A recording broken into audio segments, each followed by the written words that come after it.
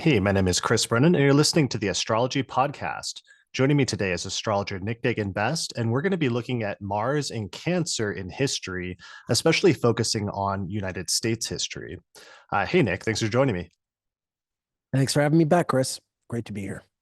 Yeah, we are back again. Last month, we did a landmark episode where we did Venus retrograde in Aries in history, which repeats every 8 years. And we took that back more than a century, and we found a ton of really striking correlations in the past when Venus went retrograde with events that were actually happening either in the news today that had already happened, or there was actually a bunch of other events that happened after that, so much so that I did a follow-up episode talking about all the news that came up. So I wanted to do something similar with you here today with Mars, based on this premise that when a planetary cycle of a planet repeats, sometimes there's an echo or a repetition of things from the past that happen again in the present.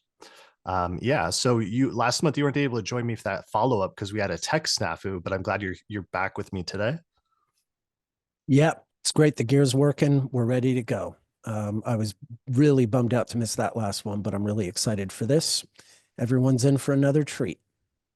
Awesome. Excellent. All right. So I wanted to do this episode because there is a lot of just crazy, insane stuff happening in the news right now in the United States as Mars is slowing down and getting ready to station direct after its retrograde period in Cancer. And clearly, this is coinciding with a lot of major events and a huge turning point essentially in US history at a number of different levels.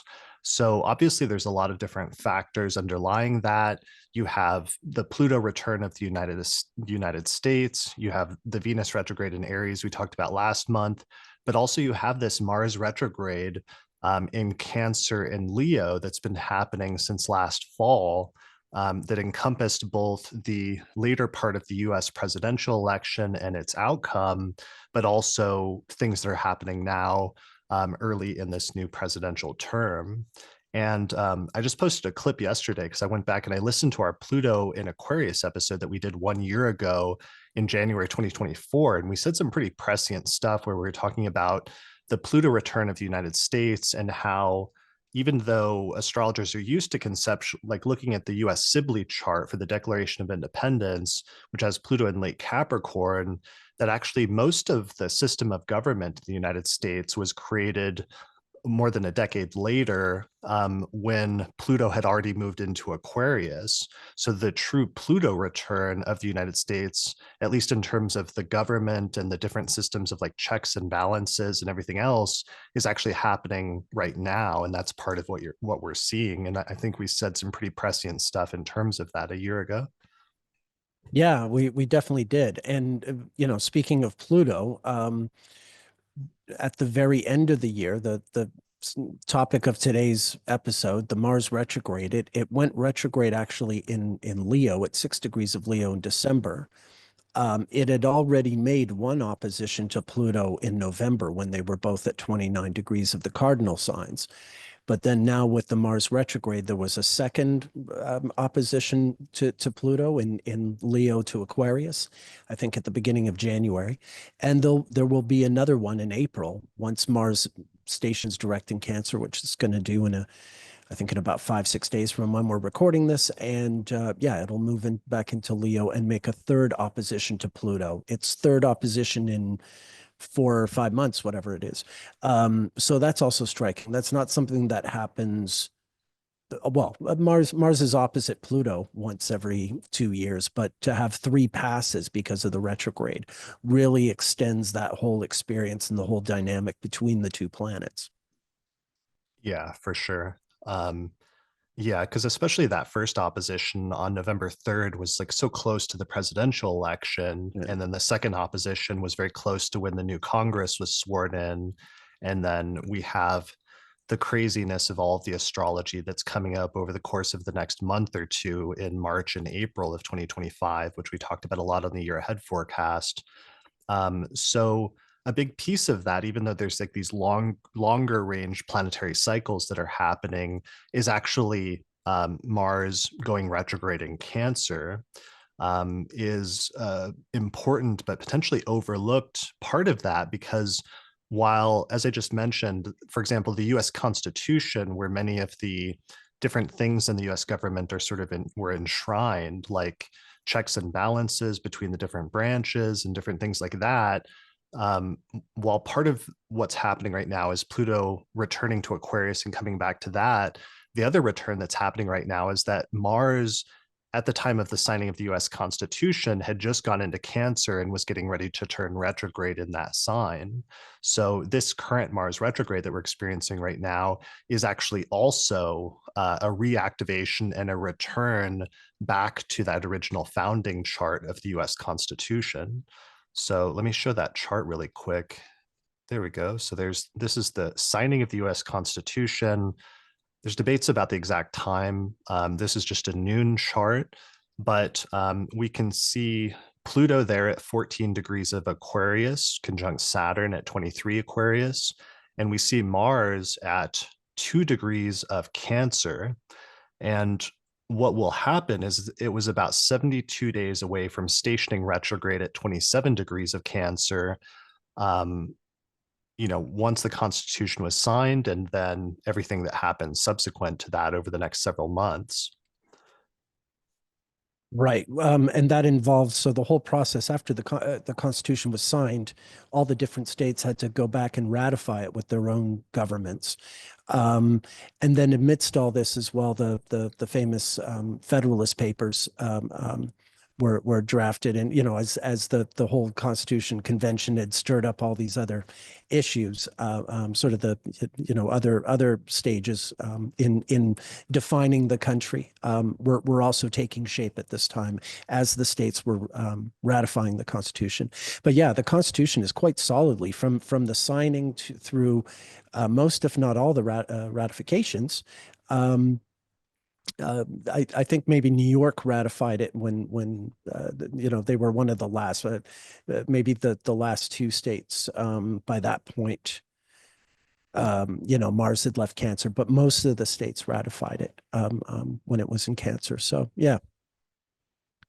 Yeah, so that's really striking to me because, like with the Pluto return, there's something about going back to the very like foundations of the creation of something, and then sometimes that can be like the end of a cycle and you can see the end or the destruction of something. Other times you can see revisions to that or major changes to it as it's preparing a new like long cycle. And that's some of what we're hearing today is basically there's like a constitutional crisis that's either, some people are saying, either has already happened or is about to happen, in terms of the accumulation of power in the executive branch, and how that's creating conflicts in terms of like the judiciary branch, for example, and other things like that, which just goes right back to the way everything's set up in the Constitution. So, with all that in mind, one of the things I want to do this month is with Mars stationing direct and all of these momentous events happening right now, I wanted to go back and look and see what happened during other Mars retrograde periods in US history. And what I found is there's a certain fixed number of Mars retrograde periods that have happened. And I went through and wrote notes, and we studied and did a whole write up on some major things that happened. And we found a number of really significant turning points in US history that we're going to talk about today during these different Mars retrograde periods. So here's a slide for those watching the video version with some of the dates that we're going to go through over the course of this episode. I don't know if we're going to cover all of them, but these are all of the Mars retrogrades in Cancer that have occurred since the US Constitution was signed back in the first Mars retrograde on our list, which is 1787 through 1788. So there's something like 20-ish entries on this list. Maybe for the audio. And I'll Go ahead. I was just going to interject that because Mars goes retrograde in Cancer every 15 to 17 years. The previous Mars retrograde prior to 1787 predates the Revolutionary War. So you never, even though the Revolutionary War was a good 7 years, you never had a Mars retrograde in Cancer transit happen during the actual war. But here by 1787, when they're drafting the Constitution, yeah, it's 4 years after the Peace of Paris is signed. It's 6 years after Yorktown, et cetera, et cetera. So, yeah, this is when the transit happens. Is when they're actually getting down to establishing what the country is going to be, which is, what was being done during this time. Yeah. So, and for those listening to the audio version, maybe I will just read off the dates really quickly. So, the first retrograde on our list is 1787 through 1788, and that's the signing of the U.S. Constitution, as well as the period that you were just talking about of like starting to ratify it and go through the ratification process with the different states, which we'll talk about more in a minute. The next one after that is 1802 to 1803. Then there's one right after that from 1804 to 1805.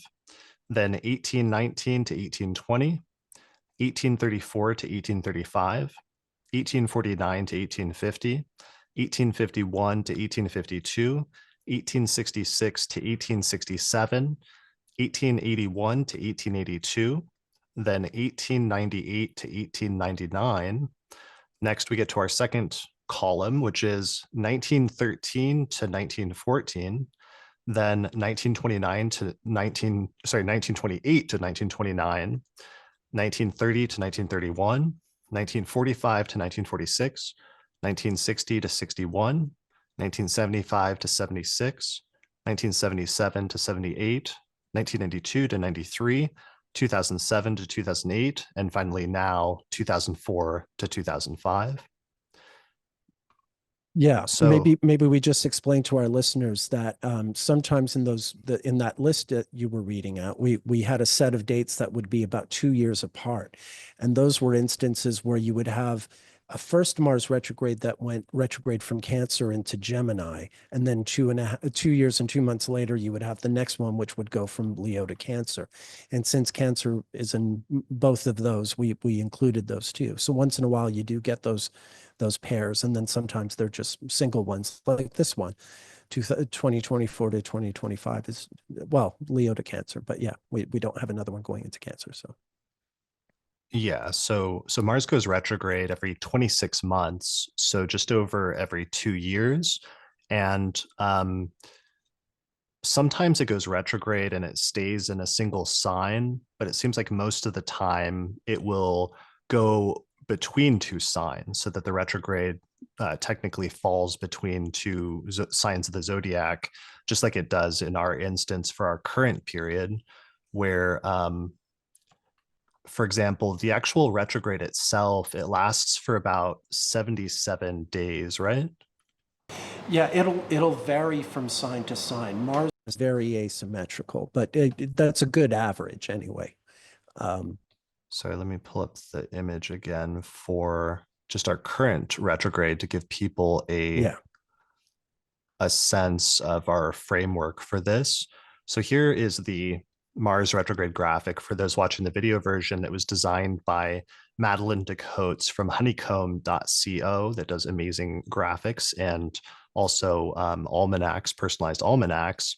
So this Mars retrograde period, the retrograde itself, astronomically, is when Mars slows down in a sign of the zodiac and it stations retrograde. It begins moving backwards, which is what retrograde means, which it did on December 6th, 2024, when it slowed down at 6 degrees of Leo and then began moving backwards, where eventually by January 6th, it actually moved back into Cancer.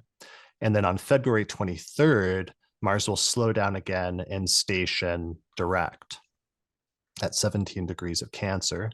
I did mean to say that we're recording this on Thursday, February 20th, 2025, and we started, it looks like about 15 minutes ago, and it's 12:30 right now. So we started at 12:15 p.m. in Denver, Colorado. So, yeah. sorry. Oh, I was just going to say, just a reminder to people who are very new to astrology. Mars, of course, is not actually moving backward in outer space. The phenomenon of following retrogrades is something that we witness from Earth. It's the way the planet appears to be going. So it appears to be going backwards. Just to in case anyone tries to call us out on anything silly like that.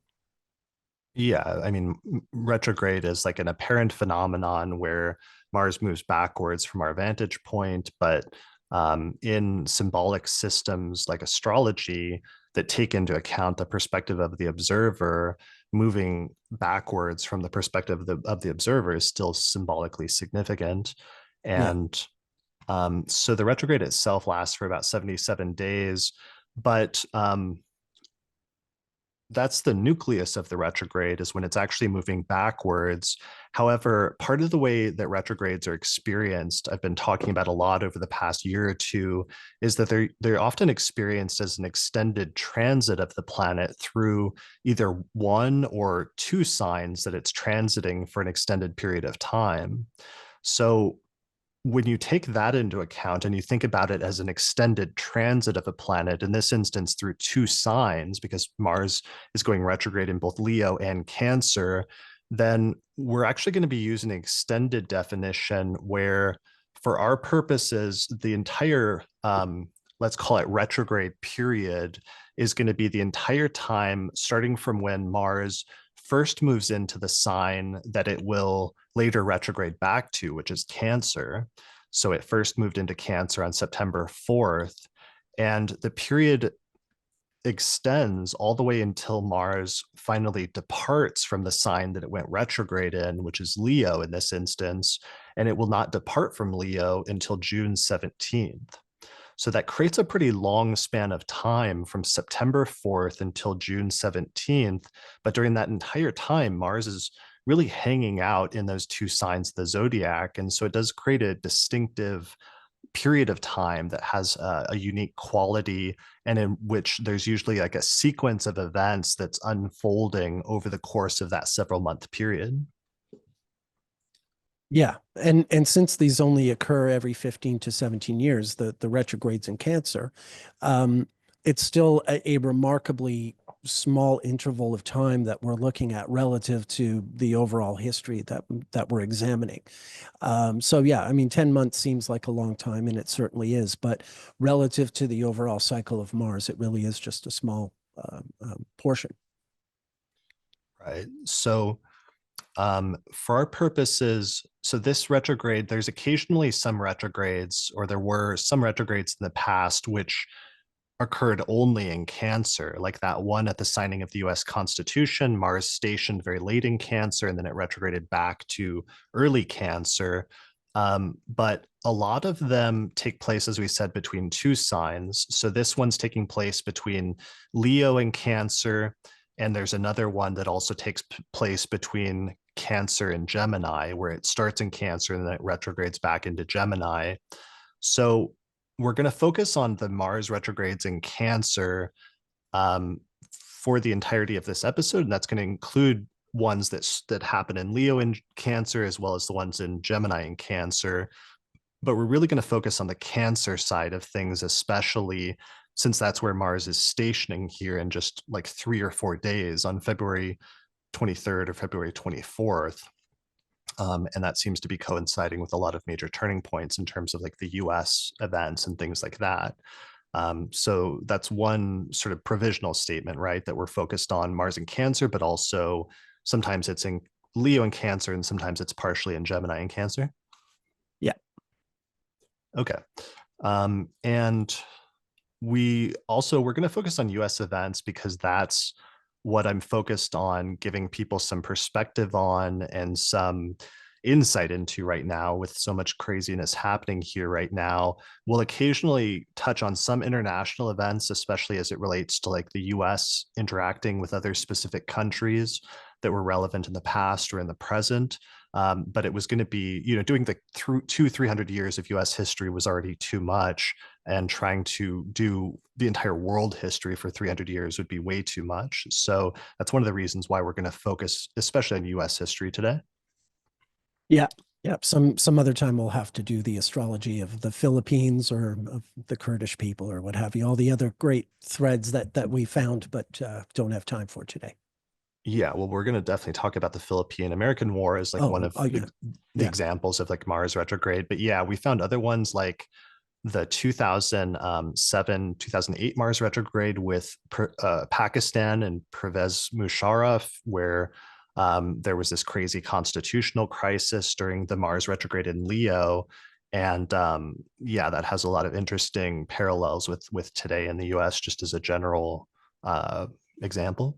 sure. And the assassination of Benazir Bhutto and then her election years earlier was during a Mars retrograde in Aries. She had a very Mars retrograde ordered career, I would say. So yeah, there were all these very interesting threads we found that maybe someday we come back to. Yeah, for sure. And we're also going to focus just on Mars and Cancer to get a sense for what that's about and really drill into that based on history. And we're going to not be looking for the most part at other Mars retrogrades where there's important things happening in US history, of course.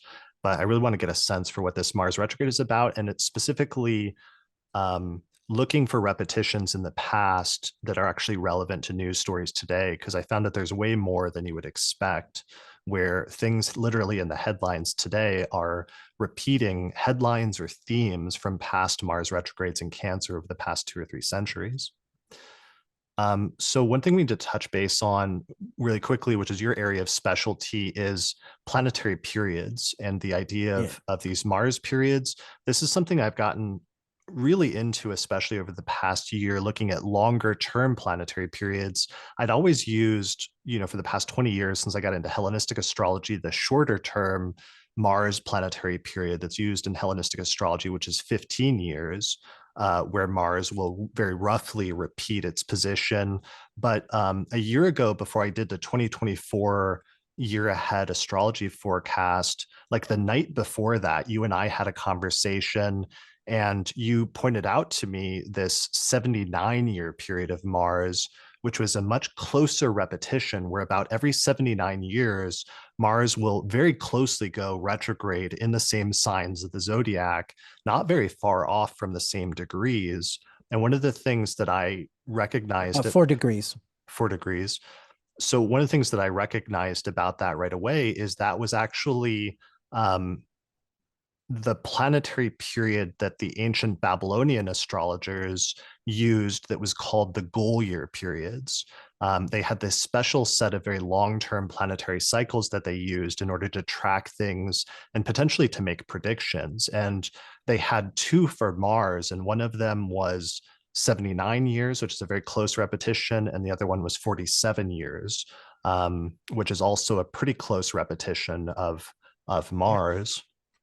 So here is, for those watching the video version, the 79-year repetitions, where, for example, in 2025, Mars right now in February is getting ready to station direct in the sign of Cancer after being retrograde in that sign.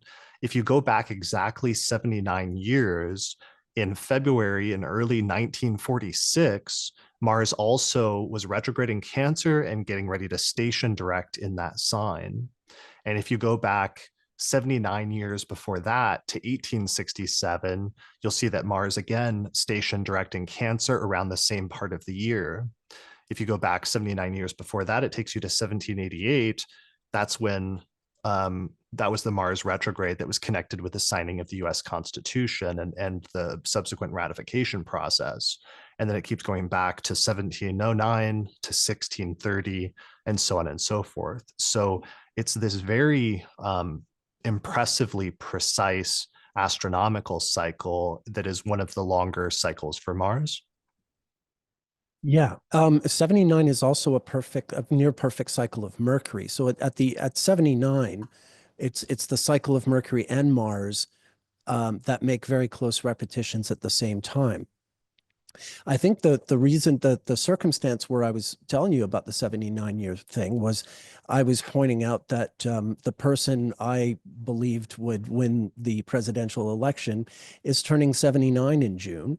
And if you look at that person's solar return in 2025, when that person turns 79, indeed the position of natal Mercury and the natal position of natal Mars are very, very close to the natal positions in that person's chart. So it's basically true of virtually anyone's 79th solar return, unless you're born right at a station. It might be a few more degrees off or something, but yeah, generally true.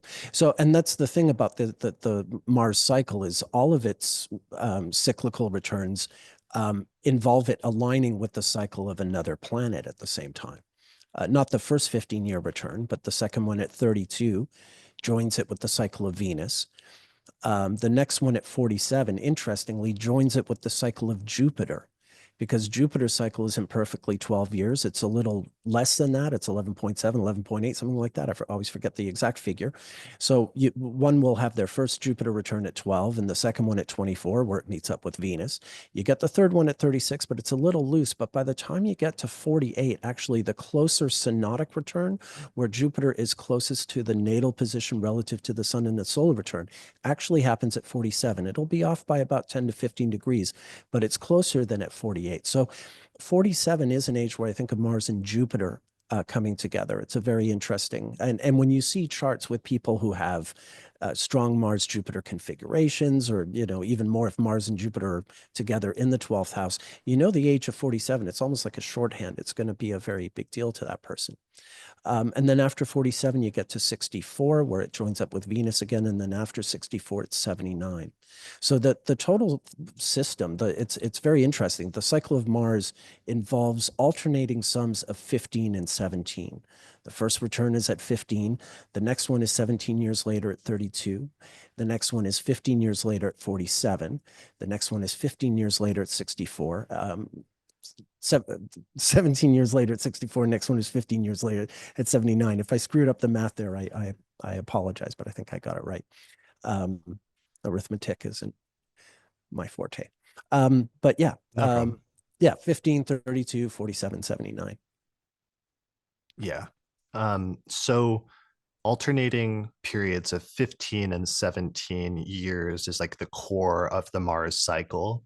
And so that connects it then. So 79 years, for example, is what is that again? It's 47 plus 32. Yeah, 47 plus 32. Yeah. And those are the closest Mars returns you get until you get up there. Yeah. Okay, got it.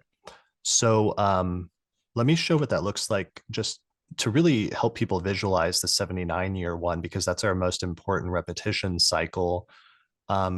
So here's our chart for right now. Let me actually back it up to when we actually started. So we started at like 12:15. We snuck in that Gemini rising. Maybe it started a little earlier than that. So here's Mars. We can see Mars stationing right now at about 17 degrees. Oh, this was, yeah, okay. So this is 3 days from now. So February 23rd, 2025, Mars is stationing direct at 17 degrees of Cancer. In solar fire, I'm going to set it to 79 as the increment to jump, and then set it to years.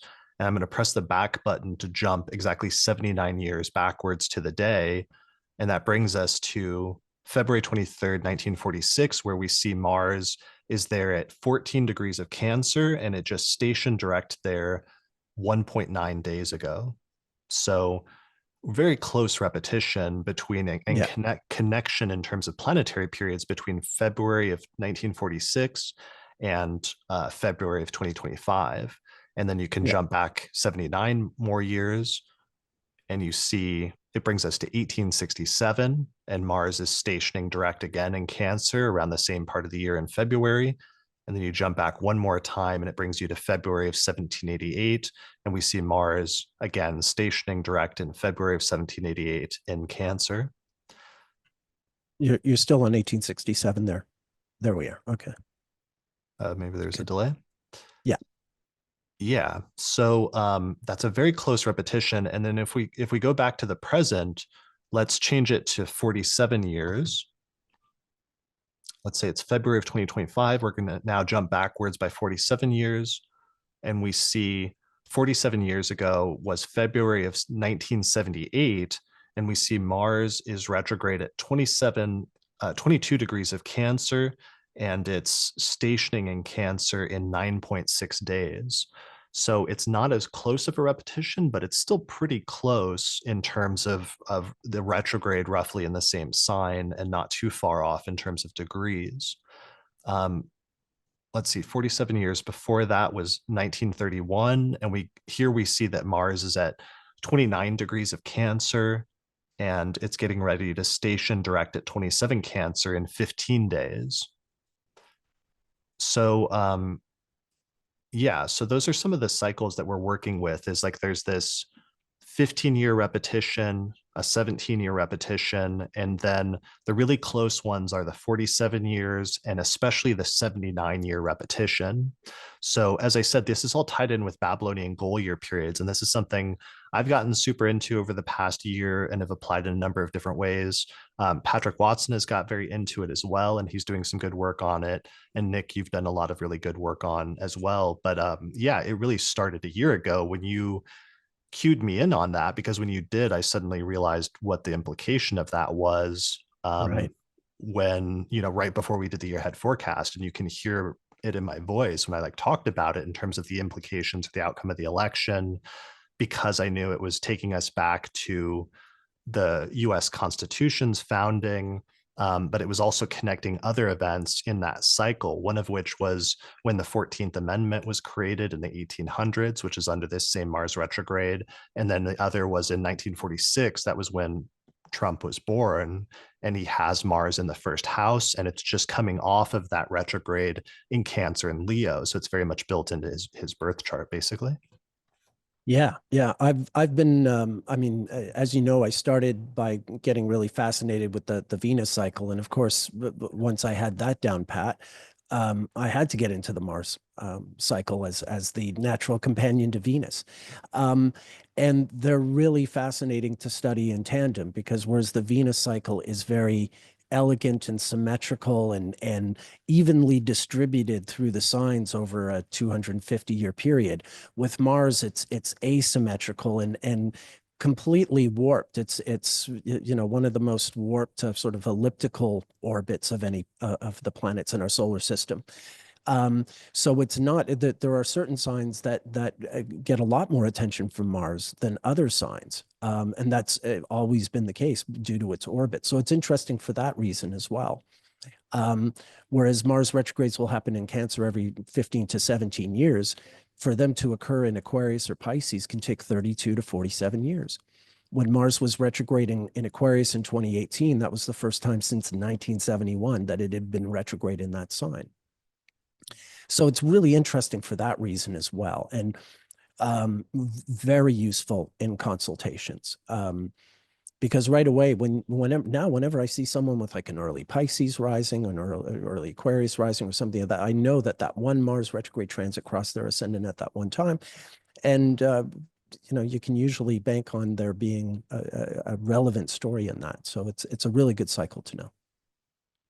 Yeah, and something, because we did years ago, in like 2016, you and me and Austin Coppock did an episode on Mars retrograde, which is our general all about Mars retrograde and what it means episode. And that was one of the things we talked about, was how Venus has this very clean 8-year period that repeats very closely every 8 years, off by 2 days, and those repetitions are very obvious. But the Mars cycle is a little bit more erratic or like discordant, and there's something about that that's almost like speaks to the nature of like Yeah. Venus versus Mars in some ways as well.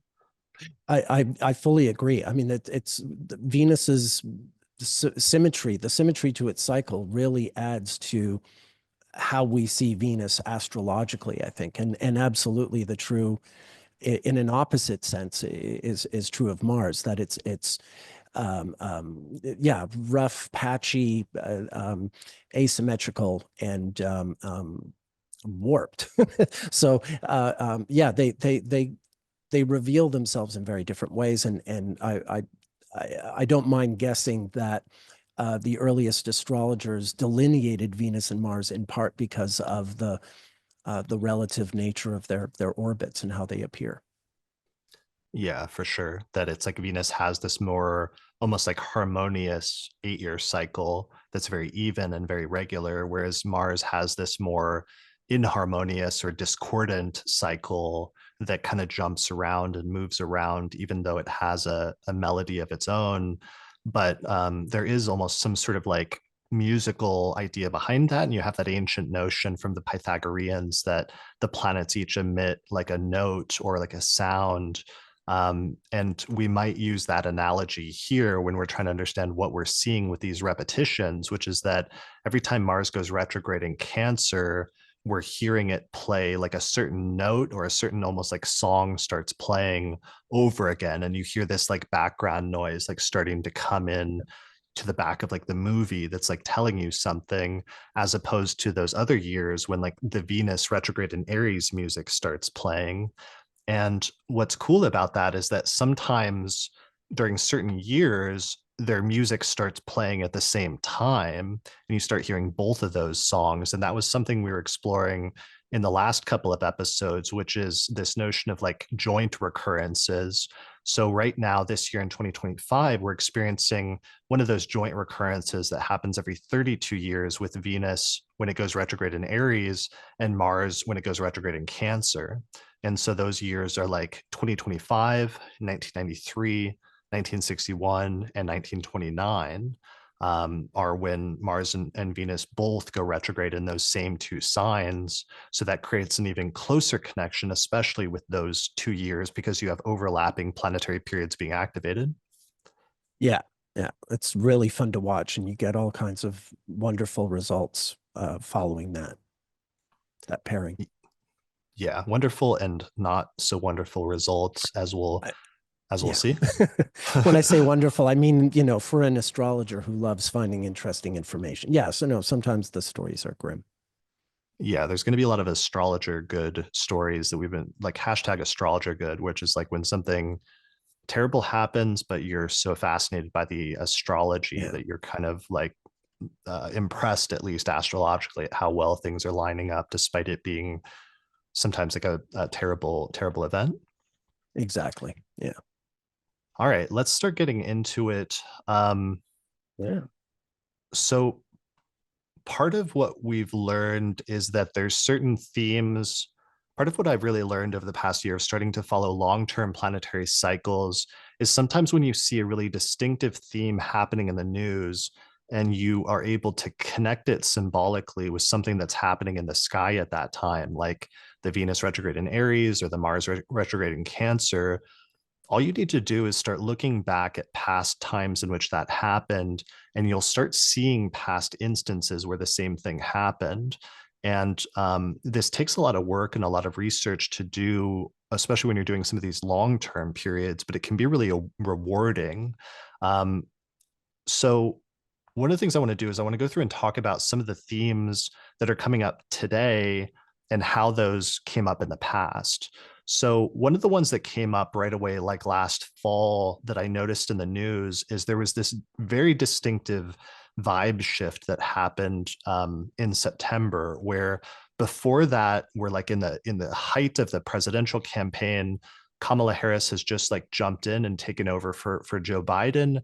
There's a Mars Jupiter conjunction that's forming in Gemini, which was her rising sign. And she's doing this whole like joyful warrior thing, which is very like Mars conjunct Jupiter and her rising sign. But then all of a sudden in September, at the beginning of September, Mars shifted and moved into Cancer, which is the sign it would later retrograde in. And there was this whole vibe shift. And all of a sudden, the focus started being about immigration all of a sudden. And that was constantly what Trump was talking about. And there were these themes about immigration, especially of Mexican people immigrating to the US, and Trump focusing on illegal immigration, but also making up a lot of wild and often untrue stories about like claiming Haitian immigrants were eating cats and dogs, or that they were here illegally. And it was like both of those stories turned out not to be true, because not only was there no like widespread instances of that, but the community of Haitian immigrants that he was talking about in Ohio was here legally under this specific like program that had been set up by the US government. But it was like that happened, and then there was just all these other stories of both immigration, but also instances of just like blatant racism that started coming up in the news that was very distinctive when Mars was in Cancer. And so based on that, in like the year ahead forecast and other things, I said that's clearly going to be a major theme that's going to come back again very strongly once Mars goes back into Cancer in January. Um, and during the early phases of Trump's term, which on the one hand is like an easy call, because obviously if he made so much of his campaign about supposedly illegal immigrants, obviously he was going to make that a large part of the focus of his first 100 days or what have you. But also I think the intensity and how far some of it's gone has also been shocking at the same time, that it's actually like happening and stuff like that, and the extent to which they're going in some instances. Yeah, yeah, to put it mildly. Yeah, to put it mildly, I don't know how to phrase these things sometimes, That like was sarcasm. I'm sorry. no, I mean, there's been some terrible stuff. Like they're rounding people up. The White House Twitter account the other day put like a thing out about like ASMR, exporting or getting rid Oh, of illegal immigrants. And it was about people being like, they were laying out chains and like clanking them and then showing people being carted away in chains. And it was just very creepy. In addition, yeah, there's stories about setting up now a camp for 30,000 people in Guantanamo Bay for people they're deporting or for immigrants. And that's really creepy because that's outside of like US jurisdiction in terms of certain laws and like oversights and things like that that would be there if it was on actual like US soil. So there's some not good things happening. And one of the things in identifying that as a theme is we started looking back at previous Mars and Cancer periods, and we noticed that this has actually been a recurring theme in US history, that's distinctively that there's been very important turning points in the past when Mars has gone retrograde in Cancer. So one of the first ones that was the most striking that you found actually was the Chinese Exclusion Act that was passed in 1882. And this yeah. actually was passed under the Mars retrograde in Cancer that occurred in that time frame, right? Yeah, there's a whole timeline to it. There had been first, but the act itself was signed in or passed in May of 1882, which was a couple of months or yeah, like 2 months or so after Mars had gone direct in Cancer, but Mars was still in Cancer. But the thing is, the previous October, just as Mars was going retrograde in Cancer, um, the U.S. had confirmed a treaty that they signed with China that sort of set the stage for them to be able to put the Chinese Exclusion Act into effect. So the whole process of them arriving at passing it it spanned the duration of that Mars retrograde in Cancer transit that took place over the course of 1881 going into 1882. So that by the time it was passed, it was coming out of the retrograde, but Mars was still in Cancer. The parameters we've set for this episode are still in play. And yeah, the whole process, once you know about like how the law came to be passed, it's very closely tied to that whole retrograde cycle. Yeah. So what this was, so this is the Mars retrograde that was from September 24th, 1881 to May 8th, 1882, using our broader time frame as you were just talking about. And so what happened with this, I learned a lot about US history. Like I'd learned a lot of things that I hadn't thought about since like elementary school, of just like major things that you learn about in terms of, growing up in the US. But then my focus so much as an adult has been ancient history due to writing my book on Hellenistic astrology and everything else. And so my focus has been Greek and Roman history 2000, 3000 years ago. So it's been really interesting over the past couple of weeks, especially going back and digging into this and learning more about certain aspects of US history. Sometimes good things, other times really terrible things. And this was one of the ones that was not good. That is kind of like a dark side of US history. But my understanding of part of what happened is, interestingly, like a little over a decade before this, When Venus went retrograde in Cancer, the US signed a treaty with China that opened up trade relations and made the two countries like the favorite partners for trade relations. But also, it opened up immigration between the two countries. And then what happened is over the course of the next decade in the 1870s, there was a bunch of immigration from China to the US. And especially a lot of Chinese immigrants came over and started working on the railroads that were being built in the 1870s. But then what happened very quickly during the course of that decade of the 1870s is all of a sudden there started being this major pushback against Chinese immigration and a rise of a lot of like racism in some instances against Chinese people, which eventually culminated in this act being signed on May 6th, 1882, called the Chinese Exclusion Act. And what it did is it actually banned Chinese laborers from immigrating to the US. And it became the first major law to restrict immigration in the United States because up to this point, like immigration was just something that was completely open.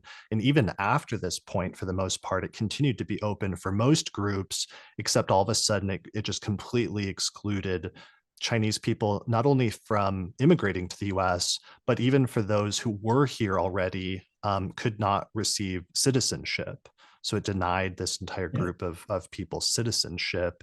And what's crazy about this is it lasted for like 60 years or something like that. Like it didn't get repealed or lessened until like the 1940s or something like that, I think, right? 1952, actually, during a Sun-Venus conjunction, like exterior conjunction, the blue three. So there was still a Venus Sun in Cancer mitigating factor in 1950, I think June of 52, when it was repealed. Um, and it's interesting that you bring up the Venus retrograde in Cancer and the way it can work in tandem with the Mars retrograde in Cancer, even if there are events that are a decade apart. Indeed, that first treaty was signed in 1868 during the Venus retrograde, and then by 1882 with the Mars retrograde, the U.S. is, taking all that back and denying these Chinese immigrants citizenship or a lot of their rights, broadly speaking. In 1900, there was something called the Boxer Rebellion in China. That occurred during a Venus retrograde in Cancer, at least the middle of it, when these Chinese activists, basically, they were tired of having all these European imperialists run their country, and they were trying to fight back. And a bunch, I think six or eight foreign nations, including the United States, Russia, Germany, Britain, all the big guns of the time, went into China to fight back this Boxer Rebellion. And it's almost like the Boxer Rebellion. I mean, it wasn't a Chinese Exclusion Act, but it was like a Chinese effort to expel their invaders. And it's an interesting sort of counterpoint to everything that was happening in the US over this time. Okay. And that was the Venus retrograde? Yeah, yeah, in June of 1900. Got it. Okay. Yeah. Well, part of the point that I wanted to make once I realized that with our Venus retrograde that happened in July 28th of 1868, which is when the Burlingame Treaty was first signed, which opened up immigration as well as favorable relations between the US and China. During that Venus retrograde in Cancers, it made me realize that sometimes in US history, especially when the benefics are doing important things there and they're not afflicted, sometimes it either opens up immigration or it lessens or fixes problems that had been set up previously during Mars retrogrades or other malefic transits in Cancer. Yeah, So that was what was so interesting about this is that in 1868, the Venus retrograde in Cancer literally opens up immigration and positive relations between two countries. Whereas about a decade later, when Mars went retrograde in Cancer, it cut it off and it closed that down. And yeah, it closed it down for quite a long period of time. And there were some subsequent immigration acts that we'll talk about in other periods in US history.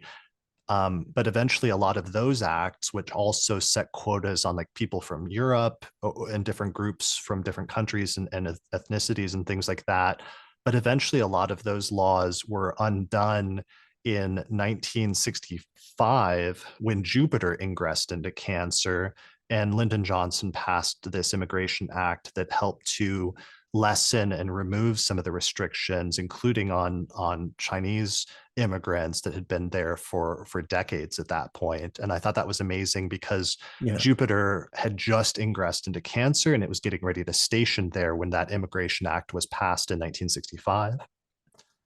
Yeah, this is always something interesting for me to follow.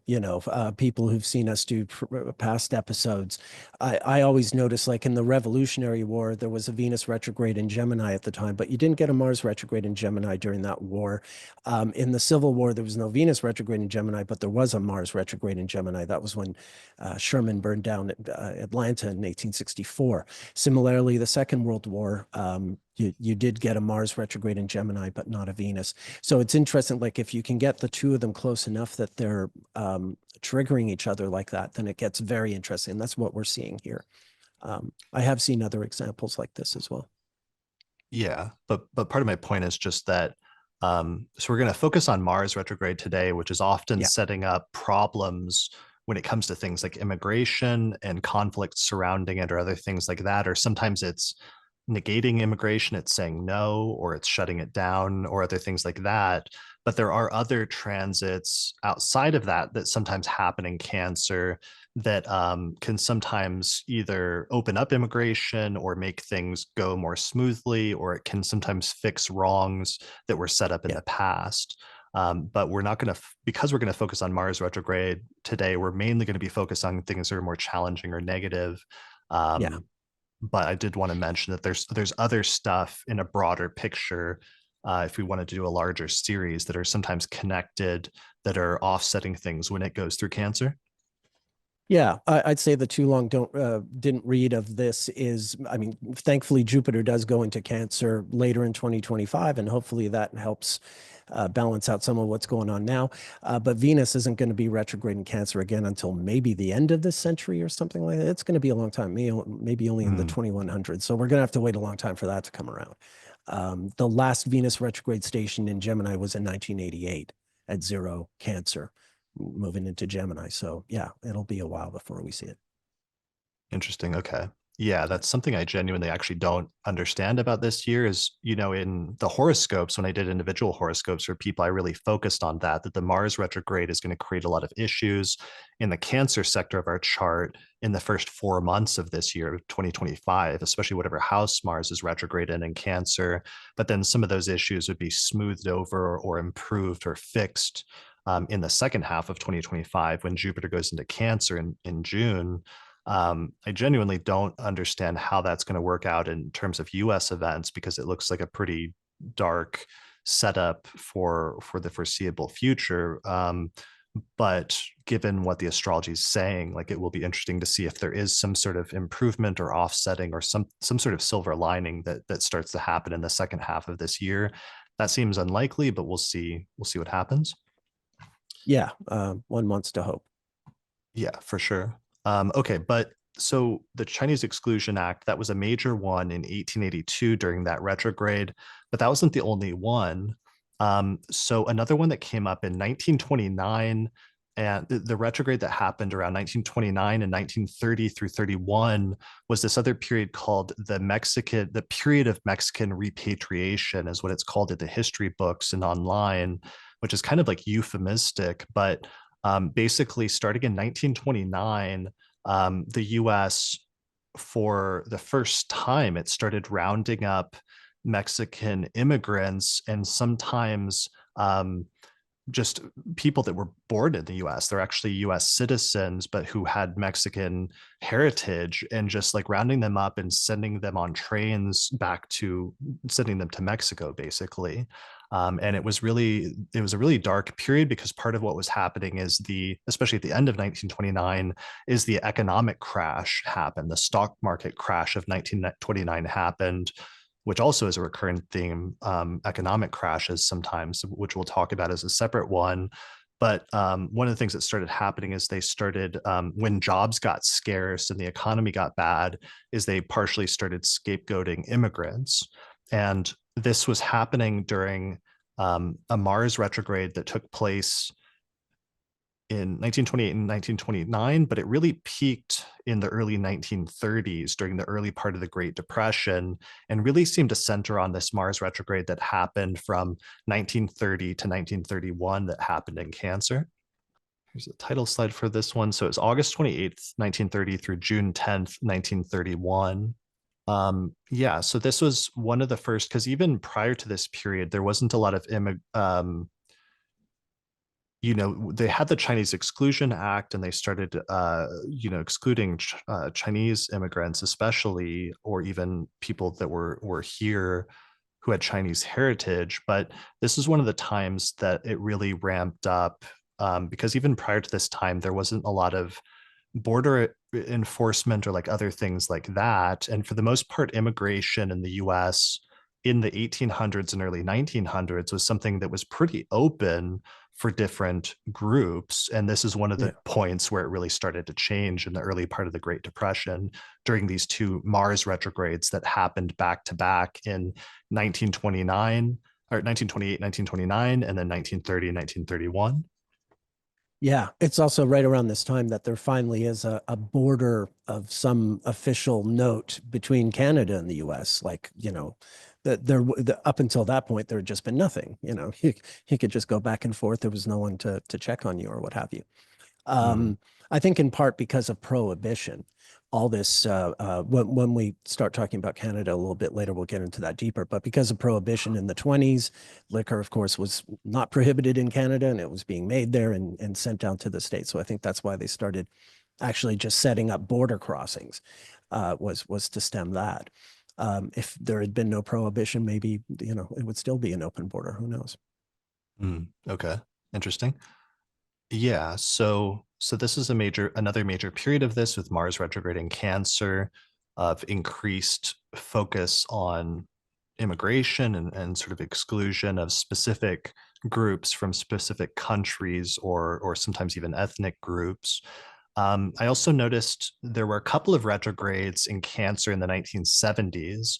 There was one from 1975 to 1976, and then there was another immediately after it from 77 to 78. So this is the pair that always recurs in like 15 and 17-year increments or something like that, right? Which is the first set is what in Cancer and Leo, To and then the Gem, next yeah. one, and then the Cancer next to one is in. Gemini and then Leo to Cancer. Yeah. Got it. Okay. In 75, the retrograde station was in quite early Cancer. I think it was like 2 degrees of Cancer.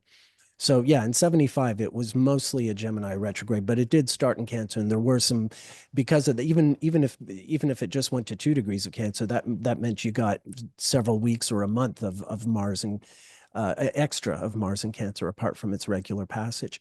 Mm, But yeah, I mean, Mars goes retrograde in Cancer every 15 to 17 years in some capacity, but that particular pattern will repeat itself, I think, every 32 years, like all the others, basically. If you break them down to 32, then the patterns become more sort of familiar in terms of it being Leo to Cancer, Cancer to Gemini, or just in Cancer or what have you.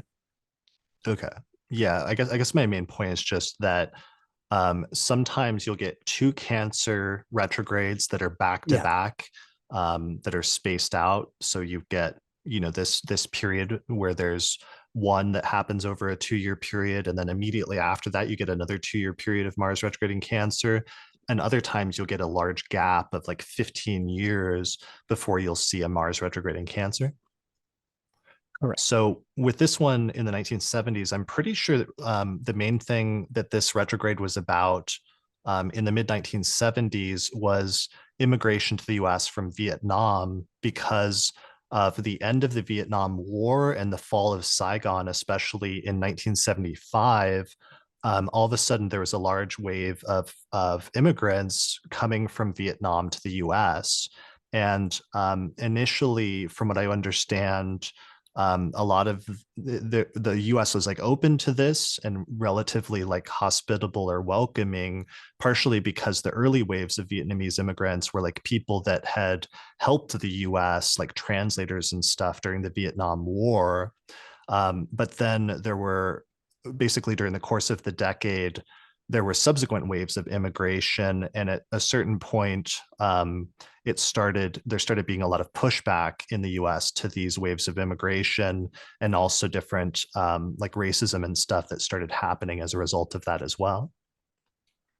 Yeah, yeah.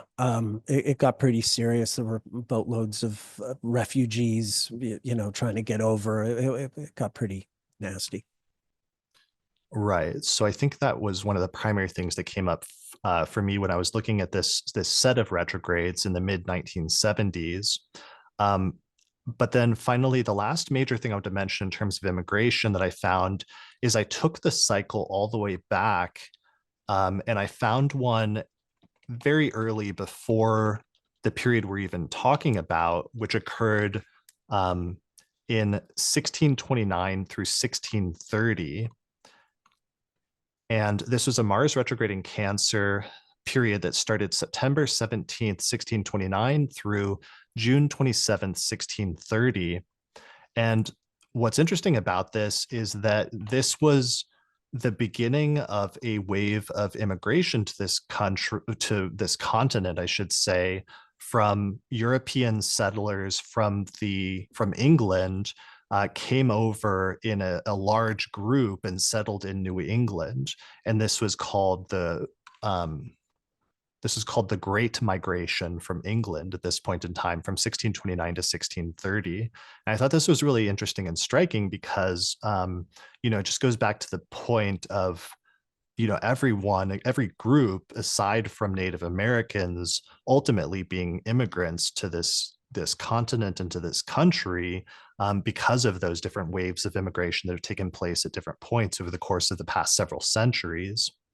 But this one was also especially interesting because one of the things that they did when this group of Europeans came over from England is they brought some of the English laws and customs and things like that, and started those as traditions in New England, which interestingly eventually culminated in the incorporation of some of that as influences into the U.S. Constitution when it was eventually created under a subsequent Mars retrograde in Mm. Cancer, and that the Constitution was actually a 79-year repetition that goes all the way back to this wave of immigration that occurred in 1629 and 1630. Which is Right. one of the things I found the most fascinating, is it was actually tied in with that longer term cycle of 79 years from Mars. Yeah, Boston was founded just after that. Boston was founded September 17th, 1630. So yeah, some of these people were coming over and founding Boston almost immediately. Exactly. So Um, look at this. So you've got in terms of the 79-year repetitions, it's like 2025, 1946, 1867, 1788, 1709, and then 1630, which is that first really big wave of people, immigrants from Europe to North America, to New England, basically. mm, So, and they brought things like not just some of those um, forms of setting up government and like representation and other things that later get incorporated, but also part of the reason they left the UK was due to the Civil War and due to things going on with religious, I don't know, yeah, like persecution and yeah. issues with their religious beliefs compared to the dominant belief by the rulers in England at the time, which then becomes one of the reasons why like religious freedom becomes a thing, partially that gets incorporated into the US Constitution later on in subsequent like Mars retrograde cycles when that's created. Yeah. Yeah, they even found Holland too restrictive or too, yeah, too intolerant of them. So yeah, they had to find their way to the new world. Yeah, it's so interesting the way that connects so cleanly in those 79 year intervals. Yeah, so I thought that was incredible, and that's one of the things I found striking. So, anyways, so broad point of that is that sometimes the Mars retrograde periods can be times where themes having to do with immigration, come up in the US, and sometimes like waves of immigration, but also sometimes there can be challenges to immigration or the rejection of immigrants or even racism and things surrounding that. Yeah, right at that same time in 1629, the British actually invaded and seized Quebec. I mean, Britain and France were constantly fighting wars in the 1600s, virtually nonstop, even compared to following centuries. Um, and so, yeah, for a brief period during that time, the English were holding Quebec. Of course, a whole more than a century later, they would take it outright. But this was just kind of like seizing it, while they were at war and holding on to it until a treaty was signed and they gave it back. But it's interesting that that came up as well, because certainly, you have another context up there where, there are two cultures clashing. Because Hmm. of, well, I don't know if it's immigration in that instance, but certainly strangers are coming in. Okay. Yeah. Yeah, so that's a major theme with Mars retrograding Cancer, especially in terms of the US and US history. So another major theme that I want to move on to is sometimes citizenship coming up in relation to immigration, but also sometimes there's like progress in some of these instances that can be made with respect to that. So one of the ones that's coming up right now in the news is the 14th Amendment. And the Mm. 14th Amendment was passed in 1867, and this was connected with a Mars retrograde in Cancer because most of the states ratified the 14th Amendment when Mars was in that retrograde period back around 1867. So what's important about that is this is actually the one that we first were talking about a year ago, because the 14th Amendment was passed after the Civil War. And one of the clauses in, or one of the things in it, is that it said that uh, you couldn't run for government if you had been part of an insurrection in the past. And so this was passed because after the Civil War, they didn't want like the leaders of the southern states to then come back into power and fight against the US from within the government again, basically after they had just got done fighting a war. So that was the initial context in which we became aware of this, because a year ago this was being discussed in terms of Trump and whether, like January 6th, for example, meant that he should be excluded from like running from the presidency again, was like a major topic of the news. And we were noting how that was coming up again during this presidential election when the same Mars retrograde would happen that happened when the 14th Amendment with that clause was passed.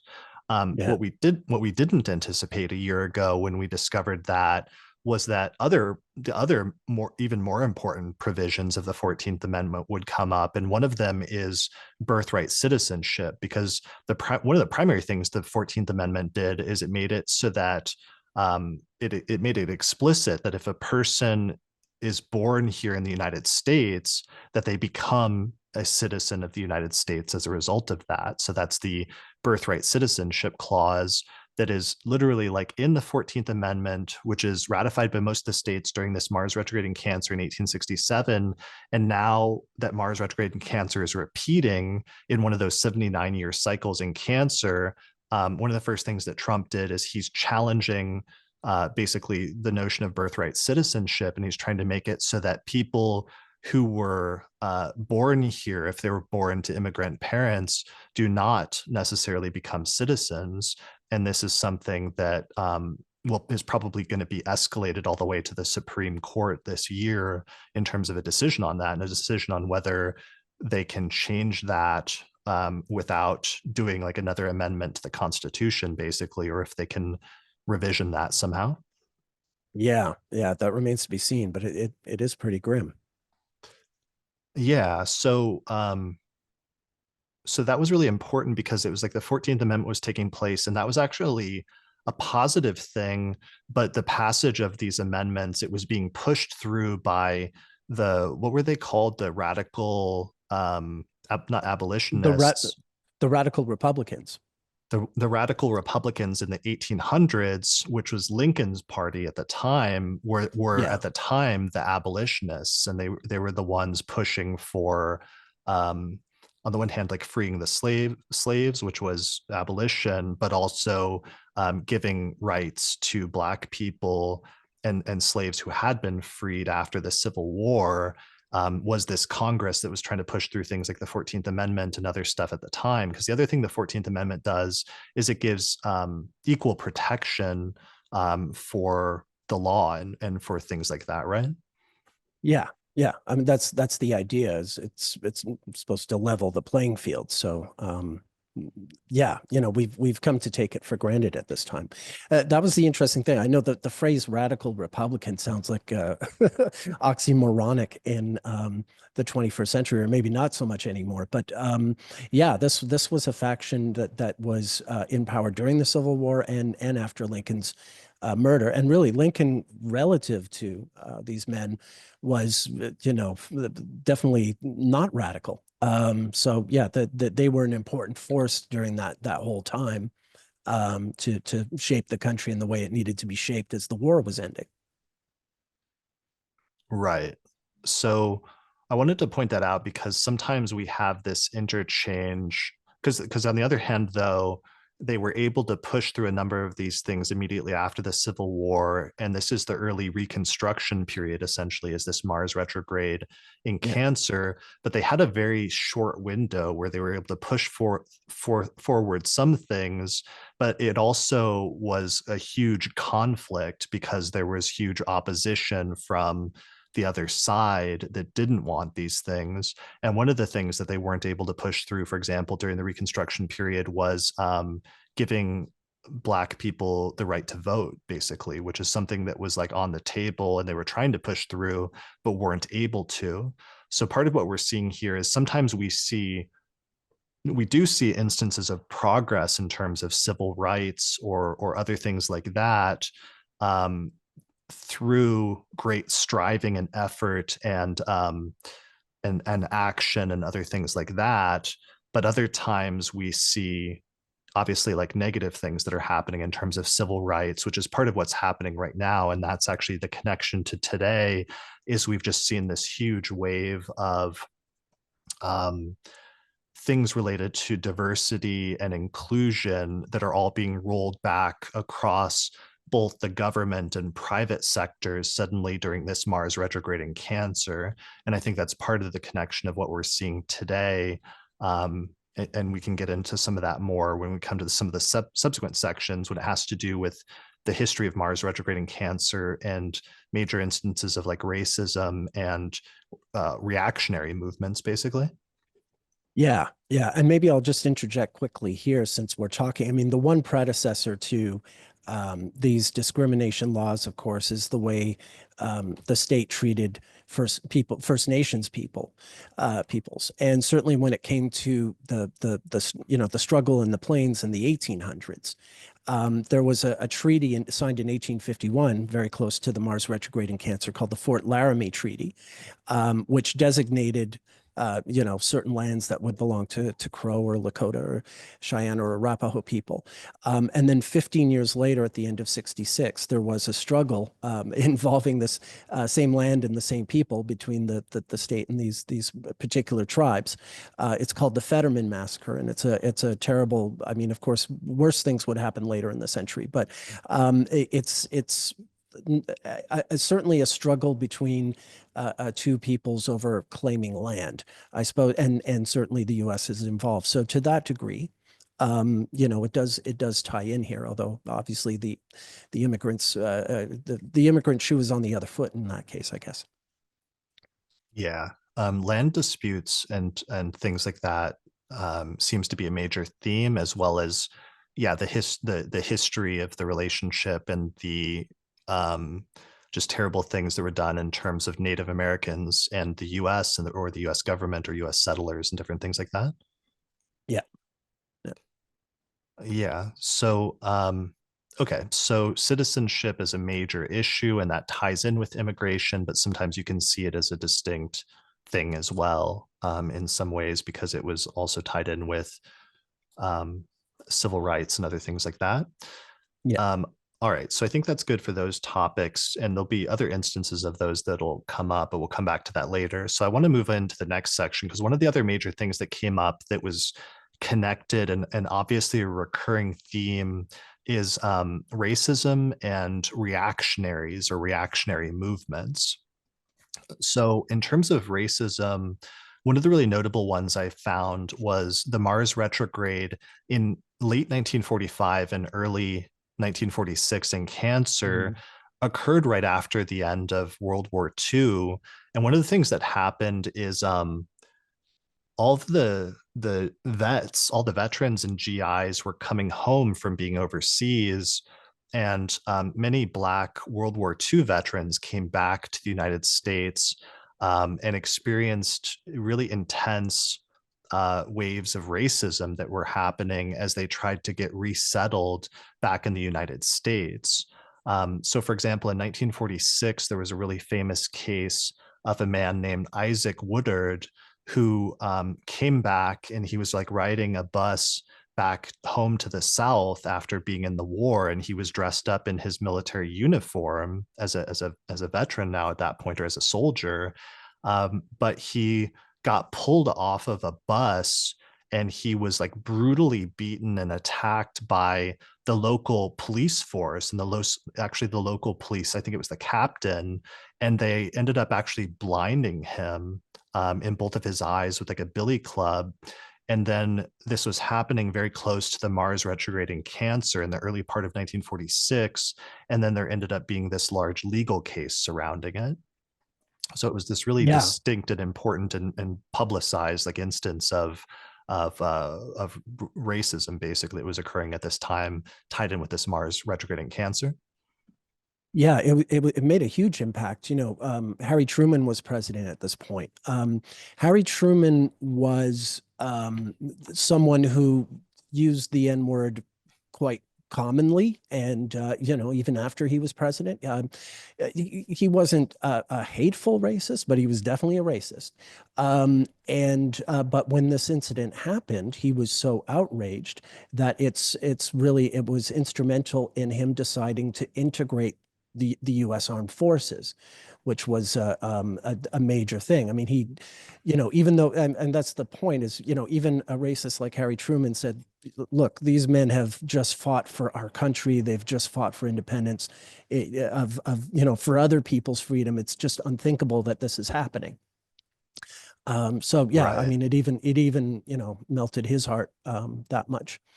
There Right. was That was also what during. was that Oh, was what was sorry. striking to me about it was that Truman was the one, because the case was just like dropped by the local courts, and Truman, it wasn't actually even being investigated. Like the police weren't going Yeah. to be charged, and then Truman himself intervened and pushed to get the case investigated and tried. But then they eventually did, but it ended up being this like sham trial basically, that had an all white jury who Right. didn't voted not to convict basically the police and the captain who was on trial. So it ended up being this just like travesty of justice. But one of the things that it did is it convinced Truman that something needed to change, and he started pushing for some level of civil rights after that. Yeah, yeah. I mean, he was humane. I mean, even before he was president, when he was senator, he did as a politician, he was generally pretty fair with African Americans. But as a private citizen, he had the same crummy attitude that a lot of white people had. That being said, he was humane enough, and also he realized it's his job. He is their president, and they have just fought for their country. So the whole thing was pretty clear to him. Regardless of this or that stupid attitude, Right. the path forward was clear. And so yeah, it really it wound up changing a lot. So by the next Mars retrograde, which happened in Virgo and Leo 2 years later, he sent the first comprehensive civil rights bill to Congress on February 2nd, 1948. So I wanted to mention that because sometimes there can be, I think one of the take-home lessons is sometimes there can be really terrible things that happen during these Mars retrogrades in Cancer that are striking incidences of racism and even brutality that occur, but sometimes it can cause a reaction of like shock and horror in people that stirs up opposition and gets people to act. And sometimes the positive repercussions of a tragic or horrible instance of injustice can have repercussions down the line in the future that can help to you move things forward or create progress, I guess. Yeah, and just to revisit briefly the point about Venus retrogrades in Cancer being an antidote to the Mars retrogrades in Cancer. Harry Truman was born with Venus in Cancer, just about to go retrograde, and when the bill did pass desegregating the armed forces, it was in July of 1948, while Venus was retrograde in Cancer. So it is interesting. Like there is, even in this instance, we're seeing a similar thing where the interchange between Mars and Venus retrogrades in Cancer have this, um, call and response type of effect. Right. That's a good point. Yeah, yeah. There was So, also there was a very bad um, incident in Tennessee, Columbus, Tennessee, or Columbia, Tennessee. I think it's Columbia, Tennessee. So something that started off, as an argument between a black woman and a white shopkeeper, and her teenage son got into it, and one thing led to another, and he was arrested for attempted murder and assault. The black teenager, that is, and then the whole town, sort of like the white and black populations, had a standoff, and things got very ugly. I think at least one person got killed. And it was another one of these big cases that wound up setting a lot of other things happen down the road. Let's put it that way. Sort of, it probably radicalized people in that area in both directions, I suppose. okay. That's a good keyword. Like sometimes like radicalizing people as a result of injustice or like Sure. violence or something Mars related that's occurred. Yeah, yeah. Vengeance, comeuppance. I mean, it can take many forms, but there's some element of that for sure. And what was the name of that like incident for? Oh, Stevenson, I think it was what's it, Stevenson?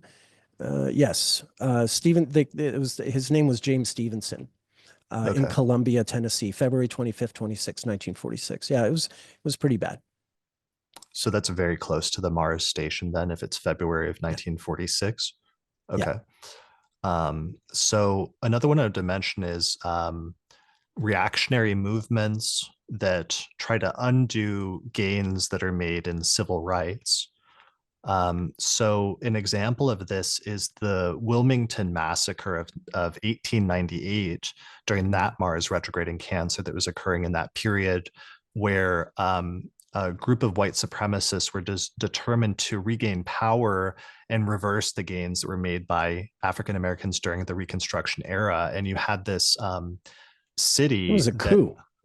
so I mean it's called a coup sometimes, but it seems more like a massacre. But coup is relevant because they had a mixed government of white and black Americans that were running the city of Wilmington. But all of a sudden there was this large mob of white people that came and like destroyed and killed a bunch of people, basically, right? Yeah, yeah, Okay, so that's why it's yeah. sometimes referred to as a coup. Well, it's referred because there was like it was trying to sort of seize the government. So it is referred to as a coup d'état, So I mean, a massacre just means killing people. A coup d'état means you're killing people, but you're also literally trying to um, take control of the government without, by undemocratic means. Right. So it was like this white supremacist mob overthrew the legitimately elected but also biracial city government, killed Yeah, numerous black citizens, and drove many more out of town. yeah, yeah. Okay. So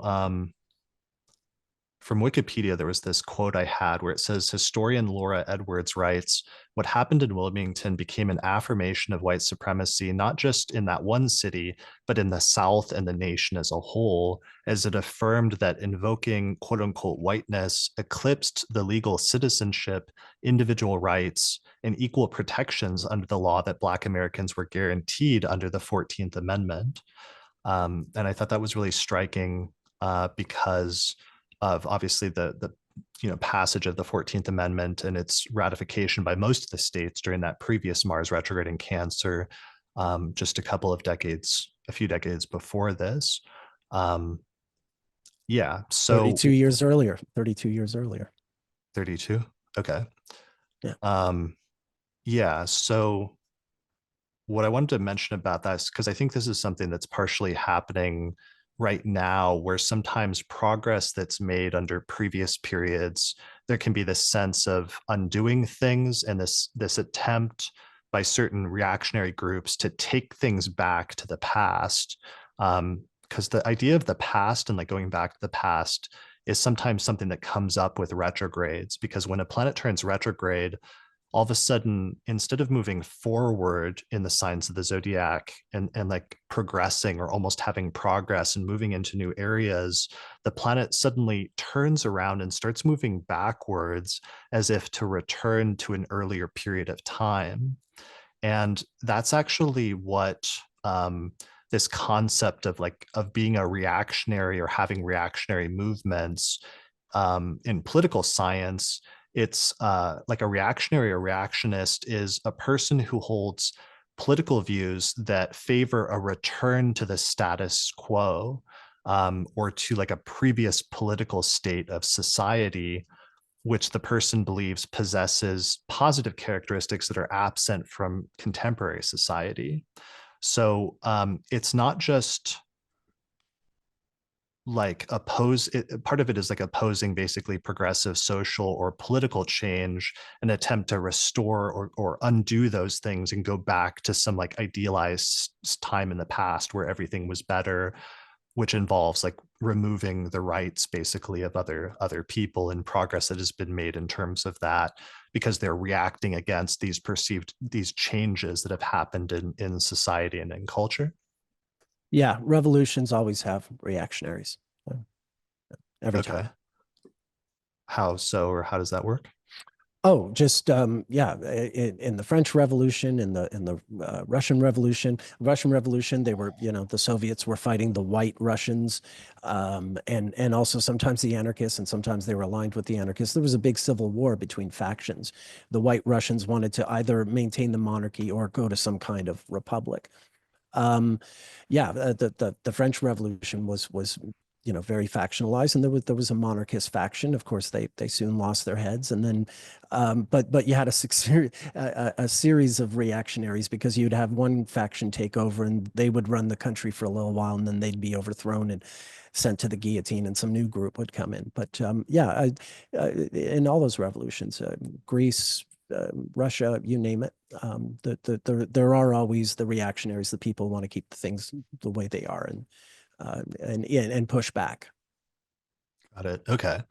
So some of the notes that I wrote when I was researching this, because I thought it was an important like theme or keyword that we're seeing echoes of in different time periods, including today, but it's like an opposition to progress, where reactionaries believe that recent changes that are social or political or economic are harmful or undesirable, and they view these changes as a decline from a better past.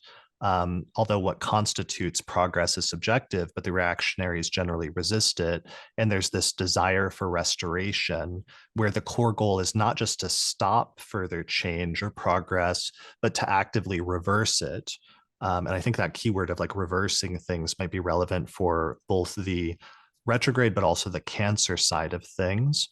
Yeah. So they want to return to a previous societal structure, a previous set of values or political system, and this often involves an idealized or sometimes romanticized view of the past. And Yeah. Look, this is both the retrograde side, but also the Cancer side, because if you think about Cancer, sometimes in its rulership of by the moon, yeah. sometimes we associate with like memories and like ancestry and our And parent. the Our, exalt. and the exaltation of Jupiter. I'm sorry to interrupt, but I think it's the two of them, because Jupiter in Cancer is about a kind of consistency, about like things being always the way they are.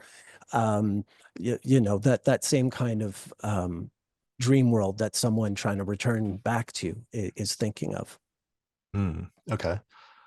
So yeah, so this also emphasized tradition, established hierarchy and traditional values, and there's a tendency sometimes towards authoritarianism, where while not all reactionaries are authoritarian, there's often a tendency towards favoring strong authority and hierarchical structures as a means of restoring and maintaining the desired past order.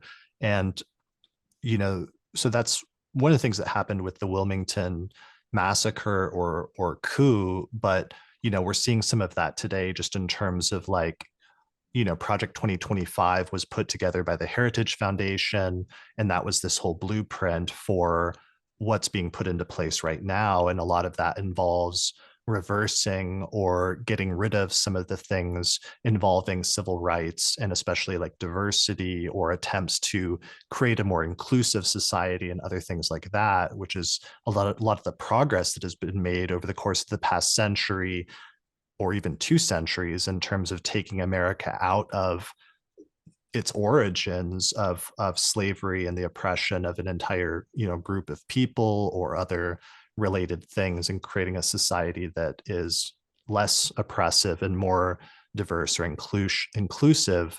One of the major things that we're seeing with this Mars retrograde in Cancer is an attempt to undo many of those things, but there have been instances of that in past Mars retrogrades as well.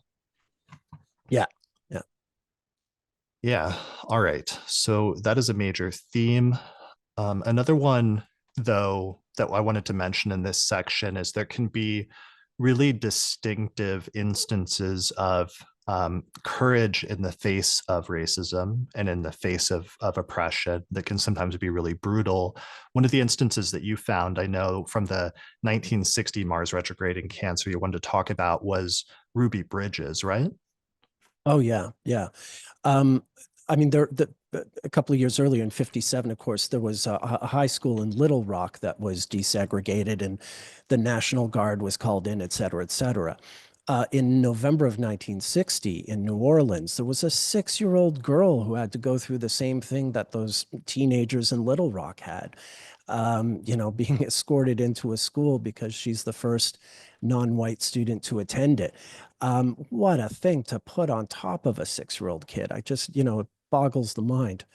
I mean, it was bad enough to do it to teenagers, but teenagers are, at least they're sort of nascent adults, I suppose. Not that it excuses anything, but a 6-year-old to have to live through that is just unthinkable. Um, I mean, yeah, this was still the civil rights movement was, still sort of gaining traction. Martin Luther King had been instrumental in the bus boycotts in Montgomery in 56, 57, and there was the Little Rock thing, but so much of what was to come was still ahead, to state the obvious. So yeah, the Ruby Bridges was really a pioneer. And Yeah, it's heartbreaking anytime you see that footage or read about it. So she basically, like as a 6-year old, she faced intense hostility and racism, but was really courageous during the course of that. And her family also got a Yeah, huge amount of pushback just because she was trying to go to an integrated school, and her father was fired from his job. yeah, yeah. So this is all playing out during the Mars retrograde, which happened from August 2nd of 1960 through May 6th of 1961. And she started going to school in November November. 14th, November. Yeah, So that's close to or just before the Mars station. station. Got it. Correct. Okay. So Yeah, then that's important because then the next several months of her early part of going to school and experiencing all of this is the Mars retrograde itself. And I think that's a really important point because like I said earlier, these Mars retrogrades playing out over several month period are usually the unfolding of a sequence of events. And while sometimes we can identify a singular event that's really important or powerful within that period, usually there's an unfolding of a whole series of things that are happening over this period of time. Yeah, yeah, exactly, exactly. Um, and yeah, um, yeah, it's pretty magical. Ruby Bridges herself, she was born September 8th, 1954. She had the south node, Jupiter and Uranus in Cancer. The Mars retrograde went retrograde pretty close to her south node. Um, she was born not too long after Mars retrograde herself, like a month or two after. And her Mars is in Capricorn opposite the Cancer. You see this sometimes. There'll Mm. be a 6-year interval between Mars retrogrades in opposite signs. For instance, in 2018, we had a Mars retrograde at 9 degrees of Aquarius. And then at the end of December this year, we had Mars retrograde at 6 Leo, virtually in opposition 6 years apart, 6.5 years apart. And you had a similar thing between 1954 when Ruby was born and 1960 when she's going to school and has people shouting at her and she has to be escorted by armed guards and all that stuff. Okay. Yeah, that's a really good point in terms of the natal placements involved. And then sometimes there's also like broader, outer planet transit and other things. We're focused on trying to identify the Mars retrograde here, although obviously there's other stuff going on, both in terms of the mundane astrology as well as Sure. people's like individual transits during some of these different periods we're talking about. Yeah. All right. So I think that's good for that section, although we'll revisit that as a topic more later. Another major area or topic or theme that keeps coming up during these Mars retrogrades in Cancer that I noticed is boundaries and borders, as well as related things connected to land, disputes over land or boundaries, redrawing boundaries, issues of expansion and exploration and conflict in connection with that. So one of the most striking examples we found was that the Louisiana Purchase occurred in 1803 during that set of Mars retrogrades in Cancer at that time. And this was a really important like turning point in US history, right? Well, yeah, the Louisiana Purchase. Napoleon was just about to go back to war with England. There'd been sort of a year pause in their war, but he knew England was about to declare war on him, and he needed money, and he knew he knew he wasn't going to be able to do anything with the French American territories because the British had the Navy.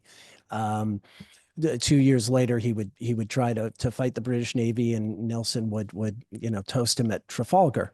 But even here in 1803, Napoleon knew he had to he needed money more than he needed some distant colony, and so he sold it to the United States. Mm. I think it was Monroe he sent over, James Monroe over to negotiate the whole thing, if I remember correctly, or maybe it was John Quincy Adams, one of those guys. Um, Might have been Adams. Sorry. Okay. So Yeah. this was finalized on April 30th, 1803, where Mars had just gone direct in Cancer after the retrograde. But most of the groundwork was being laid during the Mars retrograde Yeah. itself, which is again just an example of how the unfolding of a process can sometimes take place during the extended Mars retrograde period. So the Louisiana Purchase was this really pivotal point in American history because it dramatically expanded the size of the United States and therefore also kind of shaped its future. And they bought the land from France for $15 million, which is approximately 340 million in today's dollars. And it doubled the size of the United States, adding all or part of the present day states Louisiana, Arkansas, Missouri, Iowa, Oklahoma, Kansas, Nebraska, South Dakota, North Dakota, Montana, Wyoming, Colorado, Minnesota, New Mexico, and Texas. So just like a huge, amount of land that was suddenly added to being part of the United States as a country. Yeah. I presume you mean East Texas, right? I mean, most of it still belonged to Mexico until that eventually went away um, later on. Yeah. Right. Yeah. Yeah. So that was really crucial in terms of a turning point involving borders and land. So another one that was really crucial in a subsequent Mars retrograde in Cancer was the Missouri Compromise of 1820. And this was another Mars retrograde in Cancer that was really crucial in terms of borders and especially disputes over borders, because this is in the early 1800s where the founders of the country, during the first Mars retrograde in the US Constitution, didn't really deal with and didn't address the issue of slavery. And the can't during the course of the 1800s, it keeps being this like building conflict that's building up, and then they keep putting these like stopgap measures in place in order to stop it from exploding into a civil war, which it eventually does. But the Missouri Compromise was one of those times when they attempted to like put a stopgap measure in place, basically. I think is one way to put it, right? Yeah, the idea was to have equal number of slave states and free states so that one never outnumbered the other, in which case one could dominate the other politically and call the shots. A lot of Right. this But was that coming out that of. was the crux of the issue, is that there was new states. It was Missouri that wanted to become a state and be added to the Union. But then it created a sudden conflict over whether it would be a free state or whether it would have slavery.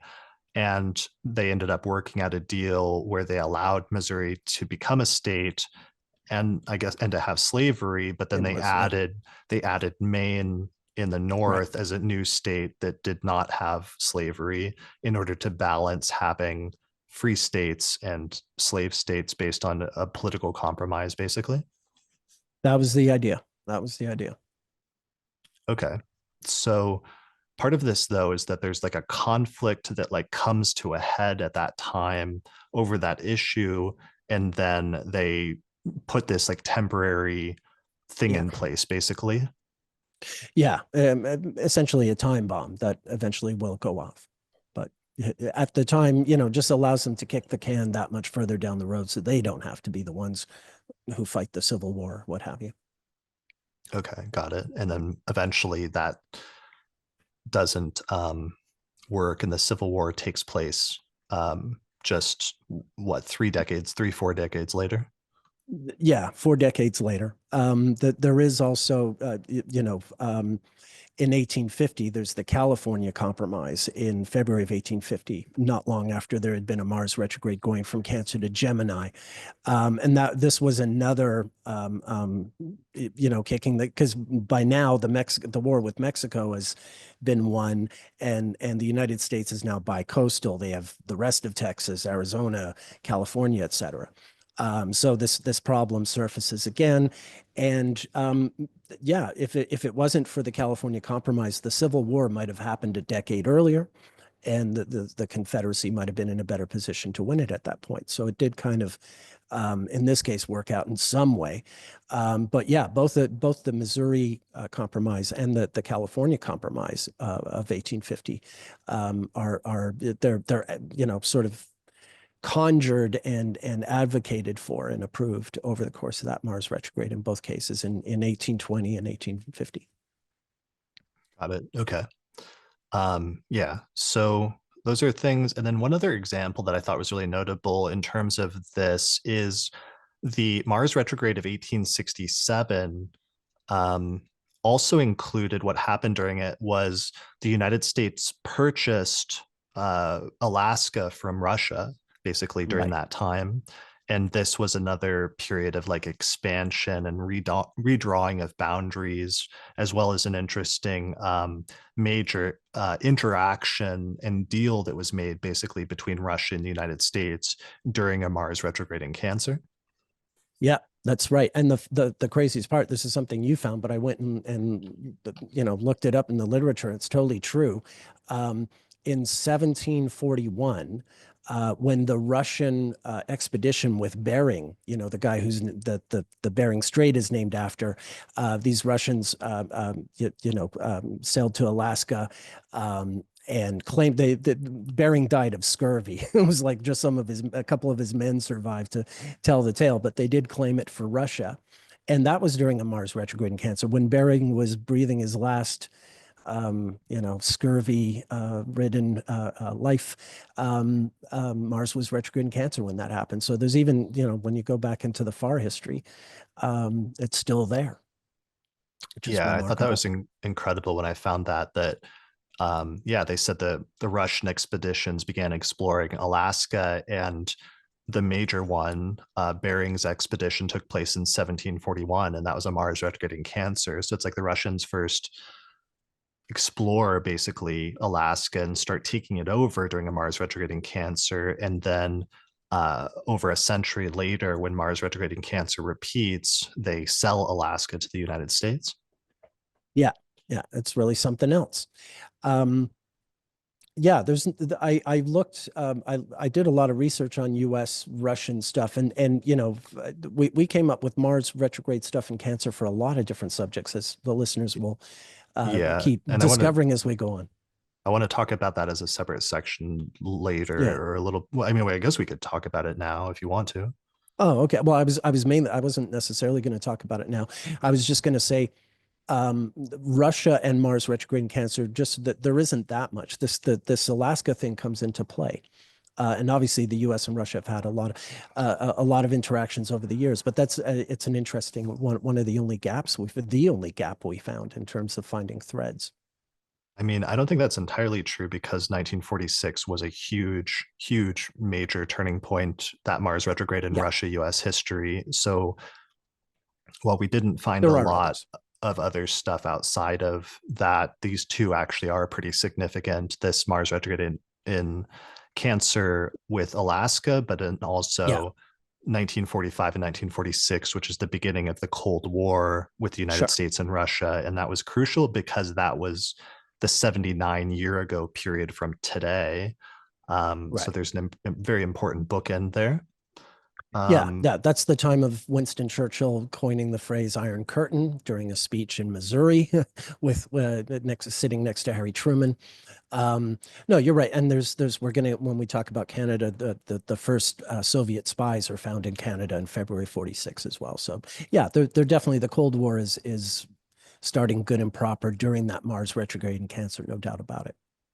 Okay. Well, I was going to put off talking about Russia, but maybe now is the time to do it. So, Okay. US Russia relations, I do think is a significant one. We have the Alaska thing, but the Mars retrograde in Cancer that occurred from like the second half or the later part of 1945 through the first half of 1946, what happens is World War II ends in 1945, towards the middle of 1945, first in Germany in like May and June, and then in Japan over the summer. And then pretty soon after that, there starts being these tensions between the United States and Russia, and especially in the spring of 1946, when Mars retrogrades back into Cancer, just like it's doing this year, those tensions started being very overt and being made very explicitly. And the most striking instance of that was very close to the Mars direct station in Cancer was Winston Churchill, as you said, giving that famous speech where he talked about an iron curtain descending over Eastern Europe, basically. And he was talking about like Eastern Europe and Yeah. how the Soviet Union had taken over all of these countries that were now becoming communist countries that were under the control of the Soviet Union. Right, from Stettin down to where's that place down in Croatia on the Adriatic? Yeah, a famous speech. There were all. I mean, the Soviets and the Americans had been allies in the war after all. So, for instance, like after Japan is conquered, the U.S. is in part of Korea, and Soviet Union's in part of Korea, and they're both trying to wrangle their own political influence in the country. It winds up splitting it in two. Also, the U.S. Well, the Soviets and the English had sort of split Iran into during the war because they didn't want the Nazis to get the oil from there.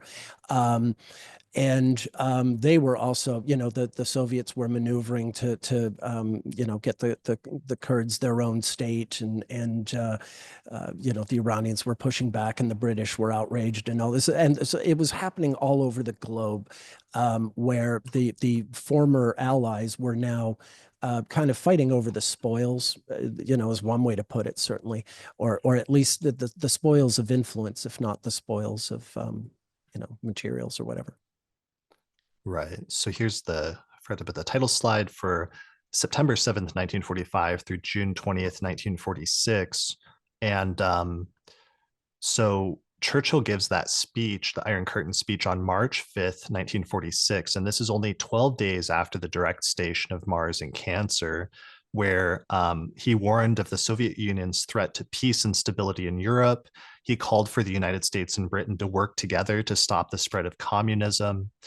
Um, and this speech basically helped to usher in the Cold War more overtly at this point. Basically, it made the phrase "the Iron Curtain" a household phrase at that point. Mhm. Um, and also started to sort of shape America's Cold War policy at that time of like containment of the Soviet Union. In response to Churchill's speech, Stalin, the leader of the Soviet Union at the time, denounced it as warmongering, quote unquote, and accused Churchill of promoting a racial theory similar to Hitler's, arguing that the English speaking world sought to dominate others. So I thought that was really striking, especially that keyword like warmongering was, Stalin's characterization of it during this. So it's really crucial and important, like how that's setting things up, because that would then become a decade long, conflict between the Soviet Union and the United States, which became the two dominant like superpowers after World War II that were playing these different like geopolitical games over subsequent decades until the fall of the Soviet Union in the late 1980s and early 1990s. But what's crazy about that is that now it's 79 years later, this current Mars retrograde that's taking place, and all of a sudden, things are rapidly changing in terms of US Russia relations, and especially in terms of the Ukraine war, which the United States has been backing Ukraine over the past 3 years now since Russia invaded Ukraine in 2022. But now all of a sudden, it seems with the Trump administration has suddenly turned on Ukraine, is now negotiating with Russia in order to basically like have Ukraine surrender, and that's part of what's emerging in this Mars retrograde all of a sudden. Yeah, yeah. Um, yeah, there was, I mean, it is a real strange revisitation to that period in 46, or I'm sort of almost like a bizarro world version of it, of course, because the sides are changing again. The former allies are apparently allies again. Um, Yeah, it's a weird yeah. inversion where 79 years Mm. ago, yeah, the allies in World War II that worked together, the Soviet Union and Russia, suddenly openly became enemies, and now all of a sudden, there seems to be this like bizarre confluence that's happening between the Trump administration and Russia, um, suddenly opening up diplomatic talks and working against its previous ally, which was Ukraine. Yeah. Um, so, yeah. It's kind of wild that 1946 is 79 years after 1867 when the Alaska Purchase happened. Like just to put that in perspective. Yeah, a big change in the relationship. Obviously, Russia had been through a revolution in the meantime, so it wasn't the same country exactly. Um, yeah, the other Right. thing in February 46, George Kennan wrote this famous paper. He was the sort of the architect of the containment doctrine. Although he always felt that it was taken way too far. And he thought it in the end, he thought it did more harm than good, even though it was his idea. Kennan was a real, he had been in the Russian embassy as a worker. He spoke very good Russian. He was totally obsessed with Russian literature. Um, And it's funny, there are two George Kennans. There had been an earlier George Kennan, as like almost a century earlier, who had also gone to Russia, I think, as some kind of explorer or something like that. But this George Kennan, the 20th century one, was this Russian expert, and yeah, wrote this really important paper that was very influential. I think Churchill had read it by the time he's giving his Iron Curtain speech, and in some ways, Churchill's Iron Curtain speech is just the PR version of Kennan's containment paper. Right. So he did that in February of 1946. Yeah, And that was the one that advocated this policy of containment of the Soviet Union. yeah, yeah, Um, yeah. So, and now suddenly there's this weird. So, to the same extent, I guess we could say that 1946 was an important turning point between the US and Russia. Right now, obviously, we're at another very important turning point between the US and Russia that's playing out over the course of this um, Mars retrograde. But then, of course, we've also got other things happening in the background, like the Venus retrograde in Aries, which you and I did a whole separate episode for patrons on about that being important in terms of Russian history. One of them, I mean, unfortunately, one of the ones that it seems to be how that's manifesting now, which is one of the scenarios we talked about, was 1945 when Venus was retrograde in history. That was essentially when the Soviet Union had a victory over Germany at the end of World War II, and then celebrated that victory. And it's very quickly sort of shaping up that this Venus retrograde in Aries is going to be a repetition of 1945 in terms of Russia, um, seemingly potentially doing a victory lap in terms of what's happening in Ukraine, although we'll have to see how that goes. I know it's tricky because it's overlaid with another important cycle, which is the Saturn-Neptune conjunction, which is yeah. also happening this year and next year. And that's also been very crucial in Russian history, but sometimes more challenging.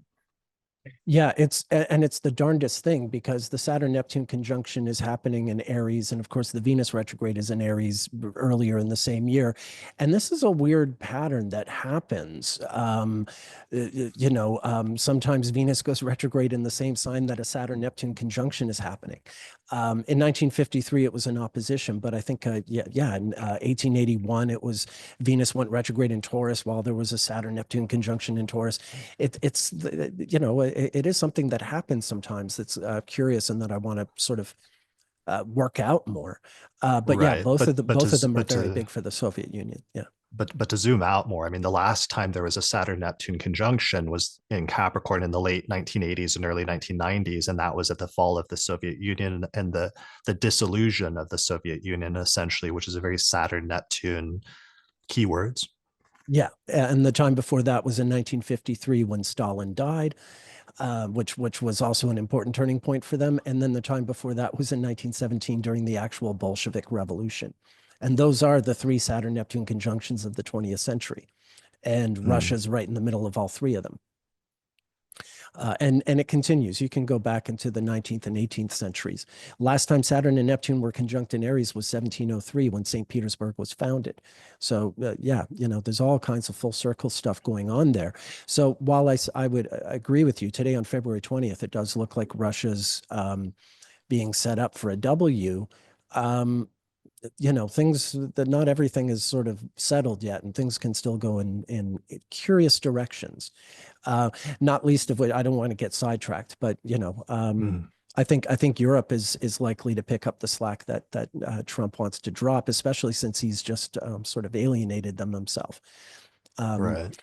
France is a Yeah. country that's run on nuclear power, and all the uranium they used to control is now controlled by Russian militia groups. So it's a good bet that France wants to get in on this, and probably some other people too.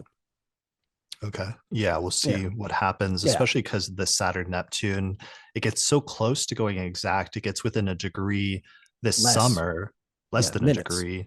Yeah, But it doesn't go exact, and then it retrogrades out, and then it comes back and goes exact early next year at the beginning of 2026, right? That's correct. I mean, my astrological opinion is that it's close enough this year that it counts because it's less than a Okay. degree. And yeah, I don't need them to stick their tongues down each other's throats. They're meeting, they're together, you know. Um, um, Yeah. so yeah, Well, that's one of the debates Austin and I were having was like, because intuitively, it's like I feel like they're close enough this year, and there's so much other stuff going on this year that I would think we see it. We see what the conjunction is about, and a near perfection of the event happening this summer, this year when it gets so close, especially in June and July. But then there's this question of if there is something that's not fully completed until early next year when the aspect goes exact, and for that we'll have to see how it goes. sure. Yeah, I would say that the aspect next year is a culmination of sorts, but I think Saturn Neptune is very much in effect when they're that close. I mean, heck, even last year Saturn and Neptune were close enough in June that their retrograde stations were about 4 days apart. And in between those 4 days was the Trump Biden debate, which was a very Saturn Neptune phenomenon where Right. there's this sudden sort of clarity. Not in '89, it was the Berlin Wall comes down and suddenly the West and East can see each other. In Well, that was right on the 1953, Saturn station when exactly. Trump and Yeah. Biden had the debate when Saturn station in Pisces. Right. Within a few days of Neptune, like I think 4 days or something like that, if I remember correctly. Um, Mhm. so yeah, it was a very sort of so I even think like that debate was a preview of the Saturn Neptune as far as I'm concerned. Like you could really see it. The effect was Yeah. definitely very Saturn Neptune. Well, that Very because that was what's so sobering. fascinating because that was when that's kind of in some ways that was when the election was clearly going to be lost in retrospect. And what was interesting about that is we saw Saturn station retrograde in Pisces the day of that debate. And part of the issue was Biden's age. It suddenly became really clear to everyone that Biden's age was so advanced that his mental facilities had declined significantly over the past 4 years of 3 years of his presidency, 4 years.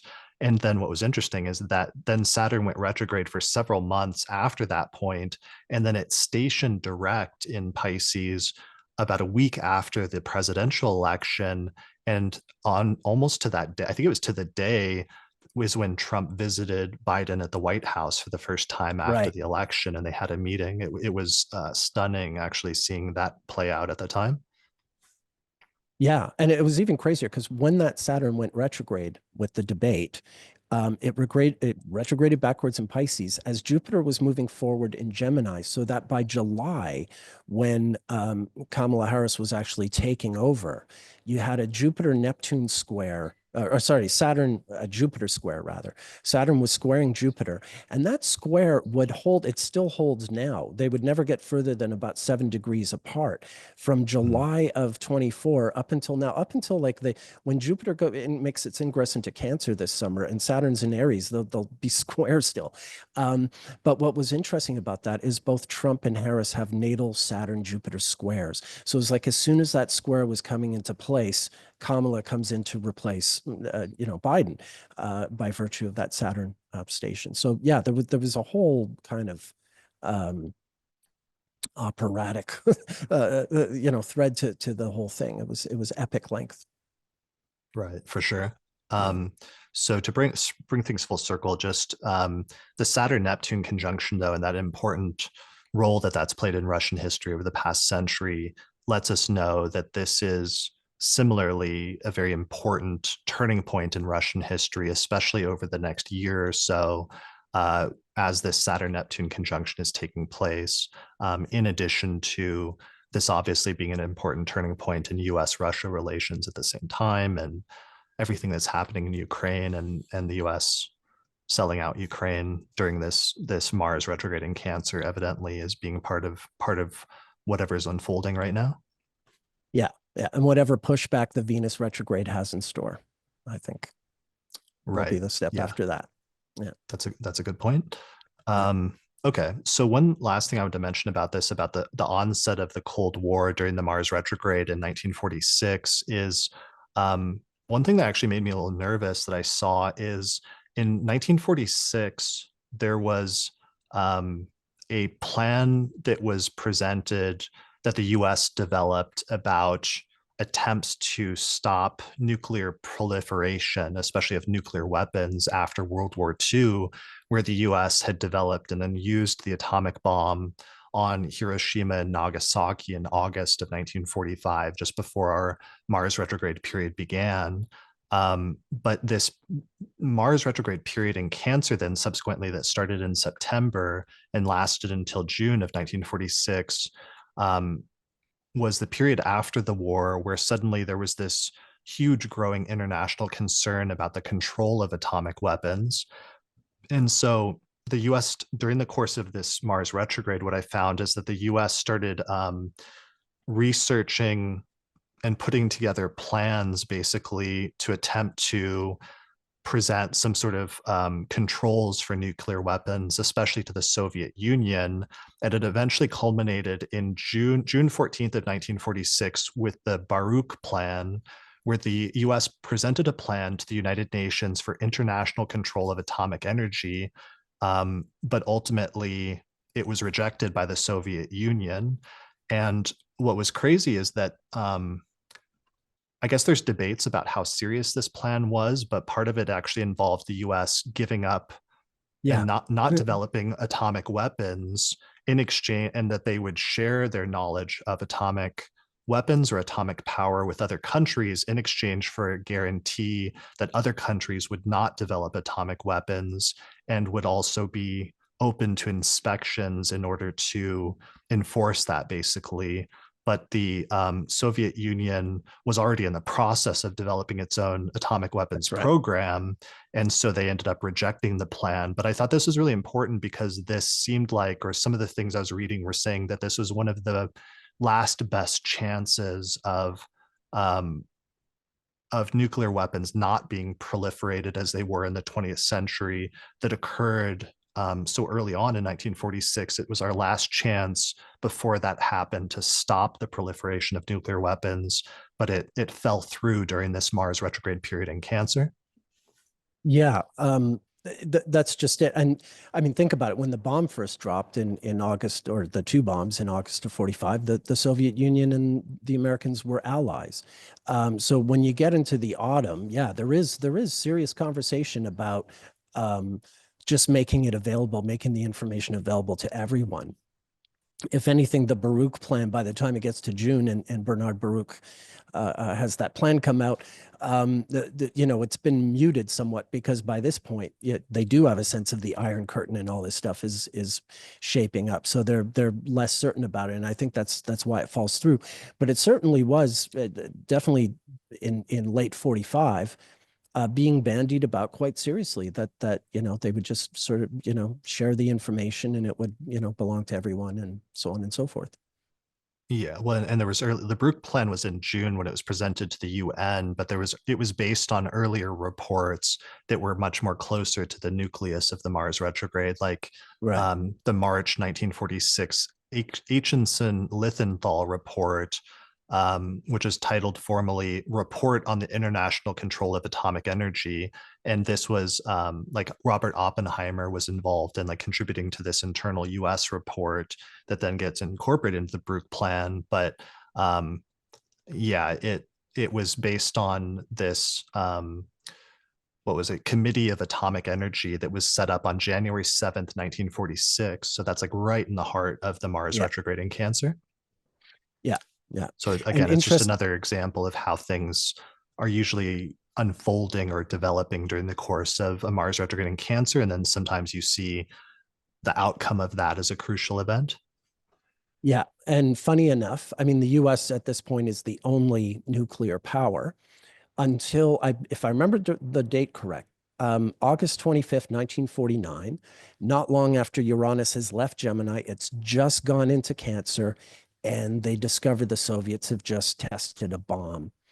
And that's when they know, okay, there are now two nuclear superpowers. So it's interesting. Uranus goes into Cancer, triggering that same spot where the Mars had been, when they were trying to find a different way. Right. That's crazy. Um, Yeah. so the last thing that's really striking about this that I realized is I looked at the date of the Baruch plan and I was looking at the chart for it and I was like, why does this chart look familiar? And I was looking at the chart, and the date was June 14th, 1946. And then I It's my realized, dad, my dad's birthday. yeah, well, in addition, that was the most important thing that I immediately thought of. I was like, hey, that's Nick's dad's birthday. But then the next thing I thought of was, hey, that's Donald Trump's birthday. Correct. And I thought that was insane that the day that this plan for the control and the non-proliferation of nuclear weapons was presented happened to be the same day that Donald Trump, who's now the current president, was born. On this, it was actually a lunar eclipse in Sagittarius that day, Yeah. which gives another interesting sort of point of astrological significance and strikingness to it, in addition to coming off of that Mars retrograde in Cancer and Leo. So this makes me a little nervous because something I already said on the year ahead forecast is just one of the things with Uranus going back into Gemini later this year in July. Sometimes returns bring things up that happened or that started the last time the planet was in that sign. Yeah. And one of the things, of course, that happened when Uranus was in Gemini last time, 84-ish years ago, was the development of the atomic bomb. And so it made me a little The nervous. deployment and the deployment, which is, yeah, the what we're really scared of. Right. The last and only two times that atomic weapons have ever been deployed on a civilian population, in 1945 when Uranus was in Gemini. So that makes me nervous just seeing a repetition of that, just knowing Uranus is about to come back Yeah. into that, and why there would be some things hearkening back to that that would become relevant again in our time. But then also seeing that for some reason the current US president was born the day of this attempt to control nuclear weapons, and when it failed, basically, and then the world just went crazy developing thousands of nuclear bombs that then put the entire world on the brink of destruction. When there then subsequently, over subsequent decades, there was a few incidences where nuclear war almost broke out that could have destroyed humanity essentially. Yep. Yeah, we came very close in 1983. So, if that had happened, you wouldn't have even never existed. Which That was is, the submarine incident. yeah, yeah. Um, so yeah, I mean, it is daunting, especially when you consider that, Putin has threatened to use them since the war with Ukraine broke out. And yeah, you hear political pundits just over the last 2, 3 years talk about it as a real potential thing that could happen, whereas up until just a few years ago, it was the kind of thing that everyone agreed is just unthinkable and can and should never happen. So yeah, it is worrisome. It is worrisome. Yeah, for sure. So this is getting us way off of the topical thing. I think that's Yeah. good for US and Russia Okay. if this is like a section. But I'm trying to think whether to go back to my topical thing or to stick with 1945, because there's actually one last point I wanted to mention about 1945 that's really important, which is huge, which is that in October of 1945, the United Nations is founded, Right. or the United Nations officially comes into existence, let's say in October of 1945. The charter had actually been signed in San Francisco in June of 1945, but the first it comes into existence, and the first Yeah. General Assembly takes place on January 10th, 1946 in London, and that's during the Mars retrograde in Cancer. Yeah. That's an important one for sure. So this is important because the UN was intended as a forum to avoid something like World War II from happening again by getting nations to talk and do diplomacy and different things like that. But it also ended up being something that became important during the Cold War as well, with all the different things that happened during the course of that, both in terms of successes in some instances of the United Nations, as well as sometimes failures. Yeah. Yeah. I mean, it's the kind of thing that, if it didn't exist, you would have to invent it, in this kind of political climate. But at the same time, the same people who create the thing want it to be neutered enough that they can still do what they want. So yeah, it's a tough thing to run, but it certainly has had its ups and downs. Yeah. So the actual chart for the United Nations is actually really striking. So here's the chart for October 24th, 1945 at 4:45 p.m. in Washington, D.C. What's striking about this chart is it actually has Aries rising and Mars at 23 degrees of Cancer in the fourth house, applying to a conjunction with Saturn at 24 degrees of Cancer. And Mars is slowing down. It's already moving slowly at this point, and it's getting ready to station retrograde in Leo in December, and then it's going to retrograde back into Cancer during the early part of 1946 when the Security Councils and everything else first start meeting. Yeah, I'm glad you brought up the Mars Saturn and put the chart up, because this is what makes the 45-46 Mars retrograde in Cancer very different from all the other ones we've been looking at. Is it involves this very extended conjunction with Saturn. You said at the beginning of the episode, one of the things about a Mars retrograde is Mars just stays in the same sign for a very, very long time. And so when it's moving along with Saturn, in this United Nations chart, that Saturn's about to go retrograde even sooner, in about 12 days.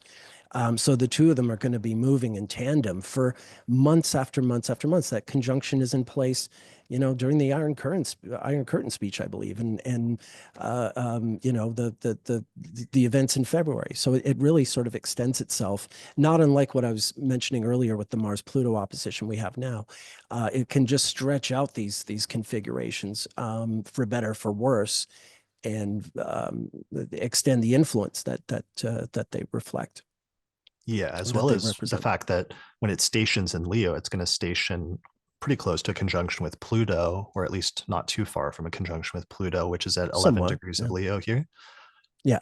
Yeah. So, and then the United Nations chart, so fascinating because on the one hand, it has this tension with the Mars Saturn conjunction that's so close in Cancer, with Mars getting ready to retrograde at the bottom of the chart in the fourth house. And then over in the seventh house, it has this very like optimistic, idealistic looking Venus Jupiter conjunction, actually Venus Jupiter Neptune conjunction in Libra in the Yeah. seventh whole sign house, in terms of the ideals and the attempt in the seventh house to like bring people together and like have diplomacy and harmony and like unions between people. But then on the other hand, you have this Mars ruling the ascendant in the fourth house conjunct Saturn, and the tensions over both fourth house as well as Cancer things, which can be like, your nation, where you come from, land, borders, other disputes, as we've Right. talked about, like border disputes with Mars and Cancer and other things like that. Yeah. And I mean, funny enough, I mean, on the one hand, it points to the, the oft lamented ineffectiveness of the United Nations. um the Mars Saturn conjunction is sort of like frozen in place, if you will. It has to move very slowly to move at all. And also the idea that this is the onslaught of the Cold War. Mhm. I mean, there are hot war parts of the Cold War, but it's largely, certainly when we're talking about nuclear weapons, it's a Cold War. It's a war that actually isn't fought between the US and Soviet, at least not their militaries. Their secret services are involved in other countries fighting wars on their behalf. But yeah, it's a Cold War. It's a Mars Saturn conjunction. I mean, it's it really reflects the times, the nature of the conflict, the fact that it's mostly people frozen in fear. It's mostly people just, wanting to be very careful about every step they take, or maybe not take any steps at all. Yeah, Right. I think it really, really reflects what was happening at the time. And like an intractable conflict is Yeah, very Mars conjunct Saturn as well. yeah, And so it's important then that, that means that because Mars was in Cancer and it was slowing down to retrograde in Cancer, that means Mars retrogrades in Cancer and Leo are very important for the United Nations, especially this 79-year one that we're in the repetition of right now in 2025. But then also that means the United Nations was also born with Uranus and Gemini, just like the United States was. So as soon as Uranus goes into Gemini again in July of this year, that means the UN is also going to be having its Uranus return. So returning back to something about its foundational principles that are revisited and potentially revised. Yeah. All right. So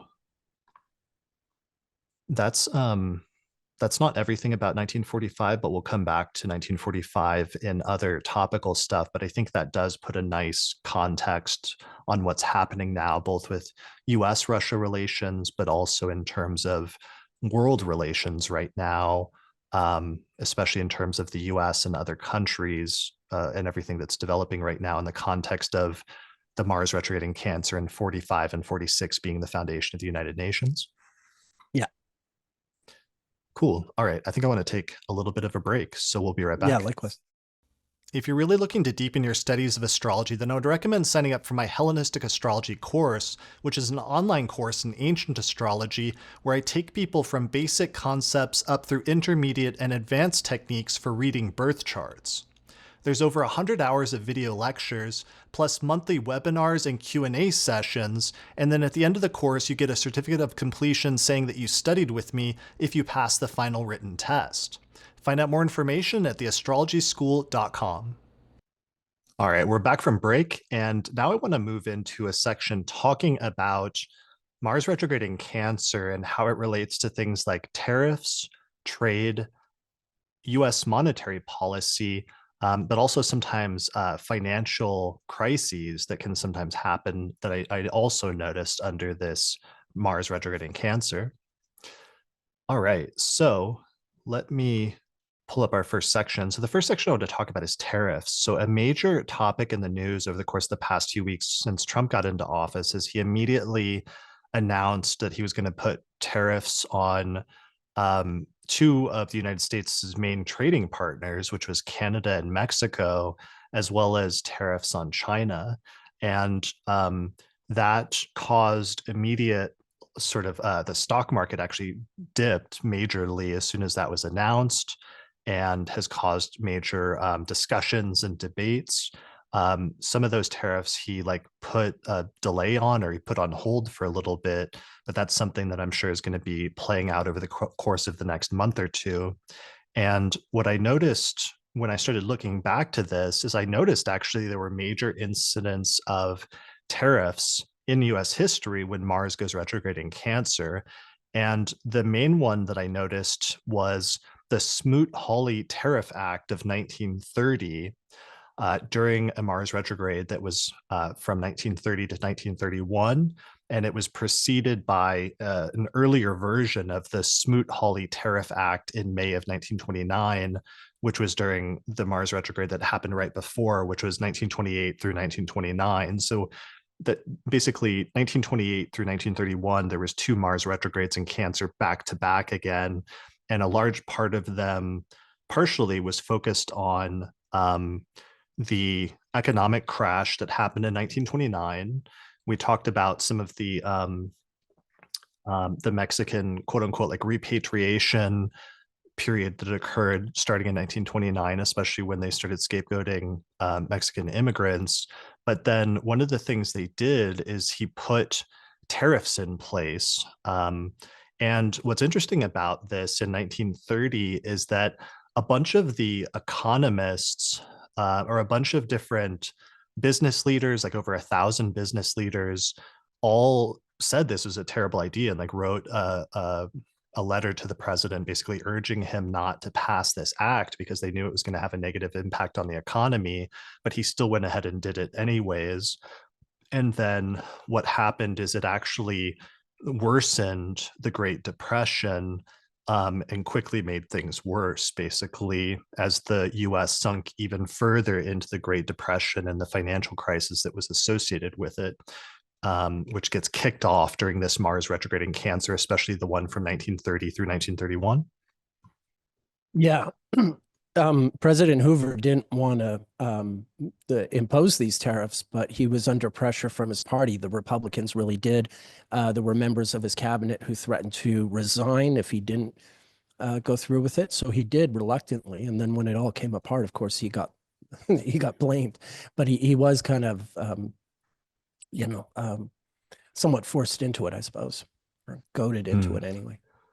Okay. So the Mars retrograde in 1928, the dates for that were August 9th, 1928 through May 13th, 1929. And that was in Gemini and Cancer. And then immediately after that, there was this next one, August 28th, 1930 through June 10th, 1931. And that one was in Cancer and Leo. And they signed the Smoot-Hawley Tariff Act on June 17th, 1930, which was just before the second retrograde really kicks in. But then the effects of it and the impact of it basically really set in during this Mars retrograde. And the tariff backfired disastrously. It further choked economic growth. And because of what it did also in terms of imports in Europe, some of the historians say that it may have contributed to the economic strife that empowered the fascists in the 1930s in Europe, in Italy and Germany. And because it was such a debacle, it ended up being the last major time that the US attempted to impose such major tariffs in a really significant way until essentially today, until recent times. So Yeah, different. I'm sorry, just to interject. Different. I mean, through the decades, um, different political, thinkers of different stripes, left and right wing, have repeatedly pointed to this tariff act being, one of the biggest mistakes the country has made. It's sort of been the truism up until now. So it is kind of strange to have it suddenly sort of resurface this way. yeah. Yeah, that's what was so crazy about is looking back and seeing this during this Mars retrograde period, and that all US presidents subsequent to that like really took a lesson from that. Um, was striking because it happened, like the negative impacts of it happened really immediately, so much so that there developed this huge opposition to it within the US because you could see how it was impacting the economy and worsening the depression, so much so that um, Roosevelt, Roosevelt, help me out, first name, Franklin, yeah, Franklin Franklin Roosevelt, Delano, yeah. not Theodore. Franklin Delano, FDR, ran in 1932 and got elected partially on saying that he was going to repeal the tariffs, which he did once he got in. I'm glad you brought that up. I was about to bring him up because when he first started saying that, it was in like June, July of 32 in his campaign, which was Venus retrograde in Cancer.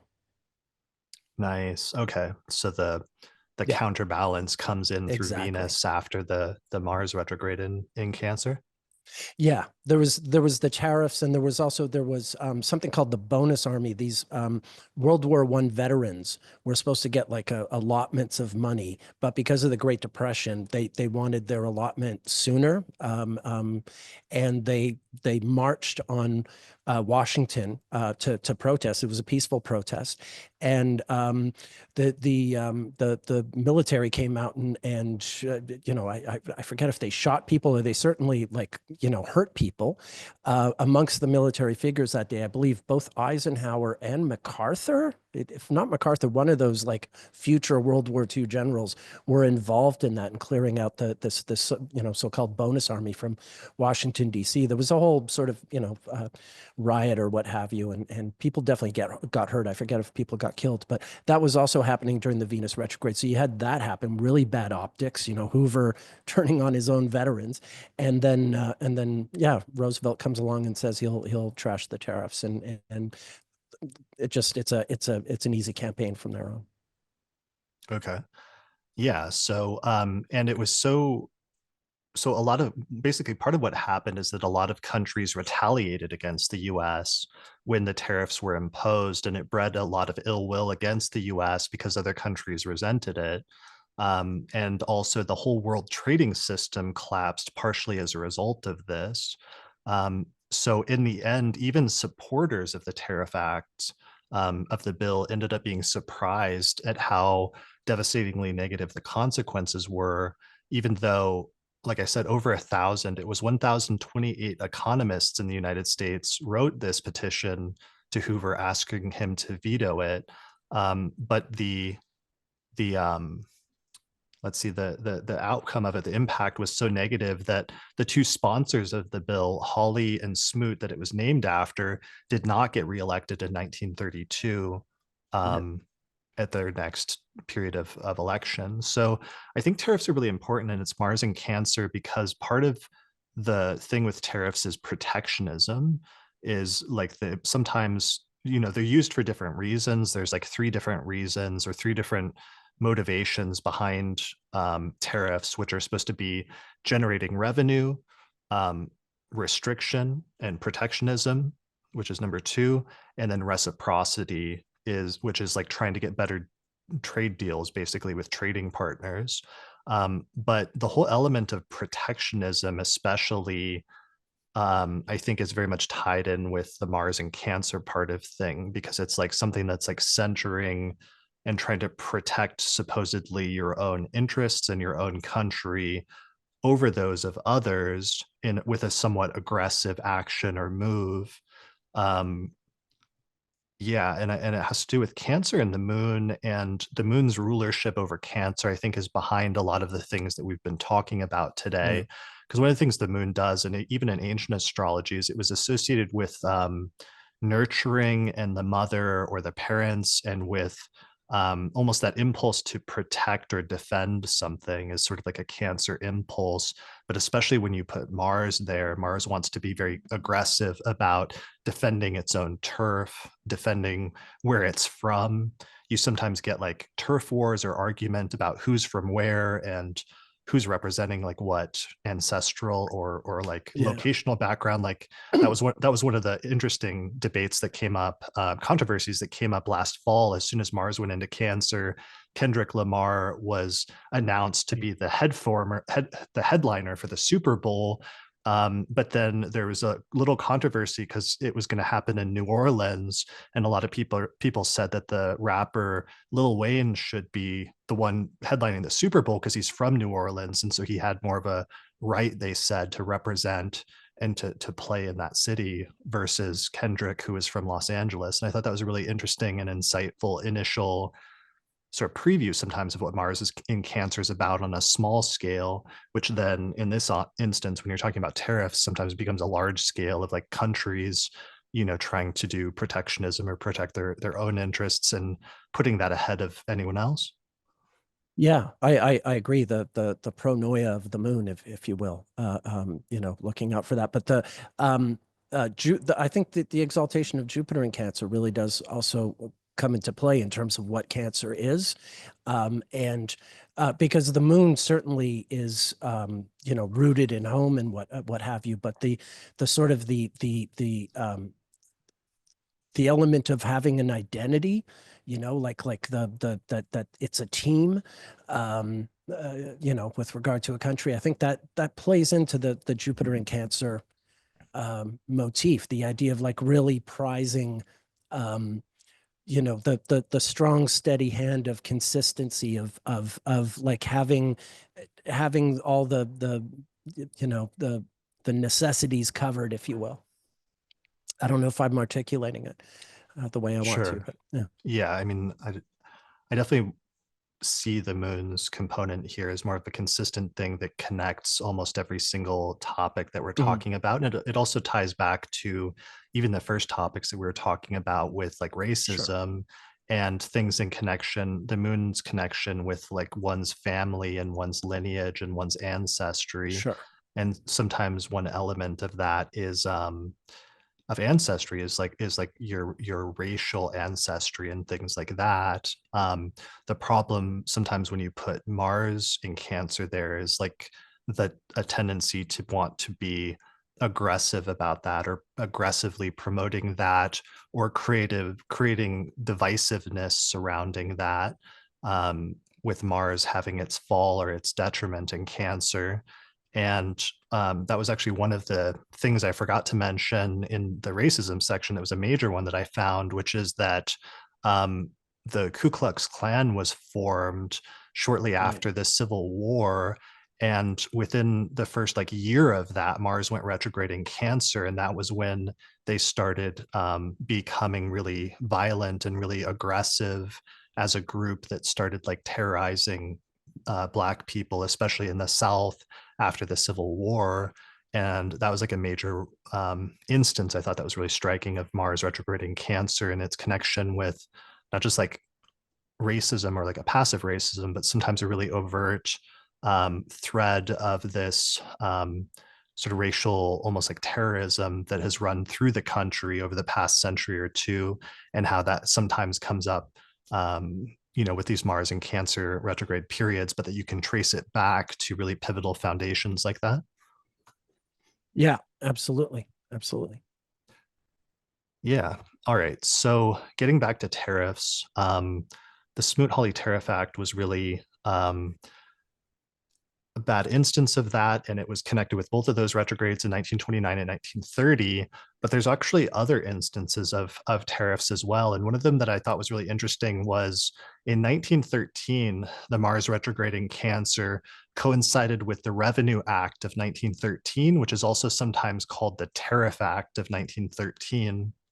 And what's interesting about this is in doing all this research, I've had to learn like a lot about tariffs and the history of tariffs over the history of the country. And in in the 1800s, tariffs were used much more commonly to create the majority of the government's income actually came from tariffs during most of the 1800s. But what's interesting is that 1913 was the turning point where the US moves more completely away from using tariffs to generate income. And in this bill, they started using taxes, basically direct taxes, to generate income, which the tariffs already were, because a tariff is kind of an indirect tax, basically, because you make people pay extra for a product and then that money goes to the government for, especially for importing a product. But here, interestingly, during this Mars retrograde in Cancer was the pivot point where the US started moving away from tariffs in 1913 and moving towards doing an income tax, even though a couple decades later in 1929 and 1930, when there was another Mars retrograde, there would be some backtracking on that in an attempt to go back to this idealized past of using tariffs for income, but then that ended up being a disaster. Right, right. But I mean, it still happens. I mean, I think that the fact that they were used in the 1800s is exactly what Trump likes, you know. If millionaires don't have to pay out of their pocket, instead you charge, you know, some Canadian lumber yard to, you know, have the privilege of selling their lumber in the States or whoever, then that's easier on the millionaires. They don't have to pay taxes and the government can still raise money. Hmm. So I think that's what he's thinking. Well, it's like Let's see how it that, goes. and also the protectionism aspect of things, of like using it as an aggressive act to get a better deal, because he's like the deal maker, or he thinks that's part of his persona, is like making great Yeah. deals by acting aggressively. And that almost seemed to be like part of his strategy here, was this opening strategy of doing this really aggressive thing of saying we're going to put that the US is going to put these major tariffs on two of its biggest trading partners and allies, like Canada and Mexico, and its two uh, neighbors, but then immediately within days, like suspending or postponing that pending whatever deal negotiations that he's trying to work out. It's like this really aggressive form of sort of negotiation or protectionist negotiation. Yep. And Canada fought back hard. Chrystia Freeland said, "Hey guys, cut it out." That was the that was Well, the that was the announcement. Well, you know, I mean, I obviously it think was more the than that. yeah, the Canadian response has actually been much more significant with that. It's Oh creating yeah, yeah, yeah. huge discord between the US and Canada and Mexico, which is actually honestly bizarre to see suddenly our greatest ally, like the US and Canada, and setting suddenly this huge strife like between the two countries as a result of this. Yeah, I mean the Smoot-Hawley tariff also, you know, drove a wedge with Canada, and Canada retaliated with their own tariffs, and the whole thing became a big mess. Which is probably what close to what happens this time if it follows through after this pause. Yeah, you know, you know, there is a time and place for tariffs in certain industries and certain contexts, but you know, this is really going to hurt the whole continent. I don't see who it serves. Just yeah, it's his attempt to make himself look like he's a really good deal maker. Right. Well, and then it's like in the 1800s, one of their issues was they wanted to protect these really fledgling US industries that were just starting to develop. Whereas in Europe, they already had very advanced industries that were producing a lot of goods that could very easily be imported into the US, but then the US industries wouldn't develop. So they were partially using it strategically in order to Sure. give US companies like the ability to develop. And in modern times, there's still some of that where, for example, with like electric cars, like the China is like way ahead than the US. And so the US has been using some tariffs strategically over the past decade in order to allow the US automakers to try to develop more of a industry in electric cars before the US is like flooded with cheaper cars from China, because China's electric car industry is partially being subsidized by the government. So it's like sometimes there's strategic use of tariffs, but Exactly. what Trump did when he came in is just put like blanket tariffs on not just China, but also our main other trading partners and allies. Exactly. Yeah, it can be a workable strategy in some cases, but it's not a policy, like a blanket policy. So yeah, that's where the problems will be. Yeah, so we'll see how that worked out. But the Tariff Act of 1913 was signed into law October 3rd, 1913. Um, that retrograde period was September 15th, 1913 through May 1st, 1914. So it fell right at the beginning of that. And like I said, it reestablished a federal income tax and substantially lowered tariff rates at that time from 40%, which is like crazy high, to 26%. And it also established a 1% tax on income above $3,000 per year, and that tax at the time affected only approximately like 3% of the population who were making $3,000 per year back in 1913. So it also put a provision establishing a corporate tax of 1%. So this is a huge shift in federal revenue policy um, towards taxes and away from tariffs. So it's really interesting now, and we'll see what happens in terms of like taxes, both personal taxes as well as corporate taxes, as the year plays out as well. Yeah. Yeah. Okay. Trade. There was one other major trade thing, though, as a major theme with Mars retrogrades and Cancer, and this is one that you were found and you focused on, which is that NAFTA was signed during the Mars retrograde in Cancer in Yeah. 1992, right? Yeah. Yeah, there's a lot of Canada US stuff in this Mars retrograde, and obviously trade is going to be the number one thing because that's the main thing we do with each other, aside from co-host podcasts.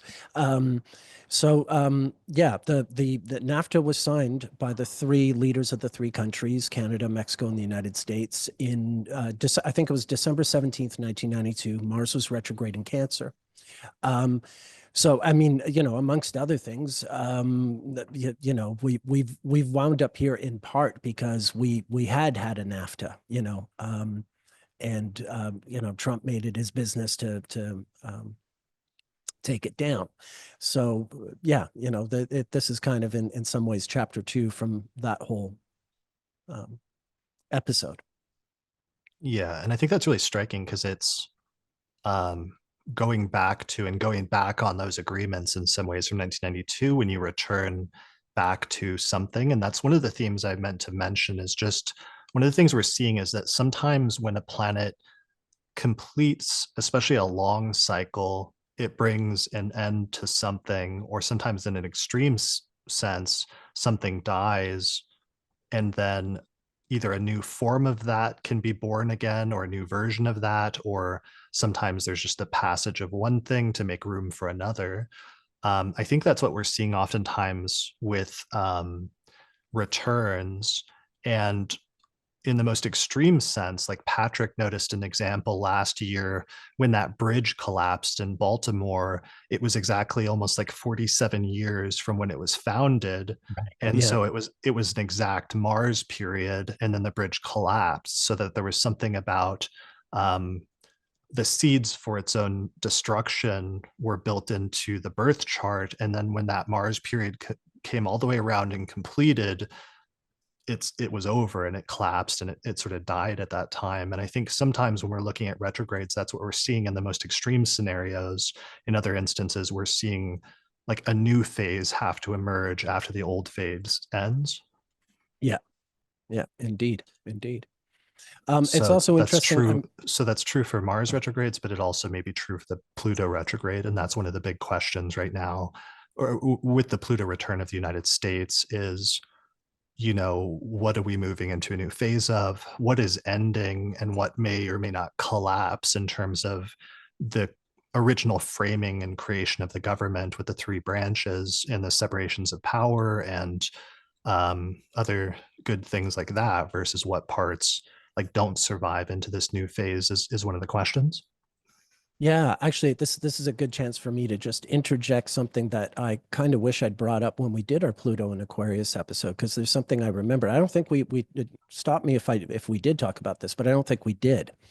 Um, the Pluto return of 1778, the one that happened in the middle of the Revolutionary War, that was a Pluto return from the early 1500s when Jacques Cartier first arrived at what would be called New France. Jacques Cartier was the first French, he was the French explorer who claimed, discovered and claimed what is now Eastern Canada.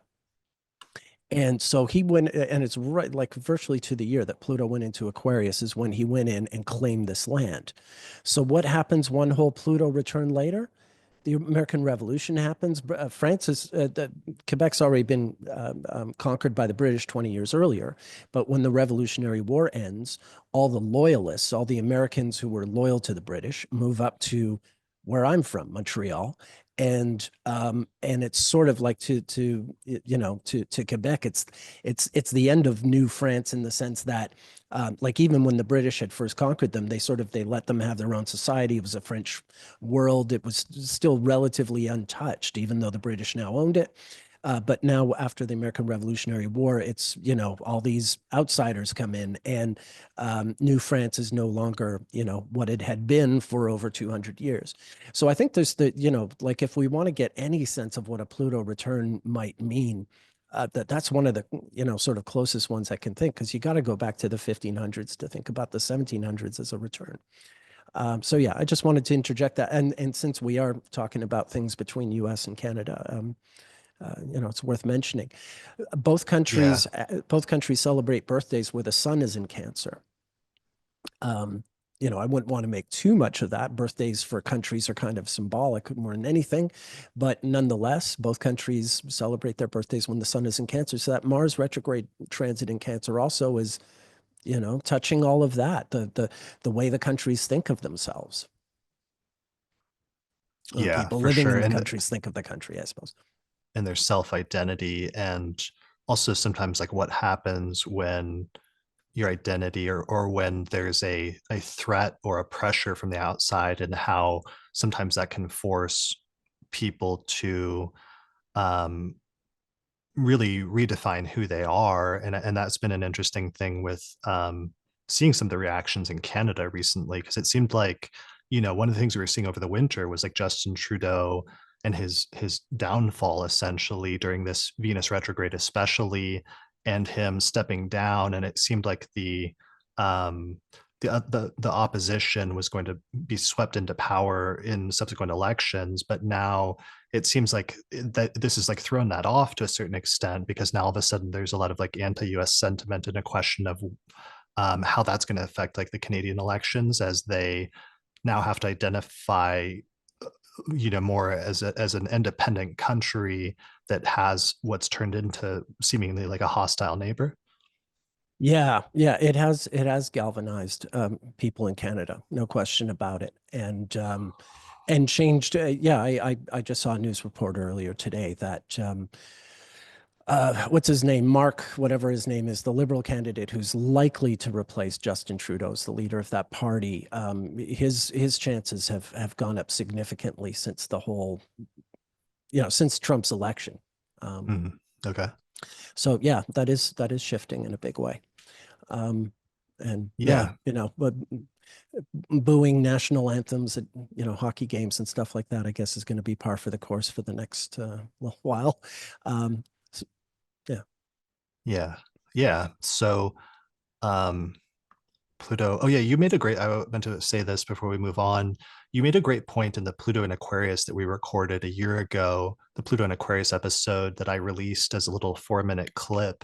But one of the things you said, I released as a clip on YouTube. One of the things you pointed out was that one of the major things that happened under Pluto and Aquarius at the beginning of the US in the 1700s was the US Constitution was created. It created the three different branches of government that are supposed to not only be independent, but provide checks and balances on each other to keep things from getting out of whack and to avoid the possibility of it turning into a monarchy or like a dictatorship. But then one of the final things that really happened with that is Washington, during Pluto and Aquarius, became the first president, and he did 2 terms. But then at the end of that, he voluntarily gave up power, even though he was so popular that he actually could have become a king and set up some sort of like monarchy at the time. But instead, one of the most important things that he did is he relinquished power and walked away from it.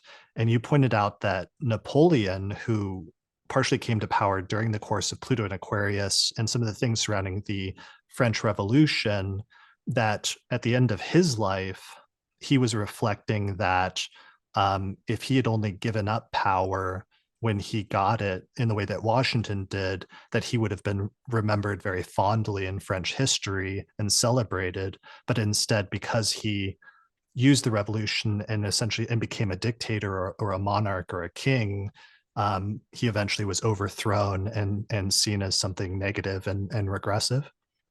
Yeah, yeah, that's exactly right. Really Napoleon rose once Pluto was going into Pisces. The revolution was Aquarius, and then when he's invading Egypt, Pluto's gone into Pisces, and from there he becomes consul and emperor, what have you. But yeah, the gist of what you're saying is completely true. I remember saying that. That is very important. That the fact that Washington, voluntarily, passed the reins of power over to, in this case, John Adams, was the next elected candidate. But the idea being that, yeah, Washington absolutely could have said, you know what, I'm king from here. He could have been a total Trump, and he would have had plenty of support, most likely. So the fact that he didn't do that really set the country on the course that it's been on up until, yeah, the Pluto return, as it were. Right. Well, and that's important because it's coming up again now because on the one hand, there's already been somebody that's introduced a bill to like extend presidential terms so that they could have a third term, even though after Roosevelt, um, Congress passed a bill making it so presidents can only have 2 4-year terms. So there are already like there's already like a testing of that limit. And then yesterday, like the White House posted a picture that was like a mock, the White House Twitter, the official Twitter account, I think, or maybe it was Trump's Truth Social posted a mock like Time magazine cover with him wearing a Oh, crown and saying that it's right, good to be king or something like that, or long live the king. right. It said long live the king actually. So which is like people could like write off as like, oh, whatever, that's not serious or anything else. But it's like the fact that we're in this Pluto return to Aquarius where many of these foundational principles of the US democracy were laid, including just having 2 terms, means that we are revisiting some of those things, and there is an open question whether we emerge from this period still with those original ideas intact, or whether there's been other countries over the past few decades like Russia, for example, where there were term limits, and then Putin in his rise to power was able to circumvent and then eventually essentially get rid of that at this point. And there was Yeah. something similar that happened in China. So the US is now at its turning point where that's like a legitimate question potentially. Yeah, yeah, and it occurred to me while we were talking, um, when Franklin Roosevelt did run for his third presidential term in 1940, that was just after Pluto had ingressed into Leo, the Mhm. opposite sign. So there's, just some interesting shadow stuff happening there as well. Um, Yeah, that's a good point. yeah, yeah, Yeah. All right. So moving on, this broader topic that we got a little bit away from, but it started with tariffs and trade. The other thing that keeps coming up, though, that I see in Mars retrograde and Cancer periods is US monetary policy, like really foundational stuff about US monetary policy keeps coming up over and over again in this Mars retrograde and Cancer period. And one of the most and one of the reasons for that, actually, that Lisa Scheim suggested to me is that it may be because Cancer is the eighth house in the US Sibley chart. So you could be getting things from that, like, trade with other countries, since the eighth house is other people's money. But the eighth house also has to do with things like taxes and financial matters and other things like that as well. So the most striking example of this that I thought was the most impressive is that in the Mars retrograde in Cancer in 1913, the Federal Reserve was created. And I think that's really huge because of the important and like independent role that the Federal Reserve has on US monetary policy, which also can indirectly affect like the worldwide financial markets as well. yeah, yeah, absolutely. It was a major turning point, along with the tariffs of 1913, the Federal Reserve. I mean, it's yeah, changed the country, and there's still loads of people clamoring to get rid of it. Yeah, so it's basically the central banking system of the United States. It was created December 23rd, 1913, with the enactment of the Federal Reserve Act after there was this series of financial panics that led to the desire for more centralized control of the monetary system in order to alleviate financial crises like this. Um, and that retrograde was happening from September 15th, 1913 through May 1st of 1914. So that creation of the Federal Reserve falls right in the middle of that on December 23rd, 1913. And that retrograde is interesting because that one was entirely in Cancer. It started at 24 degrees of Cancer when Mars stationed retrograde on November 26th, and it retrograded back to 5 degrees of Cancer on February 12th of 1914. So this is the Federal Reserve. And one of the things that's interesting about the Federal Reserve is that I found this quote that said, quote, interest rates remain the most potent weapon that the central bank can wield against surging inflation, a tool that the Federal Reserve turned to in 2022 to tame the hottest inflation in 40 years. And I thought that was really interesting because one of the things they can do, one of the things the Federal Reserve does is it controls interest rates, but that's like the weapon or the tool of the Federal Reserve, which is like a very Mars coded type language. Right. But its primary function ultimately is to protect things, which is like kind of the Cancer element of things. And one of the things it tries to do is during periods of inflation, the Federal Reserve over the past century tries to make it so that there's a soft landing after a period of inflation as the rates are adjusted in order to avoid there being like a major recession after a period of inflation. And that's one of the things that it's trying desperately to do right now, because most of the time it has actually not been successful. And usually following a major period of inflation like we experienced since 2022, usually there's a major market downturn and like recession that occurs right after that. So that's one of the interesting questions this year is whether the Fed, one, is able to manage the US having a soft landing without going into a recession. But then the other question is, two, the Fed is actually an independent entity, which they appoint people very infrequently so that it's not usually subject to the whims of like who's in the White House, and usually acts independently. But I just saw a story yesterday that Trump is already trying to bring the Federal Reserve under the control of the White House, essentially, to a certain extent, as much as he can potentially. Yeah, that doesn't surprise me, especially because Trump was inaugurated during a Sun-Pluto conjunction. Now, let's just go back to the founding of the Federal Reserve for a second. It was founded December 23rd, 1913, right? So what degree is the sun at on December 23rd? 1 degree of Capricorn. And where was Pluto when the Federal Reserve was lending $30 million to Bear Stearns in March of 2008, as things were starting to crash? Pluto was conjunct the sun of the Federal Reserve when that was happening. This was 96 years later. 96, of course, is 79 plus 15. It's another synodic Mars return. So, yeah, in the winter of 2007, 2008, when Mars was retrograde in Cancer, the Federal Reserve is having the Pluto transit conjunct its natal sun as it's lending $30 million to Bear Stearns to try and prevent what was inevitable, I suppose.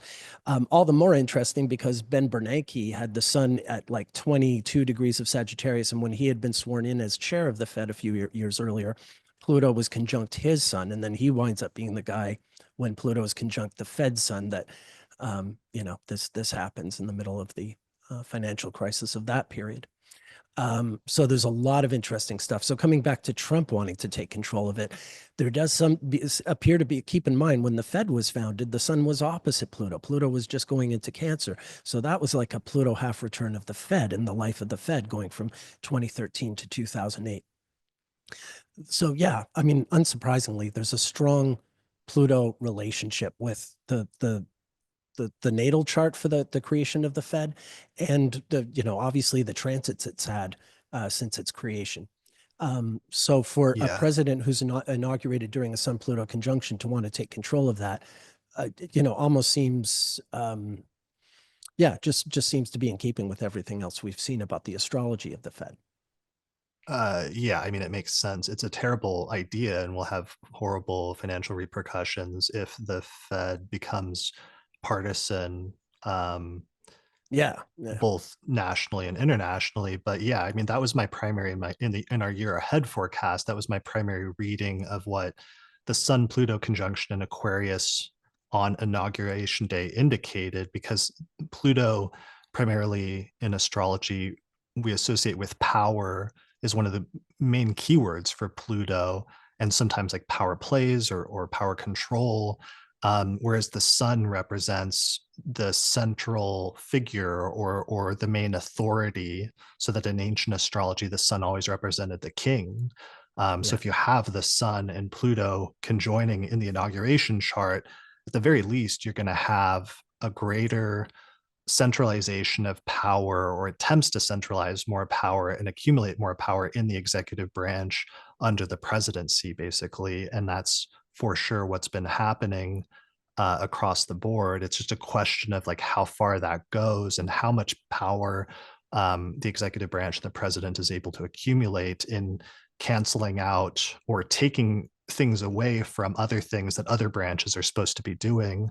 One of them that's creating a constitutional crisis right now is the legislative branch, and whether the legislative branch can stop or put stops in place to say that Trump can't do certain things when he makes certain executive orders. And then the other one is Congress, where he's also trying to potentially wrestle control away of monetary policy, where Congress is the one that's supposed to apportion money and funds. And one of the things that Trump is saying he's going to do is set up a sovereign wealth fund, which in other countries that sometimes becomes like a slush fund, basically, yeah. for dictators or for monarchs. And it would be something that would be more in control of the executive branch instead of Congress, which is supposed to be the one in control of the funding. Yeah, yeah, that's exactly right. Yeah, and with that Sun Pluto conjunction, of course, Trump's natal Pluto's conjunct JD Vance's sun. So even in terms of the inauguration itself, you had the synastry along with the transit. It all follows, um, everything that's happening isn't surprising. It all seems almost obvious. I mean, it seems obvious now, and when we saw it like a train or like a slow motion car wreck of it coming over the past year, or even over the past 4 years or 8 years or what have you. But it was also yeah, it's been a weird reflection seeing it actually happen, and like this is it. Because also, you know, you and I have been talking about like the Uranus return of the United States for more than a decade, and how that's always coincided with a major war in the United States, either the Civil War in the 1800s or like World War II and the Revolutionary War. And anticipating that is one thing, but seeing all this stuff start to constellate and it actually happening is much different. And it's not like obvious. It's Yeah. it's very jarring to see this happening in real time. Yeah. I mean, yeah, I agree. I mean, I've been expecting it, and yet I'm also jarred. I'm because even when you're expecting it, I mean, Trump is still going to do the Trump thing and go much further than you even thought he was going to go. You knew he was going to be, Right. reckless, and then it's like, oh, I even underestimated that. So yeah, Right. yeah. Yeah, I don't mean to sound overly confident about it, but it does all follow what he's doing astrologically. sure. Yeah. Um, all right. So Pluto and Aquarius, I just want to see if we want to move on because you kind of jump forward to my next section Oh, I was going to have, sorry which about is that. financial crises or crises. So financial crises, sometimes government intervention in the economy, but also sometimes like financial crisis that stokes the flames of racism, xenophobia, and nativism is something I've seen under this Mars retrograde in Cancer.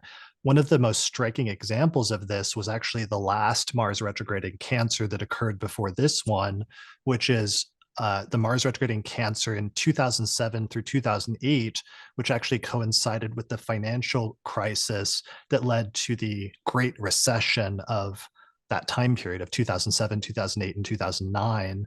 And what was interesting about that, it began to unfold during the course of the Mars retrograde in Cancer. But what's so fascinating about that one is that, remember, it was originally started by a mortgage crisis. It was started about Right. houses, about people's houses and living situations, and people, um, due to relaxed regulation, basically that started in the Subprime mortgages. Yeah.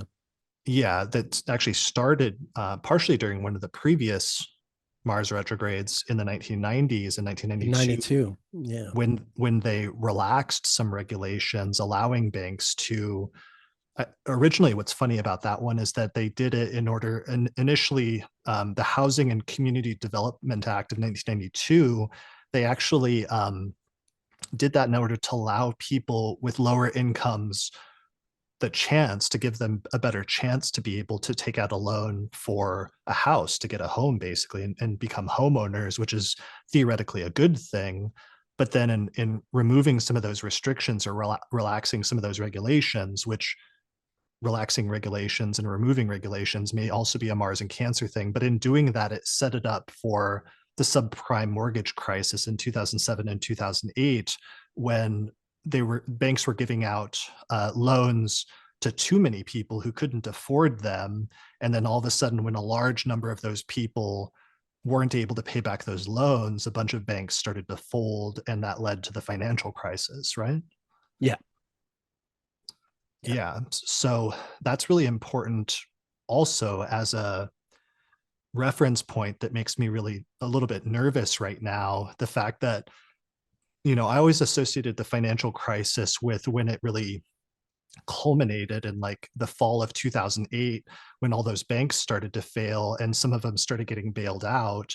But that whole crisis actually started in the second half of 2007 through the first half of 2008. And that perfectly aligns with the Mars retrograde in Cancer period that occurred that year. And then it led us into this huge recession and huge financial crisis. Yeah. And what makes me nervous about that is we also saw another parallel with one other major financial crisis, which was the 1929 stock market crash that occurred later Mm. in that year in October, which was preceded by a Mars retrograde in Cancer earlier that year, and where there was an initial um, couple of dips in the stock market in March and May of 1929 that were early warning signs of the upcoming financial crisis. And the parallel with those, because that was also, remember, not just a Mars retrograde in Cancer year, it was also a Venus retrograde in Aries year. Yeah. And so the parallel time frame of that would be basically March and April and May of this year would be the exact parallel with early 1929, where there could be a preview of a larger potential issue, but then it's something that could, if there was a repetition of history, which sometimes there is, sometimes there isn't, but if there was, then it could be a larger financial crisis that's like brewing sometime later this year. Yeah. Yeah. I mean, there's so much recklessness, with the tariffs, the possibility of the Fed moving in house. Um, all you need is one thing to go wrong, and things could go very wrong. So to have all these chairs stacked up on top of each other, it doesn't look like the mountain's going to hold. Yeah, well, and there's new elements of like recklessness and deregulation. One of them is like Bitcoin is like the Wild West at this point. And while there had been some attempts at regulation of it sort of over the past few years, now a lot of that's been removed. And it's been interesting seeing how sometimes that is interacting with the larger economy, even though it's a very erratic thing that's subject to ups and downs pretty dramatically. And that's one of the things I'm curious about with Pluto and Aquarius. Trump has become the cryptocurrency or the Bitcoin president. And one of the things he did a few days before he was inaugurated was like launched his own cryptocurrency called Trump coin. And it went up and then immediately like lost a bunch of value. And then they released Melania coin and that did the same thing, went up and then all of a sudden lost a ton of value. So I'm Yeah. curious the extent to which things like that could play some role this year in some of the weird destabilization that's going on. Yeah, I mean, again, we have a Saturn Neptune conjunction coming up, which tends to be very like reality hitting you, very like hyper real, super real. It can be a cold bucket of water in the face, if you will, and it follows the Venus and Mercury retrogrades in Aries. It goes into Aries after they've done that retrograde into Pisces and whatnot. Um, so you can sort of see the planet setting up, one situation leading to another, Mm, things happening in March during the Venus and Mercury retrogrades that people only realize during the Saturn Neptune conjunction once they get into Aries, the real consequences of where they stand. right. Yeah, I mean Yeah. Like yeah, Saturn Neptune sounds like a bubble popping to me, but also one of the things I said on the year ahead forecast in the past, I think the previous forecasts, one or two since then for February, was just whatever happens in March, there's so much activity there. It seems like, especially, there's some major geopolitical event or events that happen in March and April yeah, during the Venus retrograde in Aries and during the eclipse series that partially happens in Aries. But then immediately after that happens, the day after the Aries eclipse, Neptune goes into Aries, which is the beginning of a very long transit through that sign that lasts for more than a decade. And then a couple months later in June, Saturn goes into Aries. So it's almost like there's some events that set off a chain reaction or a cascade effect in March yeah. and April that then have much more long-term implications over the next several years and over the next couple of decades. Yeah, and probably a delayed one, like things go wrong in March and April, but some people only realize in June that, March was messed up or what, that kind of Hmm, thing, like realizing after the fact. But right. yeah, that's what I expect. I'll just remind you and the viewers that indeed the Venus and Mercury stations are triggering the last solar eclipse by opposition and the upcoming solar eclipse by conjunction. So these are not just your average Mercury and Venus retrograde stations. And then when Venus does station direct at 24 Pisces, that's triggering the last lunar eclipse we had. This is Hmm, how eclipses work in astrology. They're, if they're triggered by a powerful planetary station, even just a transit will trigger an eclipse, but two stations in the same month triggering two different solar eclipses, this is, it can be pretty big. hmm, right. Yeah. Yeah. Um, so much, and I'm going to talk about more of this on the forecast episode at the end of this month, but the the recession issues and sometimes crashes are something that that makes me nervous. So moving on, one of the major themes that also comes up with Mars retrograde in Cancer is homes. And we've talked about this already, that the Housing and Community Development Act in 1992 was passed, and that was something that was, relaxing some regulations to make it easier for people to buy homes. Then the subprime mortgage crisis happened 2007, 2008. Another one that happened that I noticed is right after World War II, in the Mars retrograde from 1945 to 46, there was actually a housing crisis. There was both because all of the GIs came home, all the veterans came home, but there was a housing crisis at the time, and it was hard finding places to live. There was also a minor, I don't know if it was a recession. I don't know if you'd call it a recession, but there was a minor drop in the economy in Yeah. 1946 as the U.S. was trying to switch from like a wartime economy back to doing domestic production for just like consumer goods and stuff. And Yeah. you do see this dip in terms of the economy until they were able to get things going again in like 47, 48. Yeah, I know there was a major railroad strike. Truman might have forced them to stop it, if I remember, or he almost did. I forget the details, but that's in the spring of '46 during the retrograde, or coming out of it.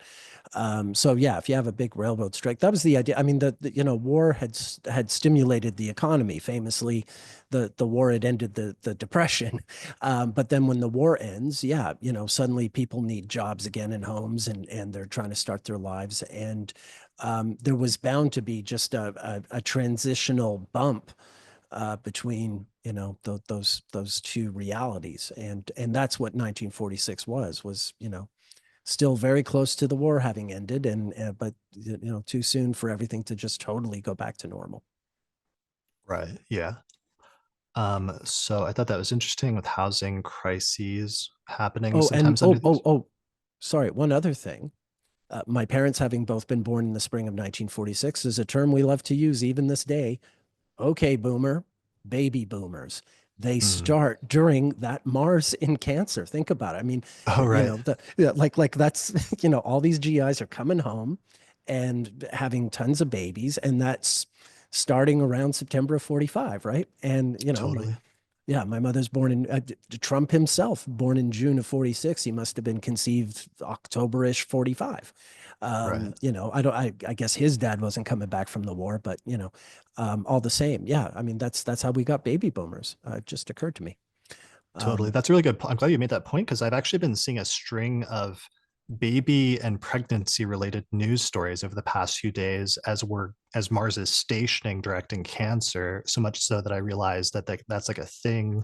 There was this bizarre story that's in the news right now about this woman who got in vitro fertilization, but then it turns out that the clinic had like implanted the wrong baby, the wrong eggs inside of her that from somebody else, and then the baby popped out, and they realized they messed up, but she wanted to. It was her baby, so obviously she wants to yeah, keep it, but she informs the clinic what happened, because one of the issues was that her and her husband were white and the baby was black, so that's how they knew immediately that they hadn't right, implanted her eggs. So she informs the clinic, and the clinic informs the original people whose eggs it was, and the people whose eggs it was then sue the woman who just had the baby because now they want the baby, and think because it was their eggs that they have more, like, I don't know, rights to it. right. The Uh, woman doesn't want to give up the baby because it's like her baby and she's she attached. carried it in her body. I mean, that's Yeah. yeah, yeah. I get it. But then so she tries to fight it with lawyers, but her lawyers say, due to the way the laws are set up, we're going to lose this case. You're going to have to give up the baby to this other woman or this other couple, which she does. She has to surrender the baby. But now she's suing the clinic, Sure. for malpractice and everything else. And her lawyer says that one of the issues is that in vitro fertilization is a largely unregulated area, and there's a lack of Mm. regulation that should be in place for this issue. So it's this whole like debacle. But I thought it was interesting that was in the news along with a few other stories this week. So I'm really glad you brought that point up about babies. Yeah, no, that's interesting. I didn't know that it happened. Yeah. Okay. So, and I think, that just goes back to Cancer being ruled by the moon. Again, like ideas of like mothers and things like that. And yeah, so it's interesting that And somehow sometimes, safety, like that kind of safety. You're in the, you're in the womb. You're looked after. Yeah. right. Yeah. You're nurtured. Yeah. Which is interesting because that's one of the things that's happening right now on a broader government scale is Trump is just tearing apart a lot of the government, All the the, nurturing. all Yeah. the nurturing, which like Yeah. our older friend, our older libertarian friend Alan White would have referred to as like the nanny state, Yeah. more derisively, but more positively. It's like sometimes it's restrictions and regulations in place that stop bad things like happening, including, banking or housing crises, but also, we were talking about this in vitro fertilization thing and potentially there being a regulatory issue there where bad stuff's happening that shouldn't happen because of a lack of care being put in place. Yeah. Lack of oversight.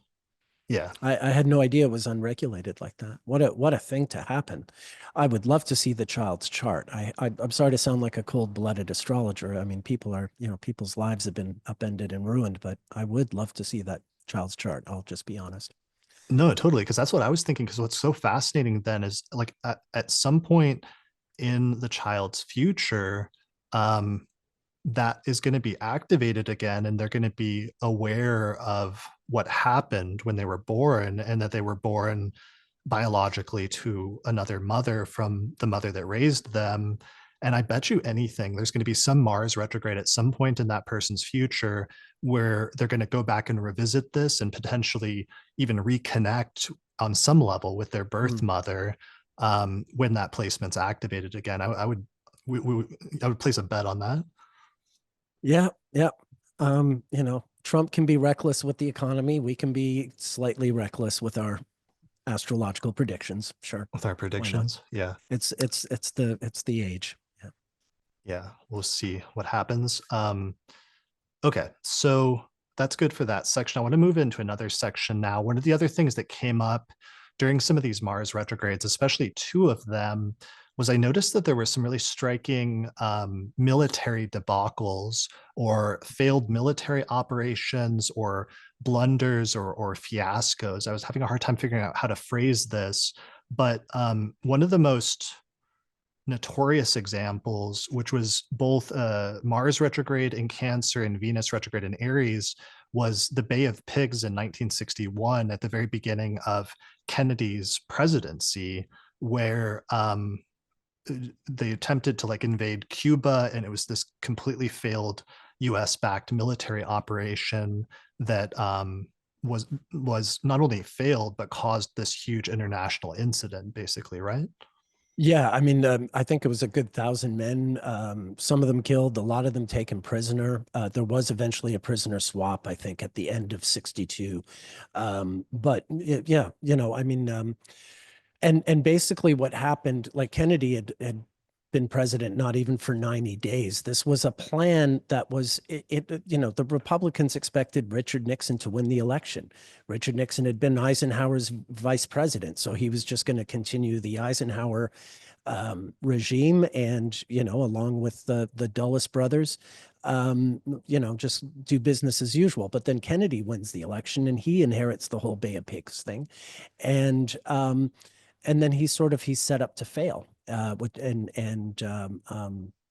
from that point on, he feels like he can't trust people like Alan Dulles, the head of the CIA. I forgot John Foster Dulles was dead by now, but Alan Dulles was still the head of the CIA, and the Bay of Pigs was his thing. So Kennedy fires Alan Dulles as head of the CIA, and then when Kennedy is murdered, Alan Dulles is appointed on the Warren Commission, and he's the only guy on the Warren Commission who doesn't have another job, distracting him.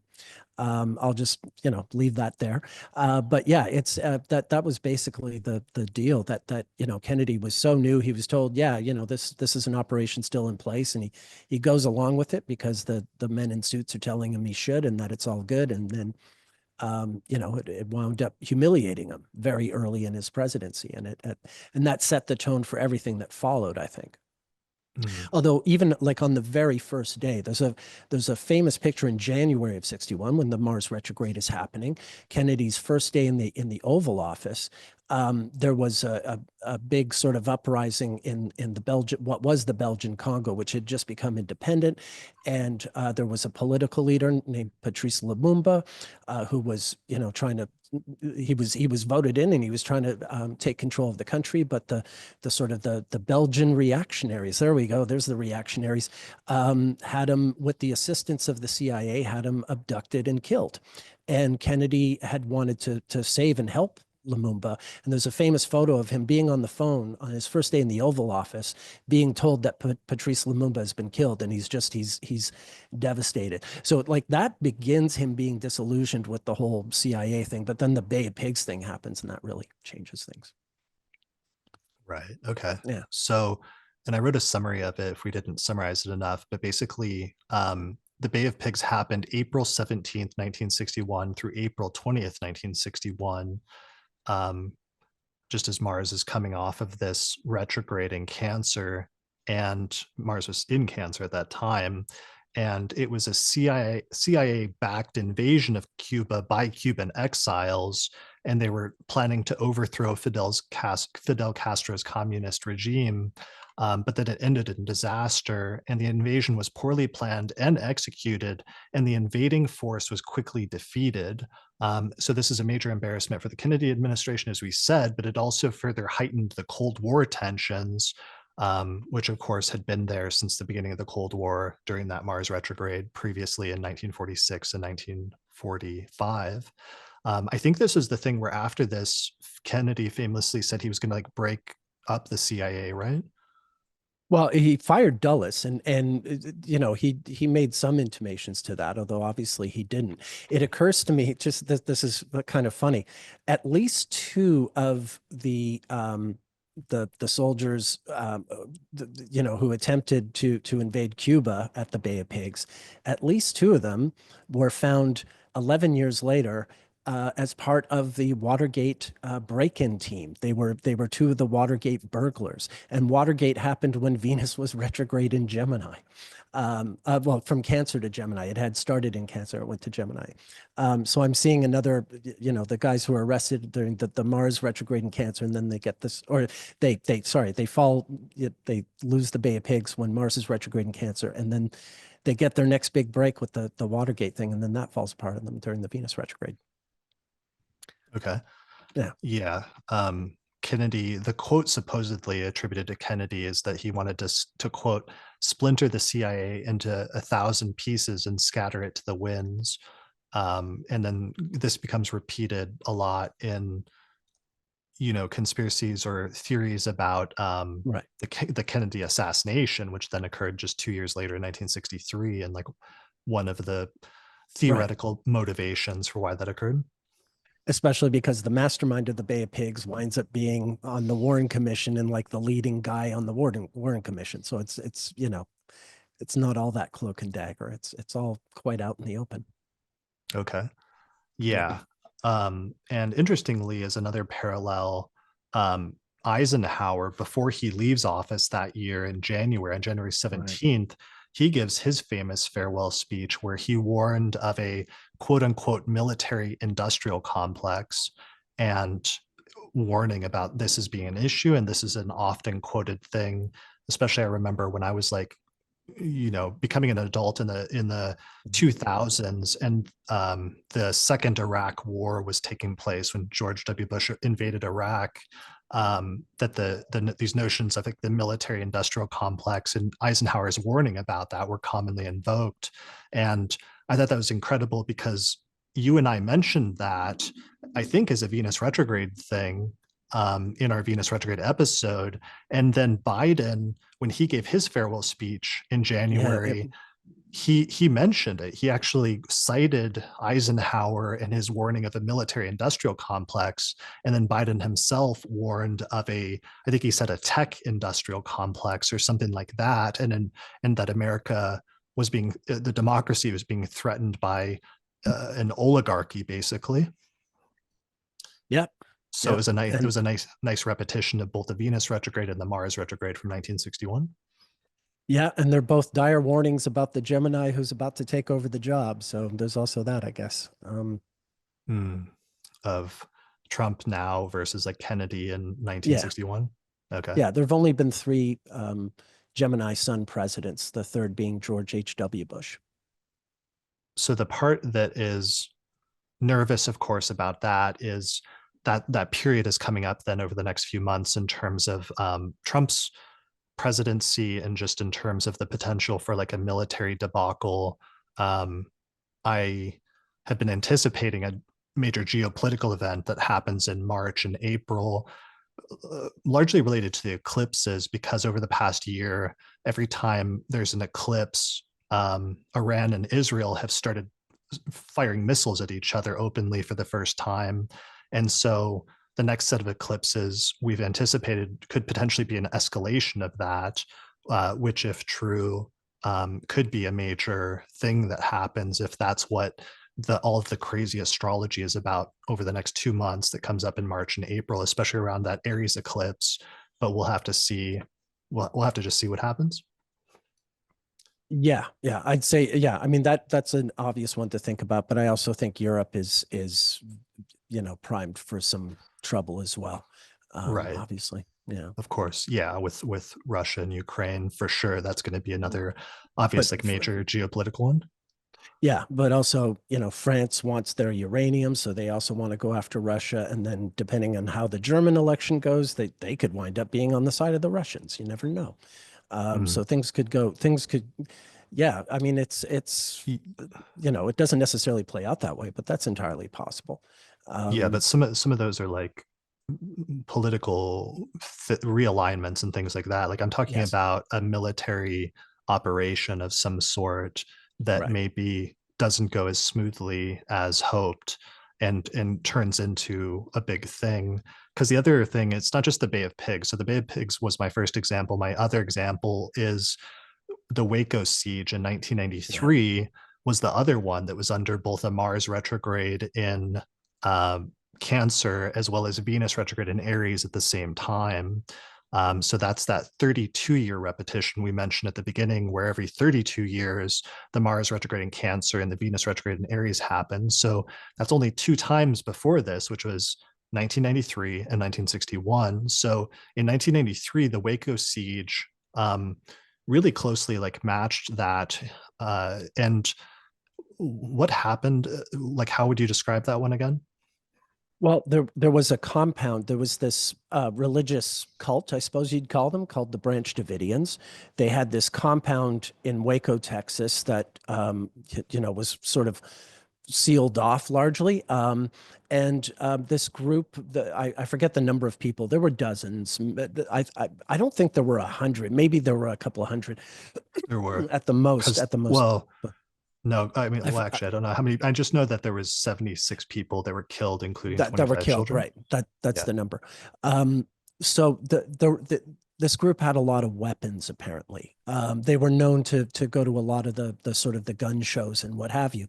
So the ATF were doing a raid. They suspected them of having, I think, unregistered guns or something, or some kind of gun thing that they'd broken, which being in Texas would have to be pretty egregious. But yeah, the ATF basically tried to raid the Branch Davidian compound, and the Branch Davidians indeed were armed and started firing back. And what would have been, in other cases, a 1 day, CIA or not CIA, ATF operation, turned into a 2 month siege from February to April.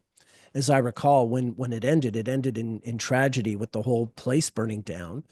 Um, it's still somewhat Right. controversial who started the fire. That's a whole other thing. But I think that sorry, excuse me. I think on the direct station of Venus was the day the fire happened in April, as I recall. Yeah, Very close. the siege was like 50, it was a 51-day standoff that was happening in early 1993 from February 28th to April 19th. And Right. then on April 19th, there was like a gas leak or something, and there was an explosion or something, and a fire was set, and then 76 people died, including 25 children. And it sparked this huge national debate about the use of force by law enforcement agencies, the rights of religious groups, and other issues like that. So it was, again, it was, that was not military per se, it was law enforcement, but there was some sort of similar echo there to 1961, because it was kind of like a military or law enforcement fiasco or like blunder of an operation that's done, which ends disastrously. Yeah, it really radicalized a lot of people. Like, think about like when Timothy McVeigh blew up that building. Um, um, was it in Little Rock? Where did he? No, no. I Oklahoma forget. City. Oklahoma City. Thank you. I'm sorry. When Timothy McVeigh blew up that building, I mean, Waco was one of the things that he was avenging, if you will. It was a sort of, it radicalized people like him. So yeah, and I have no doubt that some of those people are you know MAGA hatters today or what have you.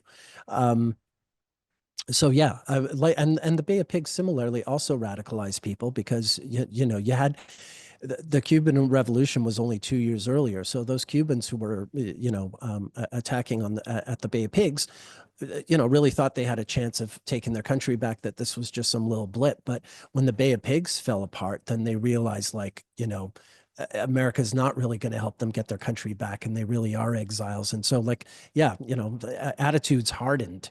And I think the same thing happened with Waco. People might have already had a certain attitude, but then something this uh, um, tragic occurs, or this humiliating, and the people really sort of double down. They lean into the rage they feel over it. Right. And I think And it didn't just go ahead. go. No, sorry. Yeah, just that people, these events really radicalize people. I know Waco certainly did, and yeah, the Bay of Pigs did in its own way. Yeah, and it didn't, like, Waco didn't even just radicalize right-wing people like Timothy McVeigh, but it also radicalized some left-wing people.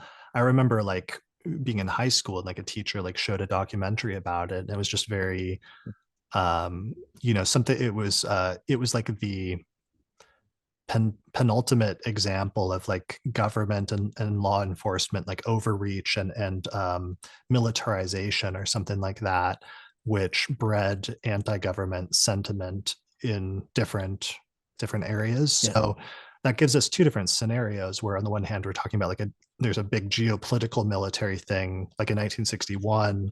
The other option is a local, national like law enforcement debacle or overreach or something like that, I guess, is the alternative scenario that's closer to what happened with Waco. Yeah, yeah, but I mean, close enough. There's still something common in the two. Certainly, they're failed government operations, if nothing else. Um, Right. Interesting. Excuse me again. Interesting side note to Waco is that Janet Reno was the attorney general in charge of that whole thing, and she has a natal Sun, Mars, Pluto conjunction in Cancer. She was born July 21st, 1938, and she has those three planets conjunct at the last degree of Cancer. So, Mm. yeah, just in terms of comparing the nativity to the event, there's something there as well. Yeah, that's striking, because we had talked about her as in the Venus retrograde episode as being the first woman attorney general who's sworn in under that Venus retrograde in Aries in Right. 1983. But then that's interesting that the Mars retrograde is like immediately this like crisis and negative thing happening. Yeah, yeah, no, that's true. And then in Clinton's second term, he nominated a woman who had the natal Venus retrograde in Aries, Madeleine Albright, to be his Secretary of State. And Mm. then when he left office and George W. Bush became president, he made a Venus retrograde in Aries, Colin Powell, his Secretary of State. But that's, it just keeps going on and on. It's Uh, like they say it's like turtles all the way down. It's just like Venus retrogrades in Aries all the way down. It's turtles all the way down. Yeah. Exactly.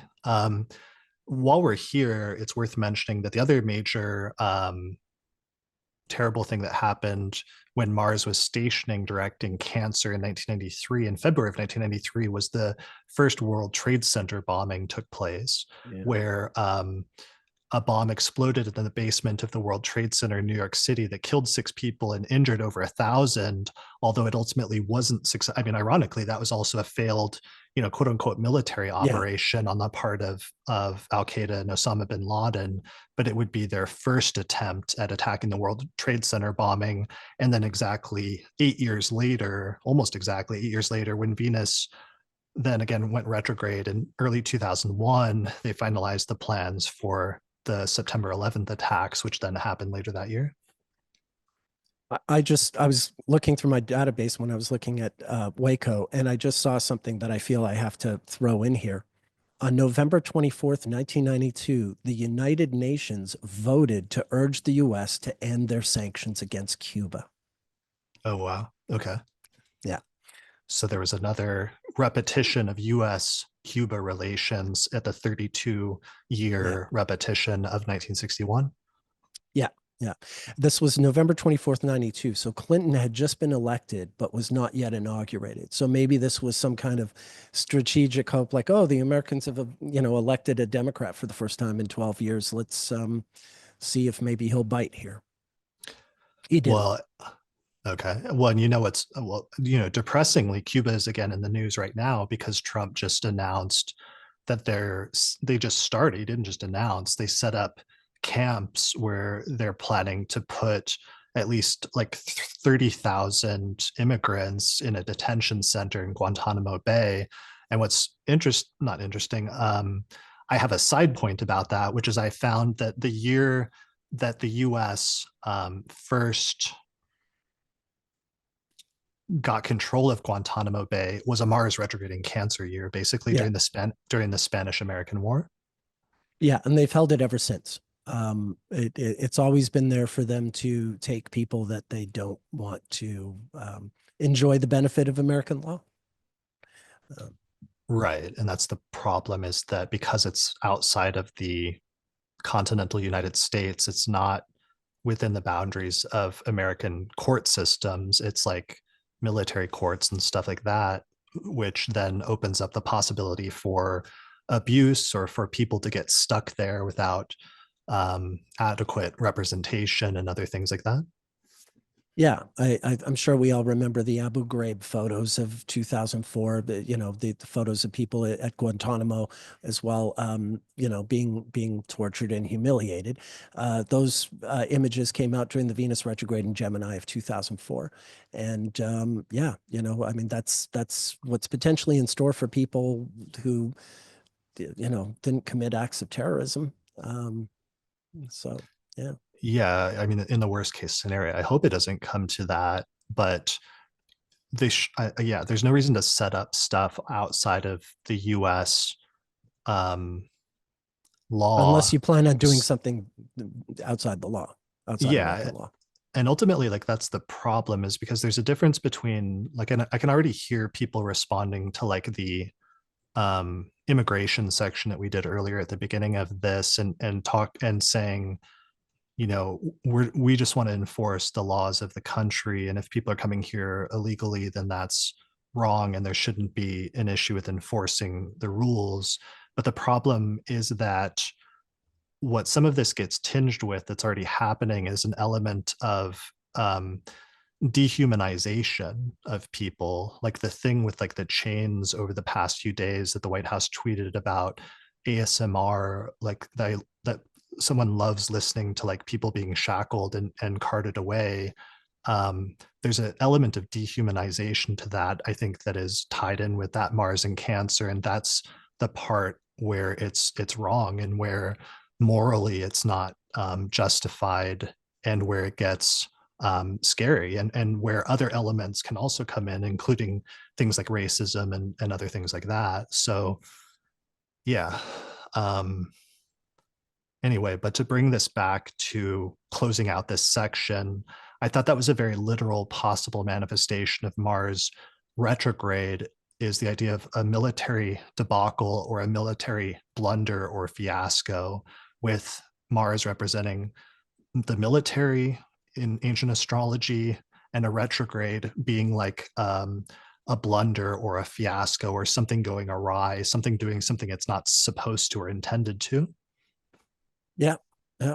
I mean, interestingly, there was no Mars retrograde in Cancer during the Revolutionary War. There was no Mars retrograde in Cancer during the Civil War. It was just after. No Mars retrograde in Cancer during the Second World War. It was just after.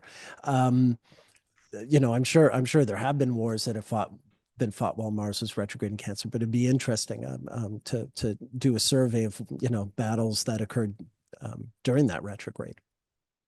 Yeah. Well, and one thing, two things we saw, I guess we weren't going to cover, but this is a good time to cover them, of examples of that recently, is we saw that with in December, right on the, like within days of Mars stationing retrograde in Leo, you had that South Korean president who attempted to institute Oh yeah, martial law, but then he was like immediately shut down by I think the Congress or the courts at the time, and they arrested him.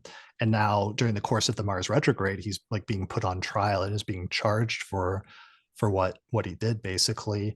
And what was interesting is that we saw, I when I started researching this, I started with the 2007 retrograde. And um, when that happened in Pakistan, apparently Pervez Musharraf, who was the leader of the country for many years up to that point, he tried to do something similar, but then he also experienced a downfall during that Mars retrograde, right. uh, which was fascinating, seeing a parallel there with what just happened to South Korea. Yeah, and Korea's just got all these Mars retrograde and Cancer things throughout its history, at least going back to 45, 46. In October of '07, the North and South Korea had their second summit, their longest summit, and it seemed to be the most promising at the time, but it fell apart not long after that. Um, in like the period of 45, 46 that we were talking about earlier, that is exactly when the split between the North and South into, capitalist and communist factions occurs. Korea's just been liberated from Japan, and different factions are scrambling to consolidate power here and there. The Soviets have Kim Il Sung, and they get him back into Korea, and he tries to start a communist group in Seoul in South Korea, and that gets shut down and is declared illegal. So he goes north, and he starts his group, which eventually becomes the regime like 2 years later for North Korea. But it's exactly during that Mars retrograde in Cancer that Korea splinters in this way, or at least those splinters start to manifest. Hmm.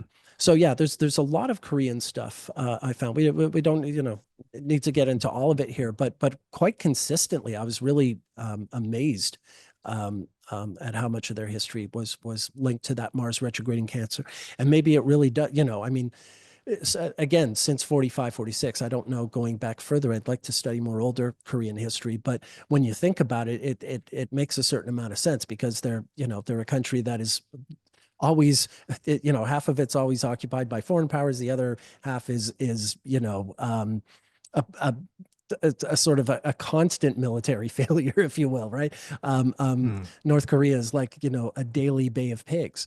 Um, so yeah, there's something interesting there. Like we hinted at this earlier, but that whole period of 45, 46, that Mars retrograde with the Saturn that we saw, yeah, you had all these countries recently liberated or what have you, and they're scrambling to try and get control of the country, of the surrounding area. Um, so that's interesting. Korea is just one of those places where that was the reality. That's really striking because, of course, over this Mars retrograde over the past several months, one of the things that's been in the news is North Korea sending troops to Ukraine to fight alongside the Russians, Yeah, eh, right. which is crazy, because then it's like it's North Korea and Russia teaming up in order to fight in a war, which is like a new development, a new level of something going on in terms of world events. Yeah. Yeah.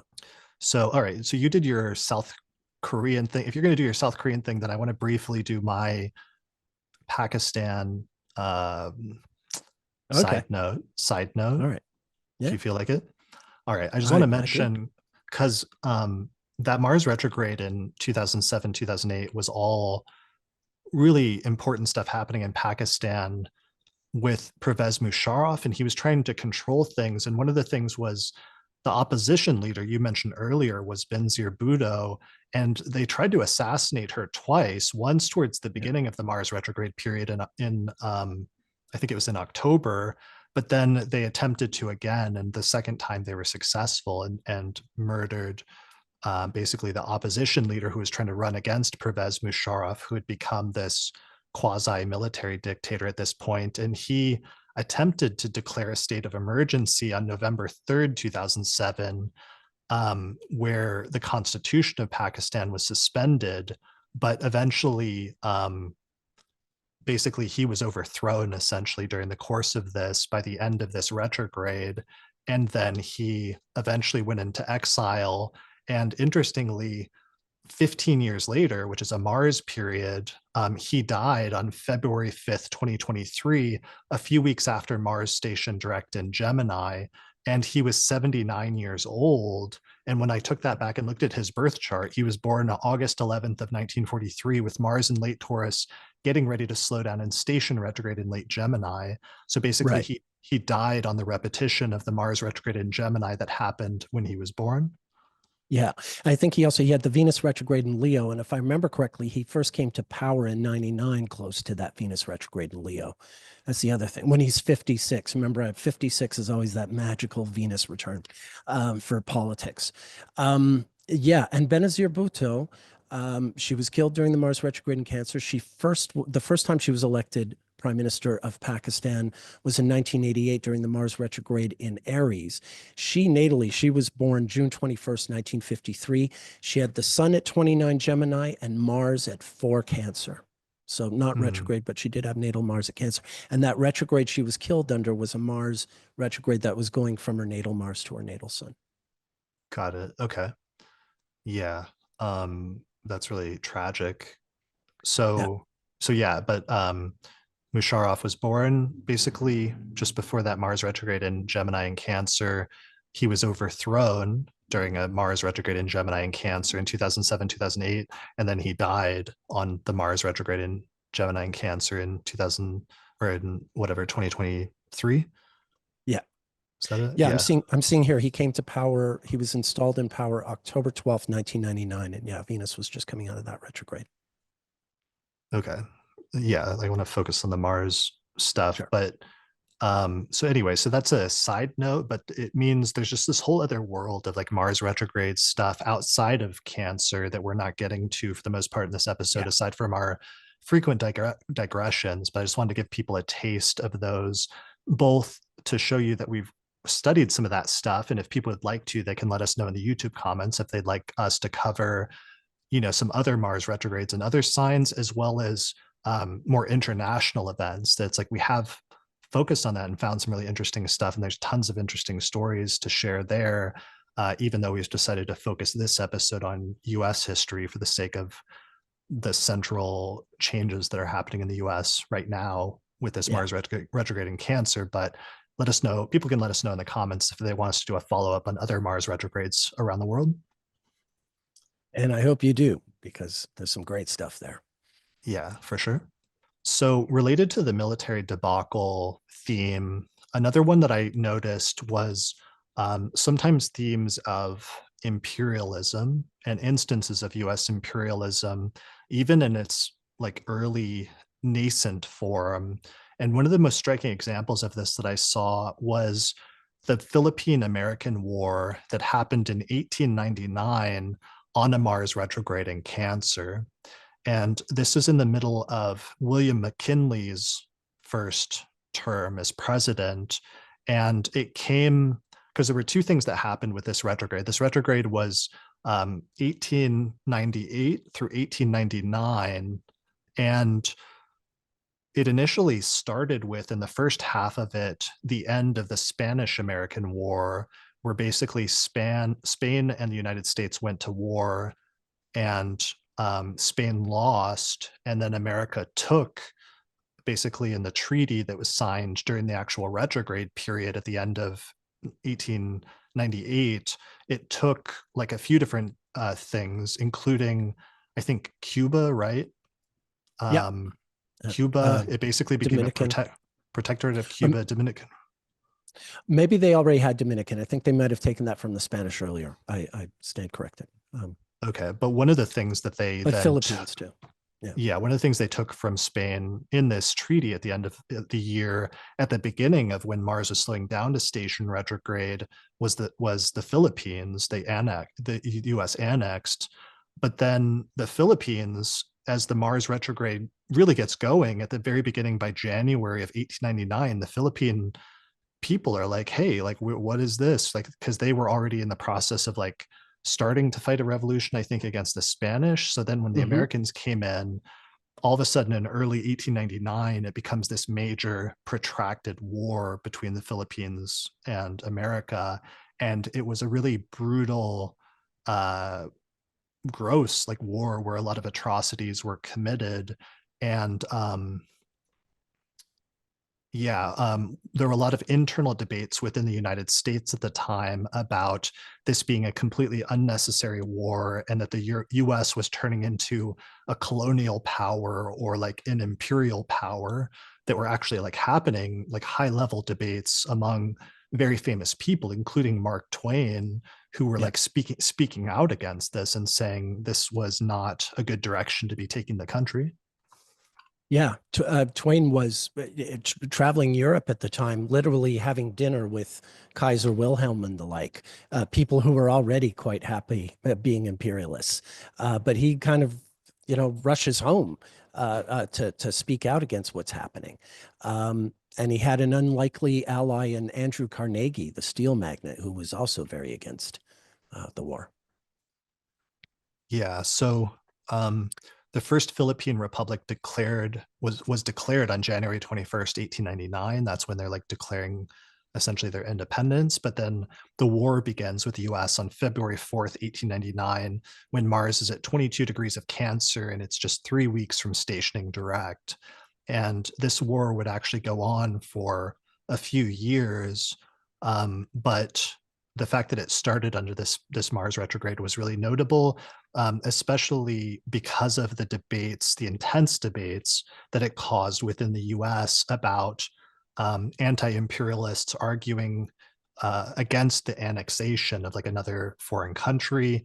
And then I found there was some weird, one of the themes that came up with this war that I thought was striking was this sort of like phrase about the US. The pro-war people were talking about that the US, that they were like, the US needs to do this to be a protector of the Philippines against Yeah. other countries who are would otherwise moved in. And there was this sort of like paternalistic Mhm. rationale for the war, which I thought was interesting and seemed reminiscent of like the Mars and Cancer themes to me. Yeah, it's the same mentality that fueled the scramble for Africa. We have to take this territory, or otherwise it'll fall into the hands of the French, and God knows what they'll do. That kind of talk. So yeah, no, that's absolutely the line that the Americans are taking. When they first get involved in the war, they're getting involved to liberate Cuba, specifically. Theodore Roosevelt goes over the Rough Riders, all that stuff. It's to liberate Cuba, but it quickly becomes like, oh well, we got to take control of these lands to make sure no one else takes them. Yeah, we got to protect these people. So yeah, it's totally paternalistic. It's quite common.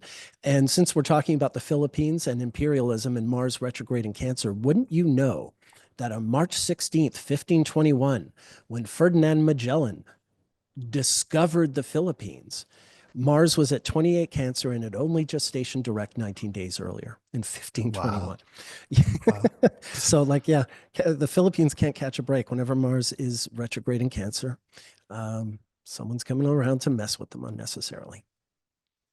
Yeah, that's terrible, but I guess impressive from an astrological standpoint. Like that, there's some places that you just have this close tie-in with this specific retrograde being so important. Yeah. All right, interesting. So yeah, that's like the Alaska parallel then with like Russia Yeah. initially. sort of finding or exploring Alaska during one Mars retrograde in Cancer, and then 79 years later selling it to the United States under that subsequent Mars retrograde in Cancer. Yeah, it was more than 79 years, but it was another Mars retrograde. It was 126 years. Okay, right. Okay. Yeah.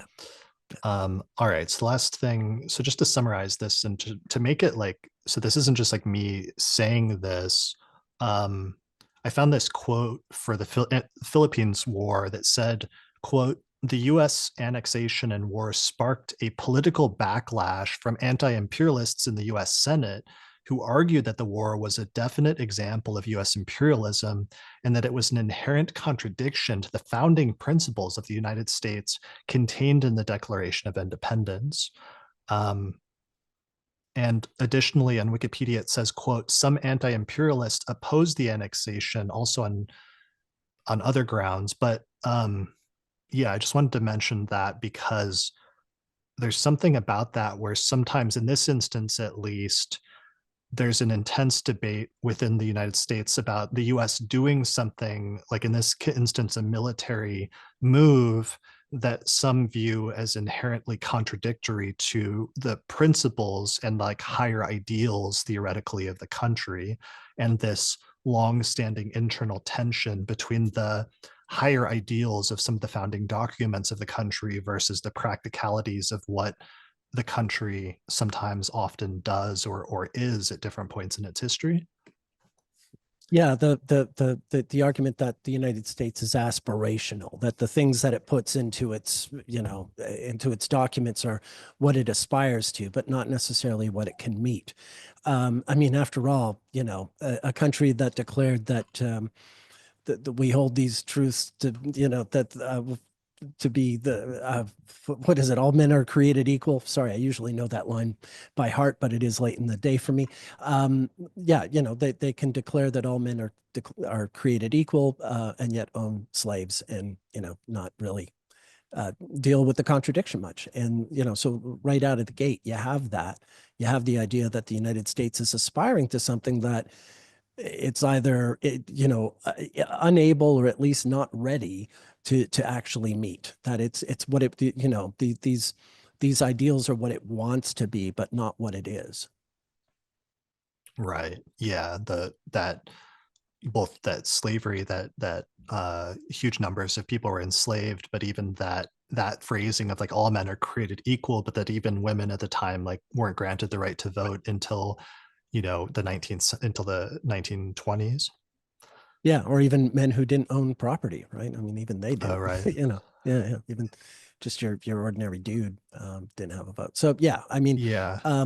but I think that's the thing is I've come to see the American Revolutionary War and all the revolutions that followed, from the French to the Greek to the Russian, the Chinese, the Cuban, the Haitian before during the French, all those revolutions. It's almost like it's one event happening over 200 years, and that declaration, ushering in this new world that we all live in, everyone takes it to heart. First it's the men who don't own property. They're like, oh, all men are created equal. Well, I should have a vote. And then, women think they should have a vote, and people of color think they should have a vote. And then, people in the Philippines say, well, wait a minute, we're created equal. We should uh, be able to live up to these principles too. So yeah, I mean, it's sparked, it's the revolution that keeps on giving, I think, is the reality of it all. Um, the American Revolutionary War just kicked off a whole revolutionary age, and we're still Right. going through it. We're still in the middle of it. It's like the Crusades. When we talk about the Crusades, it sounds like one event, but it was a whole series of wars that took place over 200 years. And this is that kind of era. Yeah, that it's a constant, there's a back and forth where progress is made at certain important turning points, especially through great effort and sometimes sacrifice. But then at other times, sometimes there's a step backwards, which is literally what Mars and other planets are doing when they go retrograde is they start stepping backwards and like Yeah. retracing their steps. And in some instances, there is pushback or this reactionary movement that tries to push the progress back and take us backwards in time. But that typically on a longer timeline, most of those temporary detours and backtracking are only temporary, and that on the long like span of time, uh typically like the progress of like human rights and civil rights continues to push forward. Although which I, in my more aspirational or like idealistic or hopefully encouraging side of things, that's the way I like to look at things, and I think is true in the long span of so far US history. Although I do know also in the long span of time that sometimes like different nations like rise and fall and go through different transformations as they become, sometimes going from one thing going to another, like for example with the Roman Republic, um, which had more Right. of a democratic orientation, and then all of a sudden you had a military general, a dictator who rose to power, and then turned it essentially into a military dictatorship with the Roman Empire with Caesar and with Augustus in the first Mhm. century BC. So yeah, it's tricky because there's different scenarios. There are. Yeah, I mean, the version of the future I like to believe in is the one where, we are getting closer to the aspiration. And we're just, inching towards it too slowly, but steady. So yeah, whether or not that's actually true, I mean, sure, the things could go in any number of directions, but yeah, that is what I think is somewhat likely to happen in the big picture. Yeah, for sure. That was the other thing is the vote in 1965, the Voting Rights Act was the final thing that removed a lot of the final restrictions that were there on different things in terms of voting and allowing it for all people. So that was the other thing. You mentioned like property owners, and that was one of the surprising things. I think there were some Right. instances in the 1800s of Mars retrogrades when property owners, when people that were not property owners were actually given the right to vote. And it was striking seeing that as a change that happened at one point that again was kind of like Mars related in terms of owning land or property. Right. Right. I think I want to take a little break here if Yeah, that's okay with you. that's fine. Yeah. The astrology software we use here on the podcast is called SolarFire for Windows, which is astrology software for the PC. You can get a 15% discount by using the promo code AP15 at the website alabe.com. For Mac users, I recommend the software AstroGold for Mac OS, which is astrology software for the Mac computer made by the creators of SolarFire for the PC. You can get a 15% discount with the promo code AstroPodcast15 through their website at astrogold.io. All right, we're back again for the third and final part of this episode. And here I want to talk about some like miscellaneous things we found in our research. We've pretty much finished going through topically all of the major things that I wanted to talk about in terms of major topics that arise. And in putting this episode together, I was actually struggling all the way up until the last minute about whether to go through topically like we did or whether to go through chronologically like we did in the Venus retrograde episode. But I was concerned that if we went through like chronologically, it might be too boring or it might be like too much of a spattering of different things rather than showing the consistent narratives. So I hope that this approach that we did take here works. But now, as a result of that, we do have some miscellaneous ones that we didn't include or that we meant to include in earlier sections but forgot. So we went through and we compiled a list of some of the ones. So we're going to jump around a little bit here in this third section to different periods, and then we'll conclude with some concluding remarks to wrap up the episode. Sound good? Sounds good. Sounds like what we agreed a few minutes ago before we started recording. Right. All right. So one of the things is I wanted to close out the last section about imperialism because part of the reason I saw that as a trend, and I pointed out the Philippine American War But it's like that's coming up again now with the Mars retrograde in Cancer recently, where it's like Trump is talking about invading Greenland. He's talking about invading Panama for the Panama Canal. He keeps talking about making Canada the 51st US state, which just a US president should not be doing. Should be not talking about like other sovereign countries, especially like neighbors and allies, and making and what would essentially be forcibly taking them over in any way. He's also talking about taking over Gaza. Yeah, well, and that's the most, it's like all those other ones, it's like people are trying to laugh off, or they're just like, oh, that's Trump being Trump or what have you. But now he's talking about like ethnically cleansing Gaza and saying the plan is to remove all the Palestinians from there and then make it the Riviera of the Middle East or something like that. And then when people have asked him if Palestinians would be able to come back, like he doesn't seem to be saying yes, which if that's true or if that's attempted to be implemented, becomes essentially the definition of cleansing an ethnic group from a geographical area. Um, so sort of to bring some of that to a close, that last section we did, that's part of the reason why some of the stuff like the Philippines and the intense debates that took place internally about US imperialism and whether acting in that way was contrary to the ideal or stated ideals of the country, and how the country sometimes, despite those stated ideals, still does things that are completely contrary to that. That's why that's relevant again today, because it's a matter of how far that's going to go in our current time period. And a lot of that's coming up again with this current Mars retrograde in Cancer. And we're going to have to see how things play out also during the course of the Pluto return as well during Aquarius over the next couple decades. Indeed. So, related to that, the Panama Canal Treaty was actually signed during a previous Mars retrograde in Cancer, right? Um, I didn't have the date up. This is a pop quiz, Nick. I'm going to be quizzing you from now on.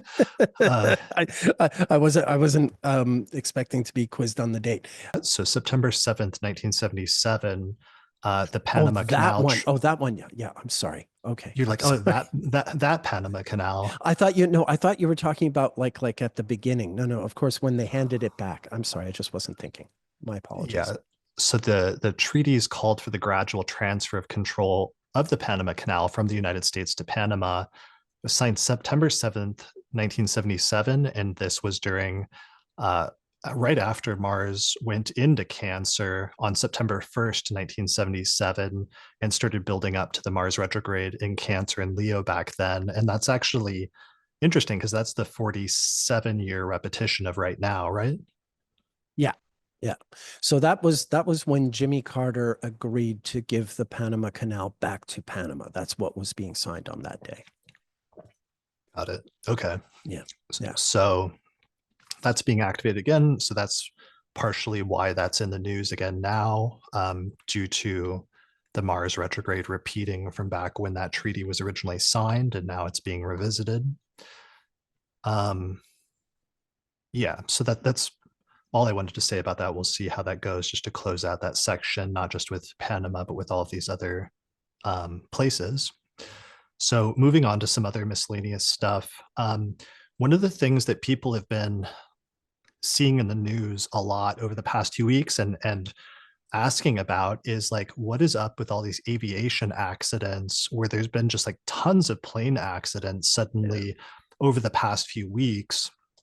The one of the earliest and most notable ones was that plane that crashed as it was landing over the Potomac near Washington, D.C. And a lot of people died. And it also was carrying some US figure skaters from the US figure skating team. And this immediately invoked a previous crash, which occurred in 1961 during the same Mars retrograde in Cancer period, and also overlap with Venus retrograde in Aries, when there was a major plane crash where the entire US figure skating team was flying to Europe on its way to a major match, and it crashed and it completely wiped out the entire US figure skating team, which was this huge tragedy and disaster that happened back then. So one of the things that's happening is we're seeing an individual repetition of that with the Venus and the Mars retrograde in Cancer. But what's interesting is I went through and I checked other, I used an AI, used Google's AI, and I was asking it like, were there other periods, other years in which there were a lot of major aviation disasters? And what was interesting is one of the years that it returned two sets of years over the past 8 decades since like the 1930s. One of them was 1946. It said was a high aviation year where there were a lot of crashes. And 1946, of course, is one of our Mars retrograde and Cancer periods. And then the other one that it gave me was 1978, which it said was an unusually high number of aviation accidents that year. And that was also a Mars retrograde in Cancer year. So there's something about this Mars retrograde in Cancer that may be relevant for some of the crashes that have been going on over the past 2 weeks. Yeah. 78 was, of course, 32 years after 46. So they're they're coming, it's Venus and Mars together in those 2 years. Hmm. But yeah, there certainly is a lot this year. And but yeah, it's kind of mind-boggling. Some of it is probably due to some cuts that are being made lately in certain departments, but then some of it is not accountable to any kind of specific policy or what have you. It seems to be happening a lot. Yeah, well, that is one of the things that's being cut as just like an axe is being taken to the federal government is, they fired a bunch of people involved with the FAA, with the Federal Aviation Administration, and with that includes things like air traffic controllers. So that's certainly not helping, but that's part of like this general across the board cuts to like so many different agencies where it's like Mars and Cancer retrograde. It's just like very literally like taking an axe to so many of these agencies and just cutting and firing people very willy-nilly, or like what's a better word for that, like very just a Randomly, like very I had a word piecemeal, I had a piecemeal. no, it's not piecemeal, but it's like it's not well thought out, because for example, one of the ones is they fired a bunch of people from the Department of Energy, but they didn't realize that a bunch of those like 300 people that were fired or something like that worked on nuclear weapons and nuclear weapons controls. So all of a sudden they had to backtrack and ask many of those people to come back to work because they suddenly realized that they had, in their rush to just fire people somewhat indiscriminately, I think that's the term I was looking for, Mm. they were firing people that were playing necessary roles in the government to help like protect certain things. So again, it's that the Mars and Cancer, it's like somebody running around with like an axe, just randomly cutting down trees. But it's like the government and government agencies, and also sometimes people that are playing protective roles, like especially protective and like overseeing roles in government agencies, including like financial agencies, like the one that was closed down that was literally its entire purpose was to protect people from who had been the victims of like financial crimes and things like that, and now that's just gotten completely axed. So there's something broader about, it's not just like, as our friend Alan might say, like the destruction of the so-called nanny state, but it's more than that. It's like legitimate protective agencies are being cut and eliminated to some extent as well. And there's something that's going to have probably not good long-term implications in terms of that, or ramifications. Yeah, it stands to reason. I'm reminded, didn't Elon Musk also fire everyone at Twitter when he bought it? Like, didn't this also, and then he had to rehire some people at Twitter because he had fired people who were too important or too central to how it runs. I seem to be this Yeah, this it's all like seems like an echo to me. I mean, obviously the federal government is not Twitter, but it's just I'm sensing a playbook being followed here.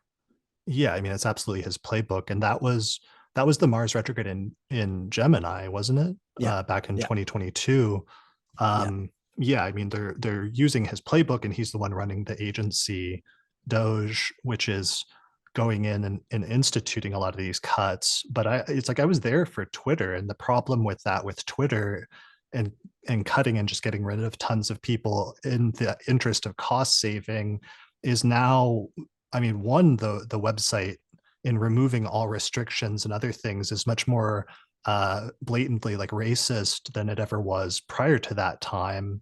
But two, like the website is much jankier and like doesn't work as well just functionally because he cut it down to a bare minimum crew of what it takes to run it, and it can continue to coast just most of the time just based on the stability of the platform that he had inherited from the founders who had run it successfully for like a decade. But it doesn't work as well as it did before, and like videos commonly like don't load and pages crash and stuff like that. So it's like Yeah. it becomes a glitchier form of what existed prior to that time. And unfortunately, I think that's also what's going to happen with many of these government agencies, um, especially if you're cutting people out indiscriminately instead of in a more deliberate or thought out manner of some sort. You're necessarily going to then end up having negative repercussions because you're going to accidentally remove things that you didn't realize were necessary, like, people that are running the nuclear arms, portions of the country. Yeah, it might be important. Yeah, we covered that. The Super Bowl performance, this is something I'm probably going to end up talking more on the forecast, but I thought it was notable because this Super Bowl performance that just occurred with Kendrick Lamar, who has a Mercury Mars conjunction in Cancer in the 10th house, and it was like this major Super Bowl performance. But one of the things I wanted to mention about that is that it was the most highly watched Super Bowl performance since 1993 when Michael Jackson performed. And that, of course, is a perfect repetition of both the Mars retrograde in Cancer, but also the Venus retrograde in Aries.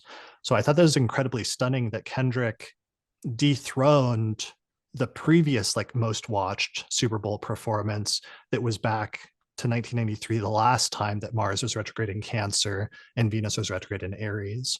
And Mm, Michael Jackson himself, when he did that performance, prior to that time, the Super Bowl um, was largely like marching bands and stuff like that in the 1980s and before that.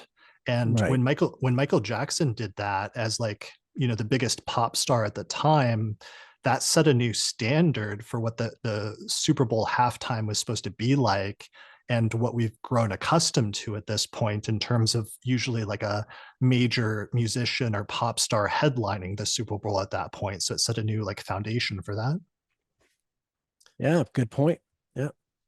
Yeah. So what I wanted to say about that though is then I thought the Super Bowl performance was incredible, and you know, it's something that was more incredible if you had followed, because one of the things that he did is the main song that he performed, of course, was Not Like Us, which was his rap battle diss against Drake from the rap battle that took place last year in the late spring and early summer.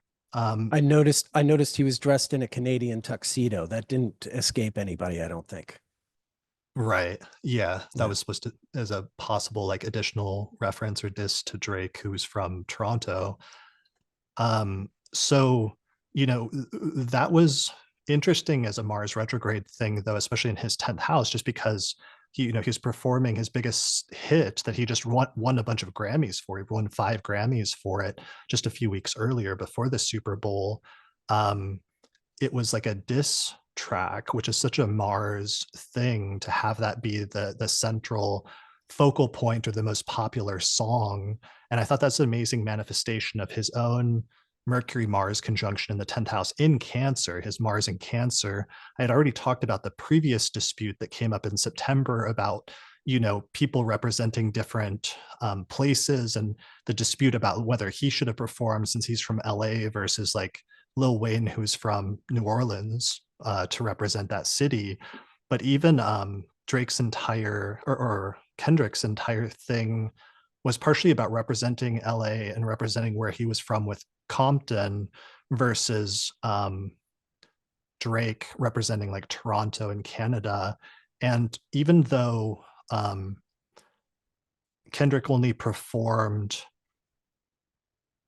there's like a lot of other stuff there. I don't know how much to go into, but there's a lot of other stuff in terms of like um Are you trying to say like in terms of like a fealty, a loyalty to the home, place, like that sort of that Cancerian attachment to an idea of home, the hometown, that kind of thing? Is that where you're going, or? there was a major element of that, but one of the things I think that people overlook now, because he only performed the first half of the song, which is usually seen as the most devastating part, where he's like accusing Drake of really bad things. But the second part of the song, he actually says something that arguably is almost as bad, which is he accuses Drake of being like a colonizer and appropriating Black culture and different regional cultures inappropriately. So that there's these other Mars and Cancer and Cancerian elements. Even the name of Mm. the song itself and the entire thesis of Drake's of Not Like Us is that he's accusing Drake. Kendrick is accusing Drake of being like a tourist, basically, and taking advantage of or appropriating different regional Black culture elements in rap, with him himself not fully being in some way. So there's these interesting like subtexts of location where you're from and like culture and race and everything else that go into that, that's connected with all of that. On top of that, even though for people that followed that entire beef, or people that like rap music, for example, it was largely received as a pretty amazing performance. There was some controversy after, where some people were attacking it um, for different reasons, but which I think brings up some of the things that we've been talking about, because I personally felt like there was an element of that that brought up some of the old ghosts in American culture from past Mars retrograde um in Cancer in US history, where it's just like, if you have a Black performer who's presenting rap music, and he's the first solo Black performer presenting that at the Super Bowl in history, then there's going to be people that automatically reject it simply on like racial or racist grounds, essentially. And while that wasn't the only reason, and there were legitimate criticisms that people had, or reasons why people didn't like it, including just like, if somebody isn't familiar with a rap beef, maybe it's not that as interesting, or if they're not into rap music, it's not as interesting. But there were some elements of that I felt like was relevant as a moment in American history, especially because he tried to make it, I felt like, as subversive as he could within the limits of what he could do with that large of a stage at the Super Bowl, which is to say that he actually couldn't make it probably as subversive as he could have gone. And yet he still slipped in things that felt somewhat subversive, in referencing things from the past in America's history, including the thing about, he made a line at one point to the 40 acres and a mule thing from the Civil War era, where there were promises made about what would happen after the Civil War, after the slaves were freed, that were not fulfilled and that fell apart during the Reconstruction era. And it was interesting seeing him use that big of a stage to call back to some of those previous events in American history. Yeah, Yeah. Does that make sense? absolutely. Yeah, Cancer, the moon is also memory. If you have Cancer friends, they'll never forget if you hurt their feelings or something like that. But yeah, the moon is memory. So there's a natural sort of association with Cancer, with having that kind of, sometimes it's nostalgia, or a darker version of it, but whatever the case, or something like this. Yeah, calling back to roots, calling back to the past is to my mind, lunar. Yeah, well, and it also is a retrograde thing. It referred back to that Right. era we were talking about immediately after the Civil War, during the early Reconstruction era, Yeah. where there was this brief period of time where um, the people in favor of civil rights were trying to push through different things, and they were able to pass the 13th Amendment and the 14th Amendment. But then there was a failure. And part of that was because of the weird circumstances where, for example, Lincoln, in order to be reelected, he picked a Southern, more conservative Democrat. Yeah. Democrat running mate, which in that, yeah, which is hard to. So he picked a more conservative or Southern running mate, but then by a weird twist of history, then as a result of that, when Lincoln was assassinated, it made it so that there was a Congress that was trying to push for civil rights and for the rights of Black people, but then his vice president who became president then was stalling some of that and was hampering some of it and conflicting with Congress. And then it led to more problems in terms of the Reconstruction era, where very quickly after like a decade, it seems like things started to shift, and many of those potentials didn't end up being fulfilled as much as they could have, which then put in place systemic issues, especially in the South, but in the US in general, that took another century to work out and attempt to fix or bring to some resolution. Yeah. I mean, indeed, it did. Where things went wrong, in 1876, there was a very close presidential election. And the deal was done in the back room. Rutherford Hayes, the Republican, was going to be allowed to be president, but in exchange, they had to roll back, all the Reconstruction, um, laws and what have you that had been in place for the past decade. So it was like a decade where, it had some life, and then it was extinguished. Um, Andrew Johnson, who became president when Lincoln was killed, yeah, he was the only Southern Democrat who had been against secession. And yeah, Lincoln was desperate to win the 64 election. He thought he was going to lose. There was definitely a point where he was convinced he was going to lose. Um, This is in the and middle of the Civil War. this is literally, like, the election, of course, is in November. In September, Sherman is burning down Atlanta, which is not like the most successful way to campaign for presidency. So yeah, having a Southerner on his ticket was, he saw it as being vital in order to just win the election and keep fighting the war. Had he lost the election, he probably would have been arrested and executed. Like, so the stakes were very high. Yeah, so this is something you were explaining to me when I was like remarking at what a, in retrospect, like dumb move it was for Lincoln to pick somebody who is so antagonistic against the agenda that he and his Congress were trying to get through during the Civil War and during the Reconstruction after, of giving people civil rights, of giving Black people civil rights, and that picking that vice president seemed like such a mistake in retrospect. But you were pointing out to me that he basically had to, because he had the potential of losing that election, in which case everything would have been lost. So that was a Mhm. compromise he had to put into place in the middle of the Civil War to try to keep things together.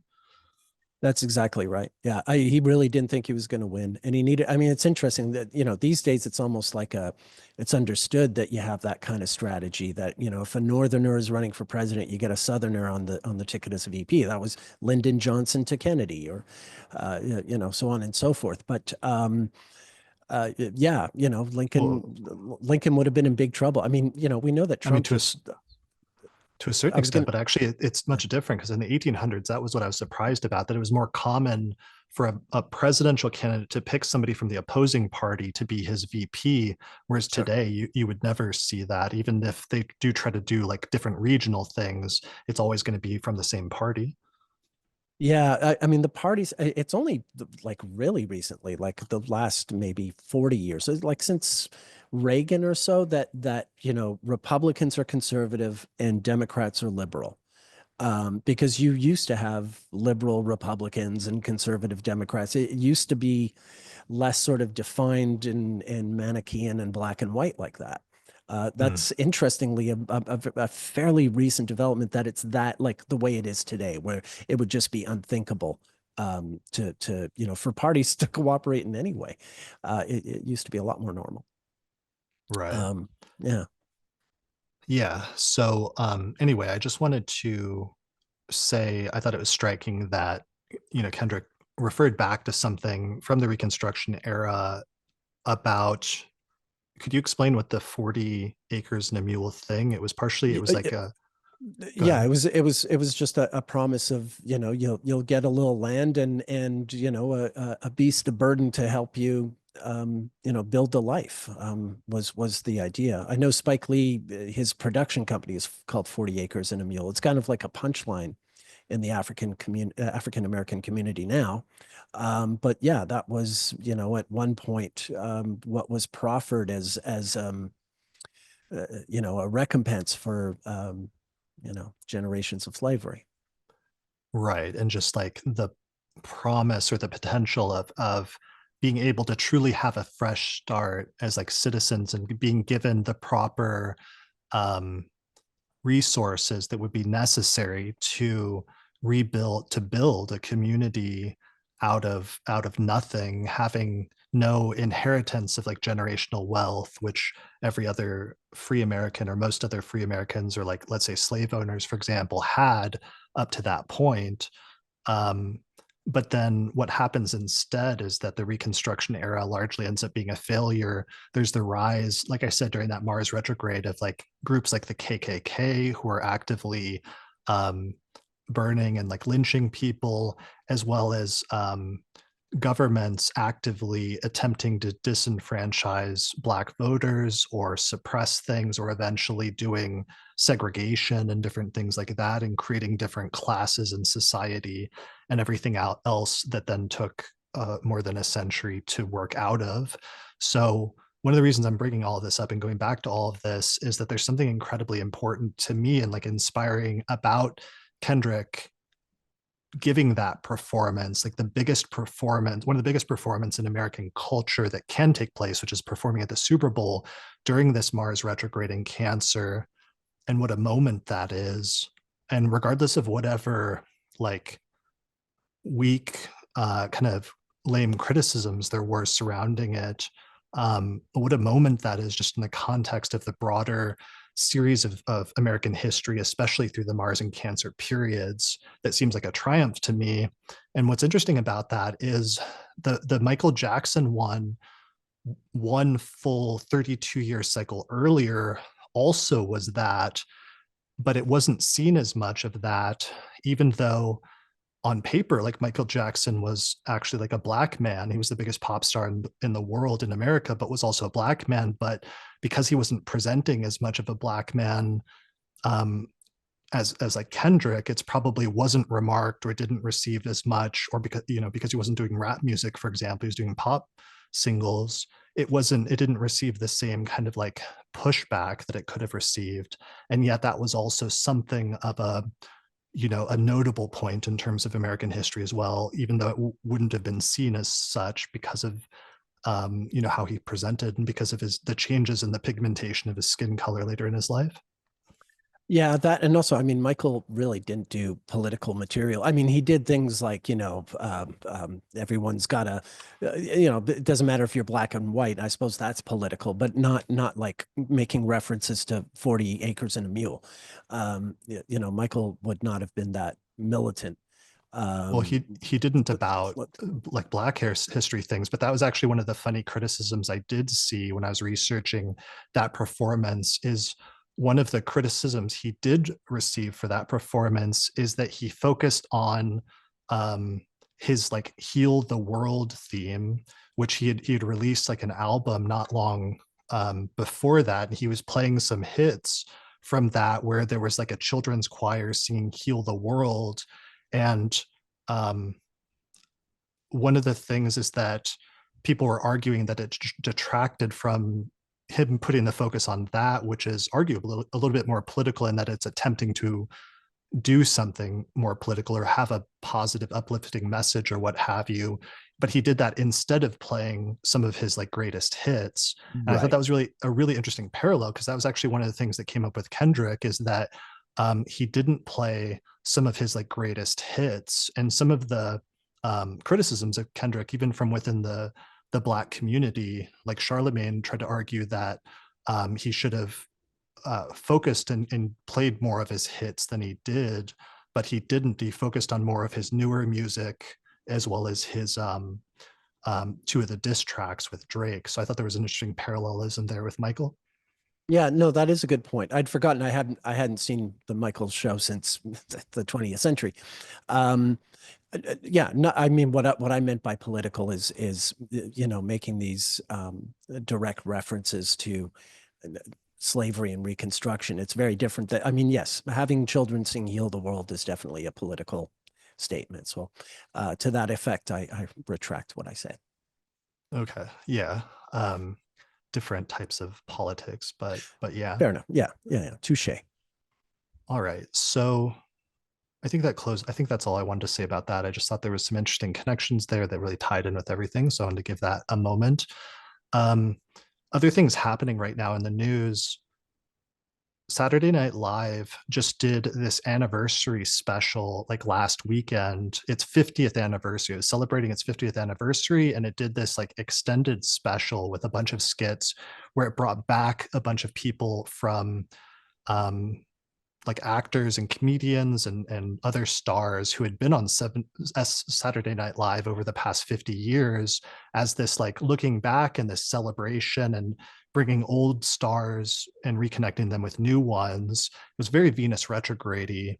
But one of the things that was really interesting about it that happened is they did a performance of Sinead O'Connor's song, one of Sinead O'Connor's songs, and it was referencing back to this very famous incident that occurred in the Mars retrograde in 1992. Two.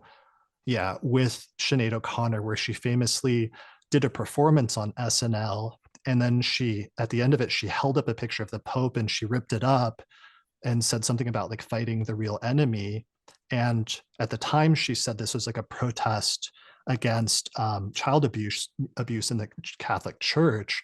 But this was before the reality of that abuse was like widely known and publicized and accepted as it is today. So she received just like a huge amount of criticism and pushback, and even SNL itself banned her from the show and mocked and parodied her on the very next Saturday Night Live, like a week later. So it was this huge like Mars retrograde debacle for her in that early part of her career before she would later be justified. And there was something very striking about seeing them Yeah. finally, like many years later, 32 years later, during another subsequent Mars and Venus retrograde, honoring her and doing a callback to that by having it was Miley Cyrus like gave a performance of her song. Right, right. Yeah, the thing about Sinead tearing up that picture was there had been a really big scandal in Ireland with regard to, child abuse by priests. Um, and the Pope, did know about it and all that stuff. So what we later all became a lot more aware of was already sort of in Ireland a really hot issue as it was, but this was pre-internet. So, you wouldn't necessarily have known, your average Saturday Night Live viewer wouldn't necessarily know the latest news happening in Ireland with regard to priests and children. So when she did it, it seemed out of context to enough people that it was easy for them to mock it. But yeah, within a decade, everyone was like, oh, that's what Sinead was talking about. It all made a lot more sense later on.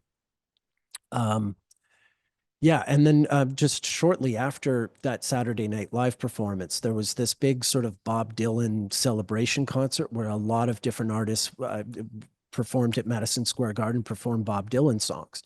Um, and Sinead was on the bill. She was supposed to sing a Bob Dylan song, but she went out to the audience. This is like within 2 weeks of the Saturday Night Live thing, and some people in the audience started booing her. And the booing got louder and louder, and she just sort of stood there. And then she broke into an a cappella version of a Bob Marley song called War.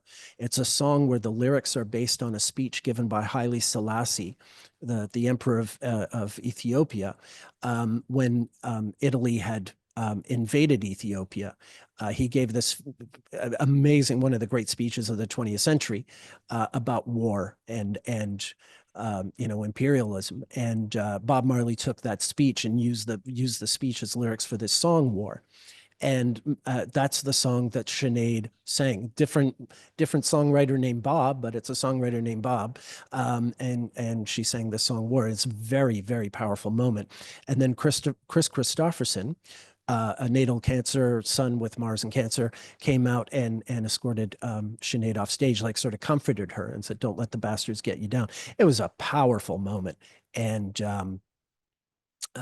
yeah, it just sort of capped everything that had happened with the Saturday Night Live thing. If anything, it was even more of a shock because there she was being booed by this. I mean, this was a Bob Dylan audience. Bob Dylan himself had been booed more than a few times in his career, so it was kind of also ironic, her getting booed in a concert celebrating an artist who had once been brave enough to be booed. But anyway, I'm digressing. And what was the date on that? Do you remember? It's October of '92. It's probably like mid October. Okay, so this is all Mars and Cancer then. Exactly. Yeah, she was on the Saturday Night Live tearing up the Pope was October 3rd, '92, and I can go to my Bob Dylan or Sinead O'Connor file to find out when that concert was. This was the date for the ripping up the Pope, and this is Mars at 11 degrees of Cancer, and yeah, it was getting ready to station retrograde later at 27 Cancer. So this one was entirely in Cancer. Yeah, yeah, and the concert was October 16th. So yeah, like 11 days after the Saturday Night Live thing. It's interesting that this, like Mars is at 11 Cancer here when she ripped up the page, and then the picture, and Mars is at 11 Cancer, and it's applying to an opposition with Uranus at 14 degrees of Capricorn. And like what she did, and also like the sun is squaring it at 10 degrees of Libra, but what she did was like shocking. Like a lot of people were shocked and like outraged about it, partially, as you said, because they didn't understand the context. But that's a good reminder that a lot of these different Mars retrograde periods and the events that happen under them are experienced differently in some instances, or modified in different ways depending on what planets Mars is aspecting at the time that it's stationing and going Yeah, retrograde. yeah, absolutely. With Saturday Night Live, you actually noticed that Saturday Night Live was actually founded on one of the Yeah. Mars retrogrades, right? Yeah, in October of 1975, Mars was just getting ready to go retrograde in early Cancer. Mars was actually at 28 Gemini at the taping of the very first episode, but that was the first episode of the first season. And so most of that first season of Saturday Night Live was taped with Mars in Cancer, and most of it Mars retrograde in Cancer to Gemini. But yeah. Nice. Yeah. Maybe that's partially why that there was like some connection between the creation close to that Mars retrograde, and then one of the most famous events in SNL history being that Sinead O'Connor performance. Yeah, it easily is one of the most famous. And yeah, it's funny that they're having the celebration now and just everything's full circle. Right. Um, Yeah, it brings up a lot of keywords when I was seeing that, because it's Mars retrograde and Venus retrograde, but it's like when I was seeing them do that special and bring back so many people from the past history of the show, there was these keywords that were coming up, like looking back to the past, reflecting, reuniting, reminiscing, reliving good times from the past. In some yeah, it's instances, all very Cancerian. Yeah. what's Cancerian, but also it's on some ways it's Venus retrograde, where it's like you're going back into the past and you're like reliving good things. In some instances, with like the Mars retrograde, you're going back and reliving challenging things. Though I mean, the Sinead O'Connor thing was, referring back to what was before at the time experienced as like a negative event or a blemish in SNL history. Um, yeah, but those are also retrograde terms. When you talk about the past, that's also like a retrograde thing. Indeed, indeed. The one other, in 75, as we said, Mars went retrograde from Cancer to Gemini. 2 years later, there was the Mars retrograde of 77 to 78, where it went from Leo to Cancer. And during that retrograde, Saturday Night Live had a couple of, not Sinead O'Connor level, but first Elvis Costello in December of 77 was a guest, and he started playing his current hit, and then he stopped after a few bars and told his band, let's play another song. And he played a brand new song that no one had ever heard. And that got him banned from Saturday Night Live. The band was later lifted. And in fact, later he did a spoof of that appearance with the Beastie Boys when they were guests on Saturday Night Live. But then shortly after that, in February of 78, when Mars was retrograde in Cancer, Chevy Chase had been a cast member in the first season, and then he left to make movies. In the second season, he came back as a host, and Bill Murray had replaced him on the show, and the two of them got into some fist fight backstage just before taping. And if you watch the episode, you can see that things were kind of yeah, testy. So yeah, there is something about like the Mars retrograde just in even in the broader sense of Saturday Night Live, where of course it's a live show. Part of the appeal of the show is that something can go wrong, and often does. So events like that, really unplanned events, things that become very notorious. Until Sinead O'Connor tore up the picture of the Pope, Elvis Costello changing songs in the middle of his musical piece was the big scandal of Saturday Night Live up until that point, or one of them anyway. So yeah, Mhm. yeah, it all follows with that Nice. One disruptions. Yeah. right. Um, one last one I noticed I wanted to mention as well is um, Saturday Night Live ended its entire tribute special with a callback to a famous Chris Farley sketch that he did in 1993 under this Venus and Mars retrograde, where he did this like mock interview with Paul McCartney from the Beatles. And at one point towards the end of the interview, it's like a joke, but he asks him about this line from a song in Abbey Road, where it says, "quote In the end, the love you take is equal to the love you make." And what was so striking is at the end of this entire tribute special, they had Paul McCartney give a performance to cap it off. And then he played that song that referred back to that line from that Chris Farley sketch. And what was crazy about it is that the original Chris Farley episode aired on February 13th, 1993, when Venus was at 9 degrees of Aries and Mars was retrograde, stationing, directing Cancer. And the tribute special aired on February 16th, 2025, when Venus was at 7 degrees of Aries, getting ready to go retrograde, just like it did in 93. And Mars is slowing down and getting ready to station directing Cancer. So it was like this perfect like callback and like echo that was coming up with both planets hitting those retrograde points. Beautiful. I'll just interject quickly that 32 years before Paul McCartney was on Saturday Night Live, in 1961, when Mars was coming out of the retrograde in Cancer and Venus was going retrograde in Aries, this is when the Beatles first started playing as a four-piece. They had been in Hamburg. They had a fifth member, Stu Sutcliffe, who was the bass player, but he stayed in Germany because he started dating a girl there. And so the four-piece Beatles with Paul McCartney on bass. So Paul McCartney being the bass player in the Beatles being a four-piece band, et cetera, et cetera. That all dates back to 32 years before he was on Saturday Night Live. Wow, that's incredible.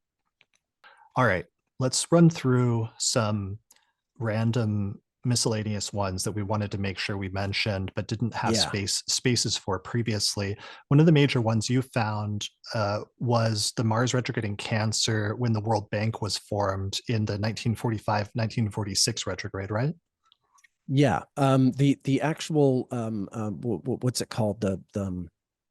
The Bretton Woods Agreement, is that what you're talking about? Thank you, Bretton Woods. Yeah, the Bretton Woods Agreement was signed in June of 44, and that was what created the World Bank. But the World Bank was actually established when representatives from 28 nations signed and created the World Bank December 27th, 1945. So yeah, right in that same window as United Nations and everyone else. Um, yeah, the World Bank is right in there. Got it. Okay. And what's the significance of the World Bank? I guess it created a new international economic order, and it also one of the goals was to promote trade and stability. Trade stability. I mean, it's also, it was something of a Cold War, appeal to weaker nations to come on the side of the West, rather than go with those nasty Soviets. So there was an element of that, of fighting a sort of soft power war, in the Cold War struggle for the hearts and minds of, uh, you know, uh, less uh, rich nations. Yeah. Got it. Okay. Um, yeah, and maybe that's connected partially also in some ways to the other financial things that we've seen show up in the US and its history with this Mars retrograde in Cancer, to whatever extent maybe like the US exercised power control partially through the World Bank to with its involvement there or something. Yeah, yeah. I mean, it was, yeah, the idea of like, hey, the world's gonna, hey, small country that doesn't have a lot of money, the World Bank's gonna help you build that airport that you need to get your economy going, and these kinds of things. Um, yeah, and it was just a kind of the American version of the same thing China's tried to do in Africa, where they, build highways for African countries, and as a sort of PR thing. Right. Of Yeah, exercises of like soft power or something like that. sure. Yeah. Yeah. Yeah. All right. Another one I know you wanted to touch on that you found was the Scottsboro Boys. What Yeah, year? What I year was that? that was 1931, March of 1931. I wanted to bring it up earlier when we were talking about racism, but it just, we were doing the stream of consciousness thing and it slipped by us. Mhm. This is a very famous event in American history, and certainly with regards to the history of race relations in the U.S. There were a group of young boys, like teenage boys, black boys, on a train in the South. I want to say Alabama, but I could be wrong. But I could bring up the chart so I can give you the proper details. But basically, there was a rape accusation, and it became a very big court case. Um, There was a and false rape accusation. exactly, yeah, yeah. Um, I mean, it was a preposterously fake one, but it was the kind of thing that happened. Yeah. And yeah, it was a major event of the 30s. Pretty much any piece of African American literature that I've read from that decade will make plenty of references to it, or even just anyone writing about that era. It's a very, yeah, it was probably the biggest case of its kind for that decade. Hmm. Okay. Yeah. So I didn't know a lot about it. I was trying to research it, but um, the summary that I came up with was that it was like a wrongful, not just accusation, but then they were immediately imprisoned and put on trial with just like Yeah, like a sham trial, basically. Um, and it exposed like the pervasive racism and prejudice and lack of, especially lack of due process that African Americans faced in the South at the time. So the trial, though, was highly charged, and there was this atmosphere of racial prejudice, and the defendants were provided with inadequate legal representation, so that it turned into this entire like miscarriage of justice that played out over the course of many years. Because like they kept getting like tried and then retried, it seemed like, and then eventually imprisoned. Um, and just watching the entire sequence of it unfold was pretty like horrifying, basically, like learning about this.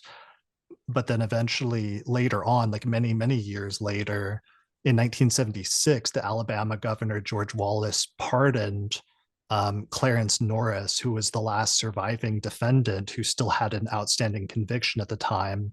And I thought it was striking because this happened later in the same year as the Mars retrograde in Cancer, in 76. And it was such a like landmark case, and it was so notorious that it was actually part of the inspiration for Harper Lee's book To Kill a Mockingbird, which was published in 1960, just before Mars went retrograde in Cancer, um, like that fall, when Right. basically To Kill a Mockingbird became really popular. And Cancer is Harper Lee's 10th house in midheaven.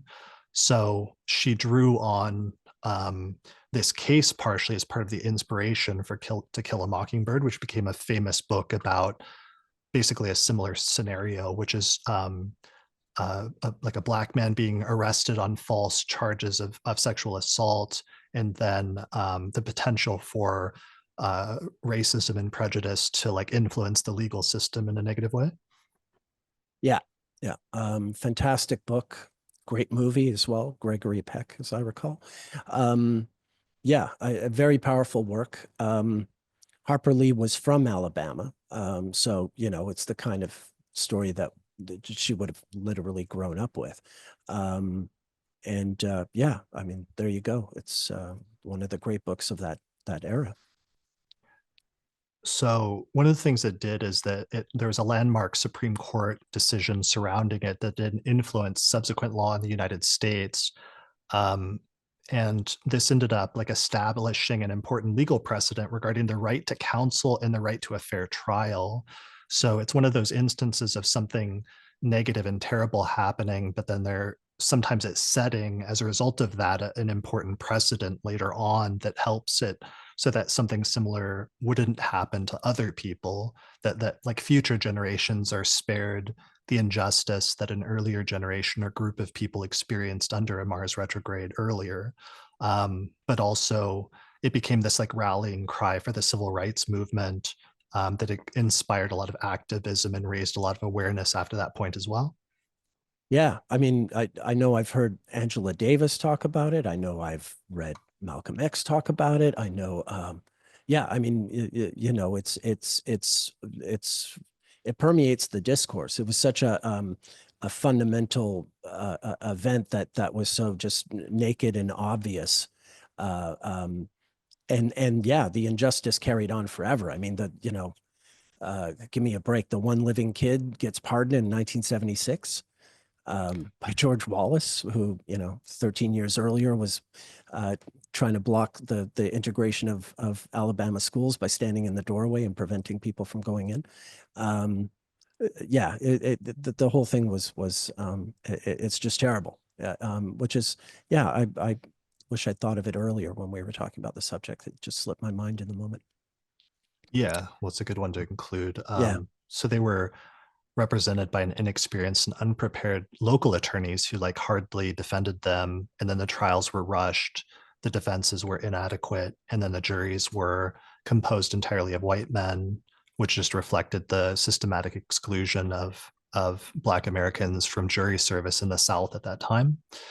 So major one, just in terms of Mars retrograde ones and that theme, sometimes of yeah, injustice is taking place, but then Mars, Mars does sometimes like goad people into action as a result of like anger and outrage. And yeah, sometimes that anger and outrage can provoke or can spur movements that lead to social change. indeed. All right. So let's see, moving on. I mentioned like one case, but just to reiterate, there's like a huge amount of post World War II racism that like Black GIs experienced upon returning to World War II. And that was, again, one of those examples of in the army, different Black men were able to rise up the ranks to a certain extent and enjoy freedoms and other things that they might not have experienced as much at home.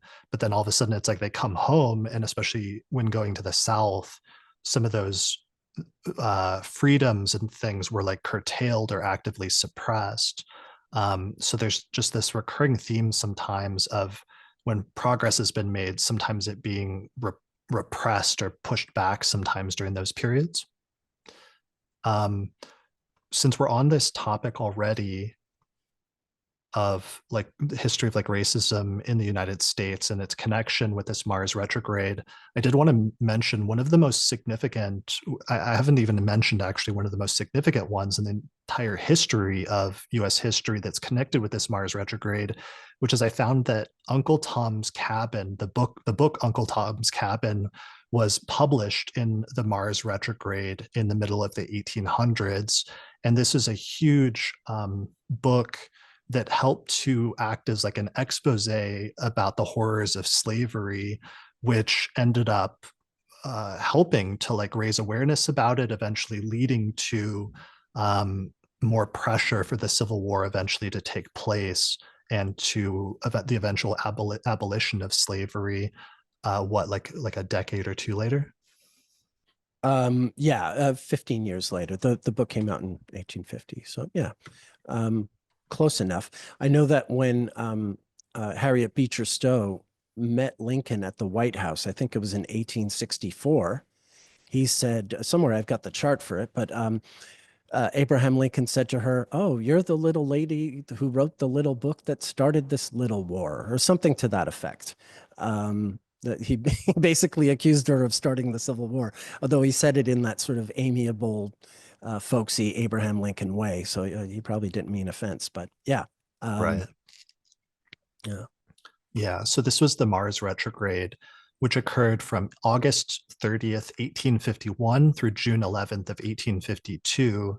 And what was striking about this as I was researching it more is originally Uncle Tom's Cabin was serialized where she was writing it as a series of short like pieces that appeared in a abolitionist newspaper from June 5th of 1851 until April 1st of 1852, which really closely like maps this entire Mars retrograde period. But what happened is it became wildly popular during the course of the entire span of the Mars retrograde period. And originally it was only intended as a shorter narrative that was going to run for a few weeks, but then it had this huge popularity because it became instantly popular, and so she expanded the story significantly, so much so that like people would protest if she missed an issue or in an installment of it, basically. So there's like this energy behind it that's building up for the entire Mars retrograde period, and then towards the end of the Mars retrograde period, she publishes it as this like as a book, basically, which just immediately becomes this massive bestseller. That sold over 300,000 copies in its first year in the United States alone, which in the middle of the 1800s is absolutely unprecedented for a book at that time to sell that many copies. Um, so it was wildly popular, and then it added this like fire under the abolitionist movement to push for the outlawing of slavery, basically, which then, as you said, would eventually partially help to contribute to and culminate, because like that had already been brewing for years, as we've talked about up to that point, where the US kept putting these supposed compromises in place for years, for decades up to that point, to keep pushing the issue off and pushing the issue off to avoid the almost inevitable conflict that it would eventually result. And one of the things that's actually interesting as a side note about that, aside from the racist portion of that, which is the overall, major component of slavery, there was also, in addition to that, this financial component where the Southern economy was largely based on slavery and the essentially free labor that provided, versus the Northern economy that had removed that or wasn't based on that at a certain point. And I think that's also one of the reasons why the Mars retrogrades of Cancer were connected, because it may again go back to some of that financial history of the United States. And it may be connected to, again, the hypothetical Sibley birth chart of the United States, where Cancer is the eighth house of that chart, and there's a Cancer stellium of 4 planets in Cancer, including the ruler of the ascendant, which is Jupiter in the eighth house. So the financial component that's tied in with that entire complicated picture of slavery in the 1800s in U.S. history. Yeah, yeah. I mean, you're right. The book was, I mean, just a unparalleled success.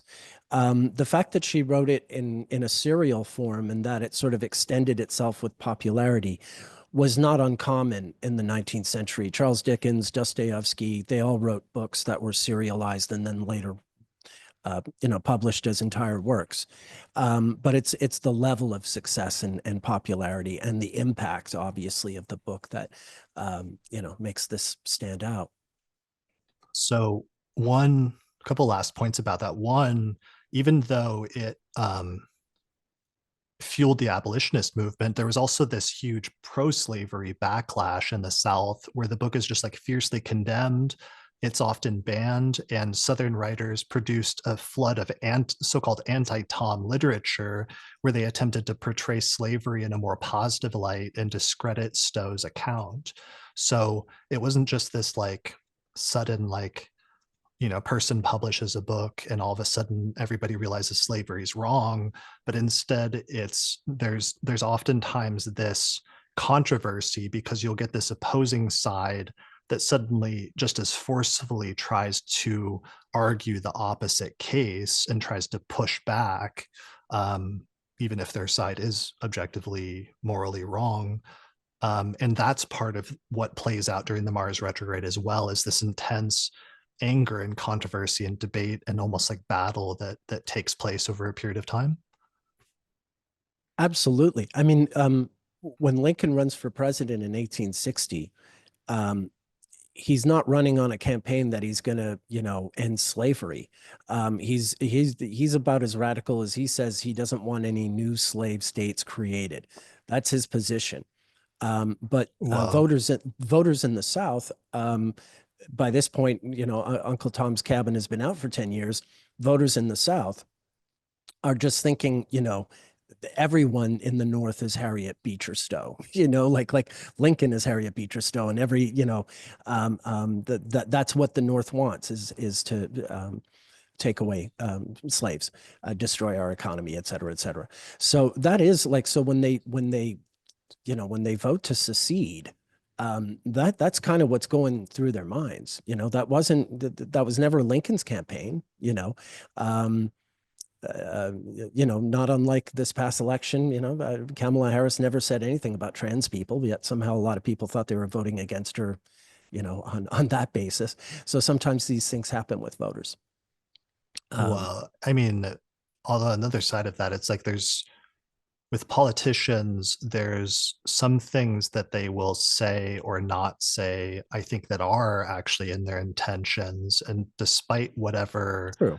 public statements like Lincoln had to make in order to get elected or to play politics in the middle of the 1800s, I think there's parallels in modern times, like when Obama first runs in 2008. On paper he's officially like against gay marriage, quote unquote, because Sure. it's seen as political suicide at that point, that you would be unelectable if you opened at that point as being officially pro gay marriage. And then he, at one point during his second election campaign, before in 2012, he quote unquote evolves on the subject and then comes out as pro in favor of gay marriage, and then is reelected because by that time it's more politically palpable to the country to adopt that position.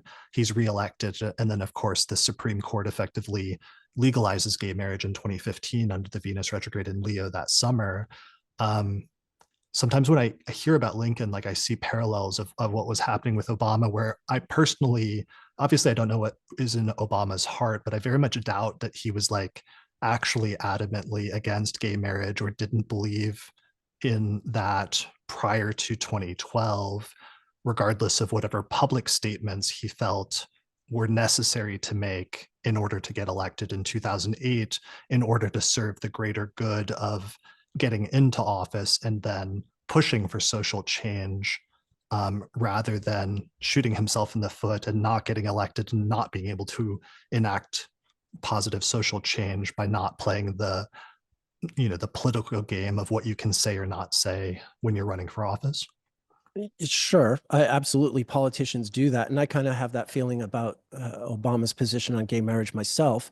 In Lincoln's case, I mean, No, he didn't. we've had this argument before, so I don't want to go into the whole argument about Well, okay, but yeah, you Lincoln. just you got to do more reading anyway. Okay, No, we'll move on. you, me, and Patrick have had this argument about Lincoln before, and about what, yeah, the questions of the evolution of his thoughts. But that's why I wanted to like front run that argument by just saying, I don't know, like we can have that as a separate thing, but I think the South, it's not like the South seceded and like that Lincoln didn't have any feelings about abolition or something like that, or that that wasn't already. The reason he's a candidate is because he was in the Lincoln Douglas debates, and he wasn't running for president at that point. He was running for a Senate seat, which he lost. But everything he says in the Lincoln Douglas debates, everything he says all down the line, certainly, like it would have to be in the depths of his soul that he was always against slavery, for it to be true, because anything he Everything said on the Obama said prior to sorry, 2012, yeah. everything Obama said prior to 2012 is that you would have taken it if you just read it on the surface level that he was absolutely against gay marriage. I very much doubt that that was true in 2008, and that it just magically changed like 3 years later. Well, Obama was running for president when Lincoln laid out his position in 8 debates with Douglas. He was, running for the Senate. And he was really, I mean, he was an underdog. He didn't have any dream of being president or having that kind of influence. Um, Yeah, yeah, I think I don't Frederick know. Douglass is probably the best sort of witness and voice about uh, um, following Lincoln at the time and getting a sense of how Lincoln changed. Certainly by the time we get to 1865, Lincoln has grown and evolved. But that was what Douglas thought was that Lincoln gradually loosened up, but that he came from a far more narrow position earlier. And I really don't see any historians who contradict that. Um, No, I mean, over a longer time, but we were initially talking about the initial point about the oh, South yeah, seceding at right when Lincoln is inaugurated. sure. Basically, like Lincoln gets Yeah. elected, South immediately secedes, Yeah. in But anticipation of the assumption that he's going to be an anti-slavery president. right, but he's never said anything to that effect. He's never said it. In fact, he's very Okay. explicitly said what he is against, which is just it being extended in other states. So, I mean, yeah, maybe they are, maybe they do know what he's really thinking. Maybe he really is, fully against slavery in 1860, and maybe every Southern voter knows it in their heart, and that's why they secede. But it's all, assumption on everyone's part. We have no, yeah, maybe, okay, maybe deep down Lincoln's heart was pure all the time, but he didn't say anything of that nature until the end. When he introduces the Emancipation Proclamation, um, it's really it's as much as anything, it's a political move to make sure that Britain and France don't, well, in particular, Britain doesn't come in on the side of the Confederates, because England by that point has a firm policy on being anti-slavery. And so as soon as Lincoln does make the war about slavery, and once we get to 1863, it is, or 1862, it is about slavery at that point, when he makes it about it. And then that means England can't come in on the side of the Confederates like they were kind of toying the idea with, not unlike the way France came in on the side of the rebels in the Revolutionary War, after Saratoga. So yeah, that was, in terms of everything he said, it was pretty clear. I understand the political expediency and strategicness of like outlawing slavery for those reasons and other things, but there had already been a several decade buildup Yeah. Oh, and yeah. tension going back to the very founding of the country that the founders were not able to reconcile, and basically created a conflict, um, and left it unattended, that would then eventually culminate in the Civil War. But it was like building up for decades up to that point, partially in Lincoln's own party of the Republicans and the abolitionists within that party who are pushing for slavery for moral and idealistic reasons of like giving human beings civil Sure. rights. So Yeah. I don't want to like go. That was what I meant. What I was saying, that there absolutely was a movement, but Lincoln was not the most radical voice of that movement by any stretch. He became famous through those debates, and he became a good political, a good candidate for the Republican Party, which was virtually brand new. It was only the second time they ran an election. They were formed in 1856. Um, but that's sort of what you're saying underlines what I'm getting at, is that really like Harriet Beecher Stowe might have had a bigger effect on the secessionist movement of Lincoln's election, as in reaction to Lincoln's election, than Lincoln's actual campaign. I think that's, if I had said it that way, we would have been 20 minutes ago. We could have. I mean, maybe, but it's like the South didn't secede when Harriet Beecher Stowe wrote Uncle Tom's No, Cabin. They seceded the sure. moment Lincoln was elected. Uh, So for whatever reason they're reacting to it, we can table that discussion. We could have a whole Sure. podcast episode if people would like about you Sure. and me Sure. debating Lincoln and Lincoln's public versus private state. I mean, that's a broader thing. It's just a side issue. I've come to appreciate lately over the past few years, and especially in the past year, the pressures of what a person feels like they can say publicly versus what they feel like they can, what they actually think privately.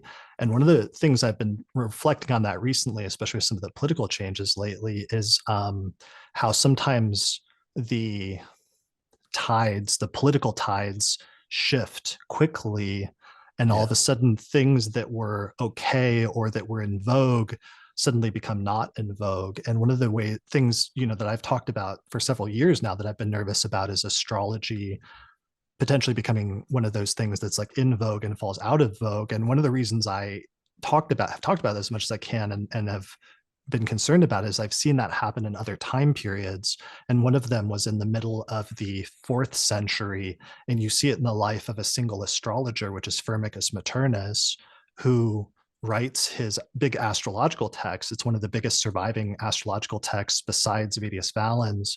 He writes it in like 227 or like 230 CE. And this is like right as the empire is converting to Christianity. The Roman Empire is converting to Christianity, and Constantine is starting to make it the official state religion. And within Firmicus's lifetime, things change rapidly. And all of a sudden, Christianity becomes like the dominant religion, and then starts outlawing other pagan religions as well as other pagan practices like divination, and astrology is one of those things. So it's like we see Firmicus at one point in like the year 230 writing this big astrology text and being a big astrologer and being super knowledgeable about it, and then like 20 years later all of a sudden Firmicus writes this other text that's attacking the pagan religions, but he's mysteriously quiet about the subject of astrology. And historians always debate, like, did he stop practicing astrology? Did he change his mind about it? Why doesn't he mention it? Other things like that. And there's just like sometimes people say or do things when the political climate changes because they feel pressure Sure. for different reasons that are hard to see if you're just reading Hmm. their public statements. But sometimes the things that a person doesn't say can sometimes speak just as loud as the things a person does say. And I felt that with the changing political climate. Of course, I'm blowing some of that out of the water today by just like us talking as openly about all of this as we have today. And we'll see if Yeah. we come to regret that later on. But Well, um I mean, hopefully not. I don't think our takes are so hot, but Yeah, Evangeline Adams taken to court in New York City, Alan Leo taken to court in England. Front page headlines in the middle of the First World War, Zeppelins are bombing London, and yet Alan Leo's astrology trial is on the front page of London newspapers in August of 1917.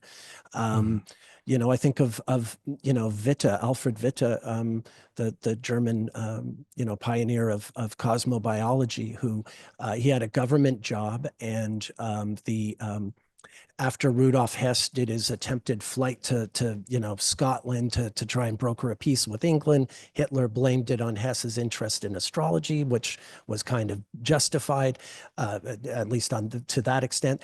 And he wound up, coming down on astrologers. Alfred Witte was repeatedly grilled by the Gestapo, and eventually he was afraid for his family. He was carrying, he had his wife and kids, and he had some kind of government job with a pension, and he wound up taking his own life to make sure that he didn't lose his pension and his family would survive. Um, there's Karl Ernst Kraft, who was an astrologer, a gifted astrologer, but he was a Nazi sympathizer.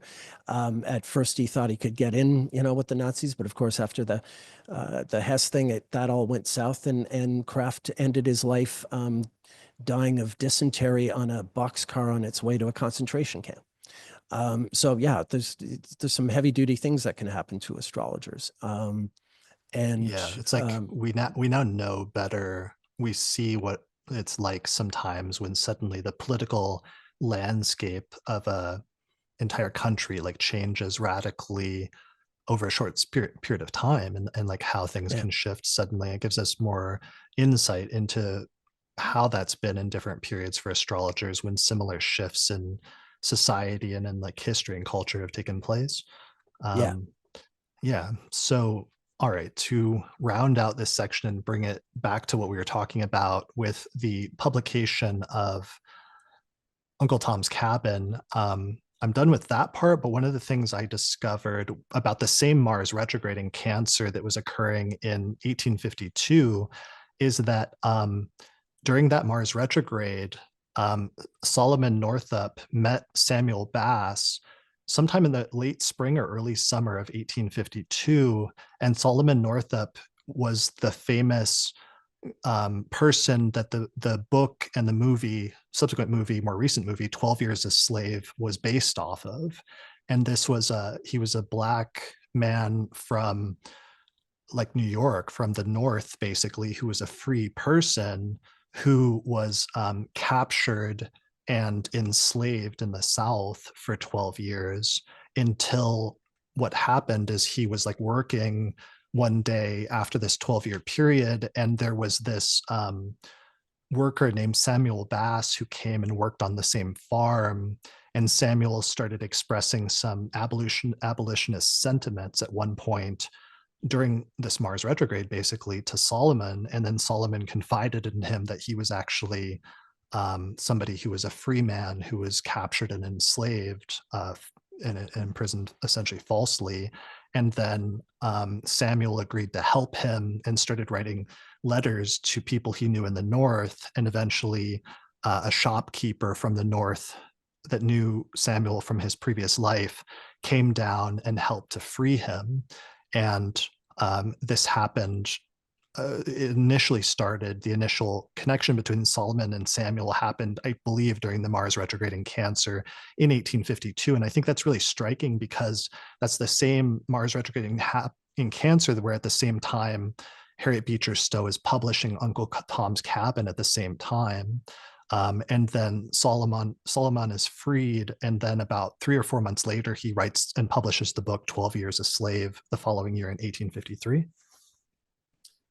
So I wanted to amazing. mention that it's just pretty incredible in Yeah, terms of just some of the most notable. And then that book, 12 Years a Slave, helped to confirm and like bolster some of the claims that Harriet Beecher Stowe made in Uncle Tom's Cabin, and to help counter some of the like pro-slavery people that were trying to paint slavery in this like rosy light.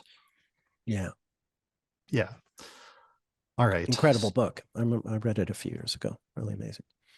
12 Years a Slave. Yeah. Yeah.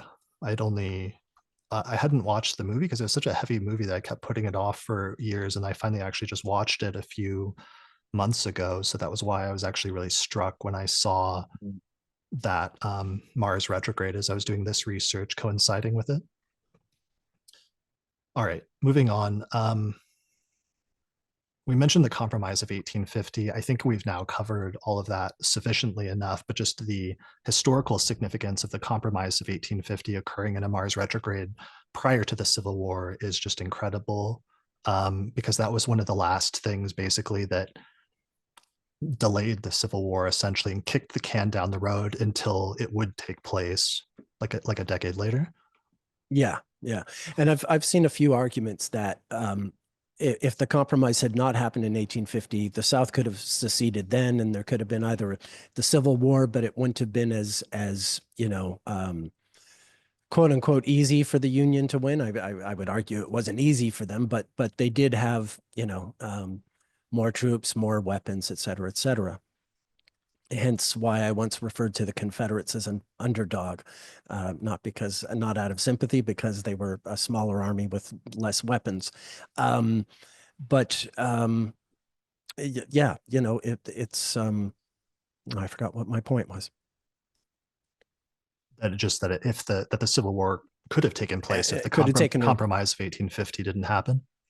Yeah, either the South could have seceded without, the resistance that the Union showed a decade later, or, it could have gone to war, but, the outcome wasn't as guaranteed. So it could have been a very different situation. And it came close. One of the weird things that I found about the Missouri Compromise, the Compromise of 1850, is there was this politician named Henry Clay Yeah, who returned to the Senate in 1850 to help get this compromise through. And he's known, like in the history books, as the quote unquote great compromiser, because interestingly, he had played a major role in the previous crisis, which is the Missouri Compromise of right. 1820. And in 1820, the Compromise of 1820 was passed during a previous Mars retrograde in Cancer in March of 1820. And then this guy who was involved in that one returns like 30 years later on a subsequent Mars retrograde in Cancer in order to help push through this other compromise to avoid a war, basically, or to eventually, in Yeah. retrospect, we can see postpone a war. Yeah, he hadn't been gone for 30 years, though. I mean, his retirement was reasonably short. I forget how long, but not that long. But he did come back to do that. It was sort of, Right. it was him. It was Daniel Webster, and yeah, there was a sort of last minute deal by some of these grander old men of the Senate. And yeah, Clay himself had Mars retrograde in Pisces. And sorry, in Libra rather, and Venus close to retrograde in Aries, in Gemini rather. I keep saying the signs one. Obviously, it's getting stretched out. Yeah, Right. Well, what's crazy is like that was and then he did this, and that was one of the last major things that he did, and then he yeah, promptly died like 2 years later. So this was like towards the end of his life as one of the last great major things. yeah. And I think Daniel Webster died even sooner after that. I think Daniel Webster died within months. Daniel Webster died, yeah, October 24th, 1852. So he died even sooner than Clay. It's like they put it together and they died. Is how that went. So, and what the Missouri Compromise of 1850, what the Compromise of 1850 did is it allowed California to enter and become a state as a free state that did not have slavery. It organized the territories of New Mexico and Utah without restrictions on slavery. Um, it settled a boundary dispute between Texas and New Mexico. It abolished the slave trade, but not slavery itself in the District of Columbia. But it also created a stronger Fugitive Slave Act that made it easier for slaveholders to reclaim slaves that had escaped from bondage in the South. So Yeah. that's And part of the like quote unquote compromise. yeah, that's what got Mr. Northrop in trouble. That clause, the fugitive slave thing, because now there you had these quote unquote slave catchers going up to places like Boston to find ostensibly escaped slaves, someone else's property, as it were. There are a number of things in Or 1851. There was claiming they were yes, escaped slaves, exactly, but exactly. then Yeah, like but stealing their identity. exactly, exactly. There was another it was really kind of a riot. Some slave catchers went up to Pennsylvania, I think from Maryland or Virginia or somewhere, to catch some slaves that had run away, and the people in this Pennsylvania town sort of fought back and stopped them, and it became this big riot, and there was a court case over it and all this stuff. Because yeah, sometimes people in these northern towns didn't want these southerners coming up to reclaim their slaves or abduct innocent people, or whatever it was that they were doing. So Mhm. yeah, that became this whole other issue, the fugitive slave thing. Okay. And it's like one of the things about these compromises and stuff is this is all playing out with these intense debates and battles over a period of months before it's eventually concluded, where like I have some of the dates, like February 5th through 6th, Clay delivers an impassioned speeches in the Senate defending the proposal and arguing for compromising and national unity. But then on March 4th, there's this other guy named John Calhoun, who's a staunch Right. defender of Southern rights and slavery. And he delivers his last major speech where he opposes the compromise and he argues that it doesn't adequately protect Southern interests. And then they keep arguing, but then that guy dies. John Calhoun dies on Right. March 31st, 1850, and He's the one. Yeah. Yeah. his Yeah. death removes a major obstacle to compromise because he was a really powerful opponent. So then that allows Clay and the others to push things through. So it's like, again, there's just these whole sequences of things that we're just barely touching on, sometimes pointing to it as a singular event, but usually it's like the unfolding of a sequence of events over a period of time. Yeah, Calhoun had been, threatening South Carolina's secession when Andrew Jackson was president, like in the early 1830s. So, he knew where he stood all that time.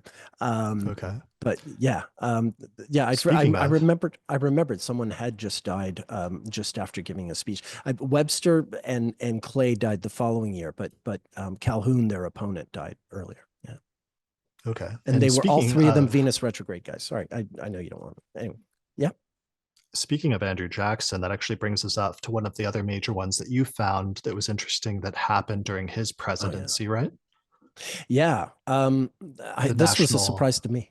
The the national national debt. debt. In January of 1835, Congress declared that President Jackson had paid off the entire national debt, and it stayed paid off for 2 years, and it remains apparently the only 2 years in American history where the U.S. has been debt free. Go figure. So that just since we're talking about a lot of different financial, uh, uh, crashes and world banks and all these things, I just it seemed like an interesting thing to mention. You know, it was just a Yeah. surprise to me. Yeah, that is really striking. Although there's a whole like story surrounding like how that was accomplished, as well as like how successful that was afterwards, where one of the things is like he was opposed to the second bank of the United States and he closed it down um, because he saw the national having a national bank as unconstitutional and as a tool for the wealthy. But he was deeply focused on like fiscal conservatism and eliminating the national debt. One of the things that was the focus at that time was tariff revenue, where the primary source of revenue at the time was tariffs. But also, one of the things that they were doing was land sales at the same time, sales of public land. So I think some of that's important because that's actually some of these things are like coming up again, Yeah. where um, sales of public land are one of the things that are currently being discussed by Trump, but also Trump admires we've talked about in the last episode, the Venus retrograde one, how Trump admires and he keeps mentioning William McKinley because he associates like tariffs with William McKinley, but he also admires and I think now has like a bust of Andrew Jackson in who was like a populist president in Yeah. the Oval Office, I think. Yeah, and Jackson was kind of the Trump of his day in the sense that yeah, his followers were all the anti-establishment people, Andrew Jackson voters were people who wanted him to, drain the swamp, et cetera, et cetera. There was a lot of that similar kind of posturing. Um, and yeah, his inauguration party is legend, right? Andrew Jackson is elected. He's inaugurated, and he has a big party at the White House. Everyone's invited, and it's just this like crazy bacchanalian, orgy of liquor and mayhem and what have you. Um, Good times, good times. Okay. Right. So he eliminates the national debt, but and there's like a celebration about this, but then it's a short-lived success because um it was super short-lived because just 2 years later in 1837 the United States experiences this major economic depression, which is the Panic of 1837. And um ironically, the actions taken to eliminate the debt would then contribute to the next financial crisis, which occurred. Yeah, So and closing sometimes, the bank, I think, also did. right, exactly. Yeah, yeah, So sometimes for his thing, attempts to like eliminate debt and cut things out as a attempt at fiscal conservatism can sometimes have unintended like side effects. yeah, yeah, yeah. They don't elect economists to be president, which is kind of maybe counterintuitive. Right. Um, yeah. We could have like a very boring like economist or like accountant president someday. Someone who gets it, someone who knows how it's done and what the mistakes are and not to make them. Yeah. That would be nice. You met since we're on the topic of Andrew Jackson, I did notice that during the Mars retrograde in 1835, there was this famous assassination attempt on Andrew Jackson's life. Yeah. And this was actually the first attempted assassination of a sitting US president, where there was this unemployed painter who attempted to shoot Andrew Jackson, and he shot, and then the gun like mysteriously didn't work or like jammed or something. But the assassin, anticipated this, so he brought two pistols and he pulls out a second pistol and attempts to shoot Andrew Jackson, and then the second pistol just like miraculously fails. And then Andrew Jackson famously like starts Beats beating him the with the guy with cane. his cane. Right. um, Jackson, yeah. Now that is the first that happened within days of the debt being cleared. Incidentally, those two events happened very very close together. Um, so that is the first attempt on the life of a sitting president, but it's not the first time Jackson's been shot at or shot. He was very into dueling. I've got a chart. I've got charts for a couple of his duels. One time I was listening to an audiobook about him, a biography, and it almost became a tone poem. The phrase "I demand satisfaction" just kept coming up over and over and over in this one chapter. Like he was like, yeah, totally gun crazy and loved getting into duels. It was something that was done in the day, of course, Alexander Hamilton, et cetera, et cetera. But yeah, he was really into dueling, and I know he walked around with at least some like bullet or gunshot or something in his body from a past duel from long before what he became president. So yeah, by the time that guy tried to kill him, like Jackson had more than a few guns pointed at him by that point. Okay. So here's the chart for that. So the attempt on Jackson's life was January 30th, 1835, and we see Mars is retrograde here at 3 degrees of Cancer. So yeah, Yeah. that was that Mars retrograde. There was one other I noticed in the 1970s like that. I mean, on the one hand, though, like that attempt, everyone marveled at just the miraculousness of um that like both guns misfired, and like they calculated the odds at that as being like astronomically high because there was no visible reason that the guns should have like that both guns should have misfired like that. And it's like, sort of reminiscent of our current time period, like last summer, where there was that attempt, which Trump seems to have like turned his head at the last minute, so that the bullet just like whizzed by him and whizzed by his ear. So there's like, I don't know, reminiscent of that. And then I did notice Ford in 1975 during the Mars retrograde in Cancer in 1975, there were these two separate assassination attempts in California on the life of President Ford within a span of 17 days. So that Both was kind of, women, both women shooters, and women are almost never shooters, right? I mean, hmm, when it comes to mass shootings or presidential assassinations, it's never women. And yet, okay. two women who didn't know each other, two women, totally different cities. Squeaky from the Manson family, and then Sarah Jane Moore, who I think was in Sacramento or something like that. So totally different. It's not a conspiracy, but it happened twice in 1 month. Two women, which is quite rare. Squeaky From's gun wasn't loaded. So, that's, I don't know much about killing people, but I'm pretty sure if you want to shoot someone, there's got to be bullets in the gun. And the other woman was, stopped before she could um, do it. Okay. So that was during Mars is getting ready to go retrograde. It looks like, let me see if I'm sharing the right one. Mars is getting ready to go retrograde in Cancer and Gemini, and Venus was retrograde in Leo at that time. Yeah. Yeah. Um, so yeah, anyways, so that was striking. Moving on, the Panic of 1819. This was a Mars retrograde in Cancer, and it was the first major peacetime financial crisis in the United States. Did I mention this?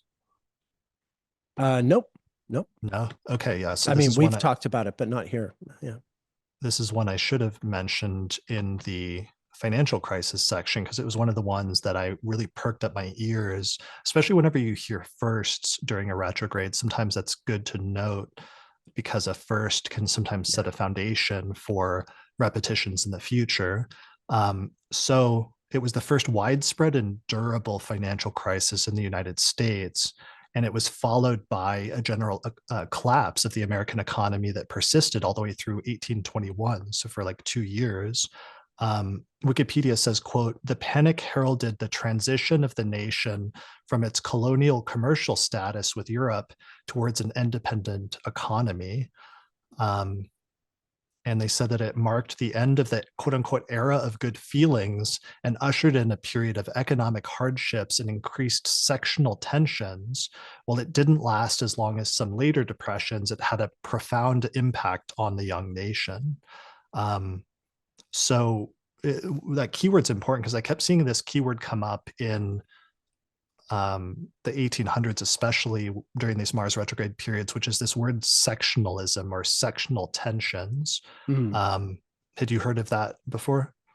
Yeah. Yeah. Like sect, like in astrology, you have the lunar sect and the solar sect. You could say Venus and Mars are a sectional faction. Right. So I was looking for a definition, and one of the ones I found is it said sectionalism in the context of US history refers to excessive loyalty or devotion to the interests of one's own region or section of the country rather than to the nation as a whole. So Gotcha. Okay. it's a form in this context. Usually in the 1800s, it was a form of regionalism that becomes politically and socially divisive. So crucially, it's not just having regional differences, it's when those differences become the primary source of identity and political loyalty, overshadowing national unity. So, of course, during the 1800s, this was often like the North versus the South, and like the free states versus the slave states and stuff like that. But But so sometimes it can be North and South Carolina or arguing over who does barbecue better and things like that. I mean, it can be even more sort of localized than that. Or yeah, counties, West Tennessee and East Tennessee arguing. I mean, it can. Yeah, I know what you now that you mention it. I mean, this is what the Civil War changed. Or it helped change was centralizing the country. Making it the United States of America. Um, But yeah, that definitely is what I mean, even, even during the revolutionary period, the colonies that got together to fight that war weren't necessarily friendly. New Jersey and Pennsylvania got into a little war with each other. Um, and everyone had their own interests. And of course, the Virginians thought there were too many Bostonians, and the Bostonians think there's too many Virginians, and so on and so forth. So yeah, I mean, that's always been there. And I guess the country was more like that at the beginning and still quite like that in the 19th century. And maybe there is still some of it in the country now, but nothing like it was, in those days, I think. Right. Yeah. So, it was much more distinct as a regional thing in the 1800s. Um, but it also more broadly sets up like an us versus them mentality. And I think that's one of the things that's become more relevant today, where um yeah, it favors this us versus them mentality and this strong identification, not just with different regions, but also different like political beliefs or approaches or like parties, for Sure. example. And sometimes it threatens national unity by taking it to an extreme in terms of stuff. And I think that's one of the ways that it's like manifesting now in modern times in different ways. Yep. Yep. Oh yeah, so just that panic of 1819 and just the fact that it's the first financial crisis again makes me nervous in Yeah. terms of this year being a repetition Sure. of previous years like that, especially 1929. So we'll see how that goes. Um, and the last thing is I noticed one last Mars retrograde in Cancer during one of the Mars retrogrades in Cancer in the middle of the 1800s. They funded the Louisiana Purchase took place, but then at the same time they funded the Lewis and Clark expedition, and then several of the early months of the actual Lewis and Clark expedition happened during a Mars retrograde in Cancer um, at that time. So I thought that was Okay. striking because there was this broader thing about not just the country being expanded in terms of that purchase of a large amount of land from another country, from France, but also the exploration of that and the process of like westward expansion. In the Lewis and Clark expedition, I wasn't seeing a lot. I was trying to understand the significance of that, but the only thing that came up is they did have first encounters with a number of Native American tribes. And so that may have been part of the foundation then for, of course, then subsequent retrogrades where you have different um, things that happened in terms of taking lands from different Native American groups and evicting them from those lands and different things like that. Yeah, but Lewis and Clark weren't doing that. They were just exploring. Jefferson had just bought he had just made the Louisiana Purchase um, in April of 1803, and so then he got Lewis and Clark to go see what we just bought. Go out west and see what this new part of America is, because the French had owned it and had been out there, but no. To my knowledge, no English speaking person had, or, if they had, we don't know much about it. Right. I Um, wasn't saying that they were doing that. I was just saying it was the first okay. Yeah. contact then Yeah. between this group of explorers from that was funded by the US government with Yeah. um, different Native American tribes. And therefore, even though some of those interactions were positive, some were actually not positive. There was one No, that's tribe true. Yeah. that it was actually a very tense encounter. But then that in some ways became the foreshadowing of so much negative things that would come later on in terms of the place of Native Americans like U.S. history. Yeah. Yeah. Yeah. All right. Um, that brings me to that's actually the last thing.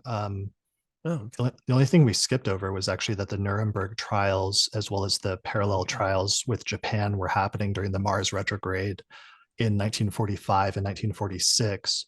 They didn't conclude, but most of the arguments by the prosecution took place and concluded, Yeah. including showing very close to a pivotal period in the Mars retrograde. Like some of the things, documentaries of the Holocaust and what had taken place were being presented at these trials, and it was shocking to everyone.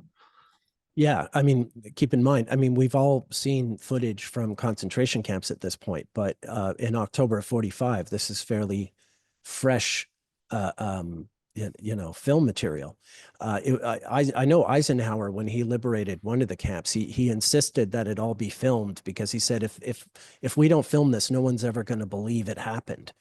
But there's still people who think it didn't happen. Right, like Holocaust So denialists. yeah, yeah. The trial ultimately lasted a year, the German one, and it was in October 46, a full year after it started, that the prisoners were hanged.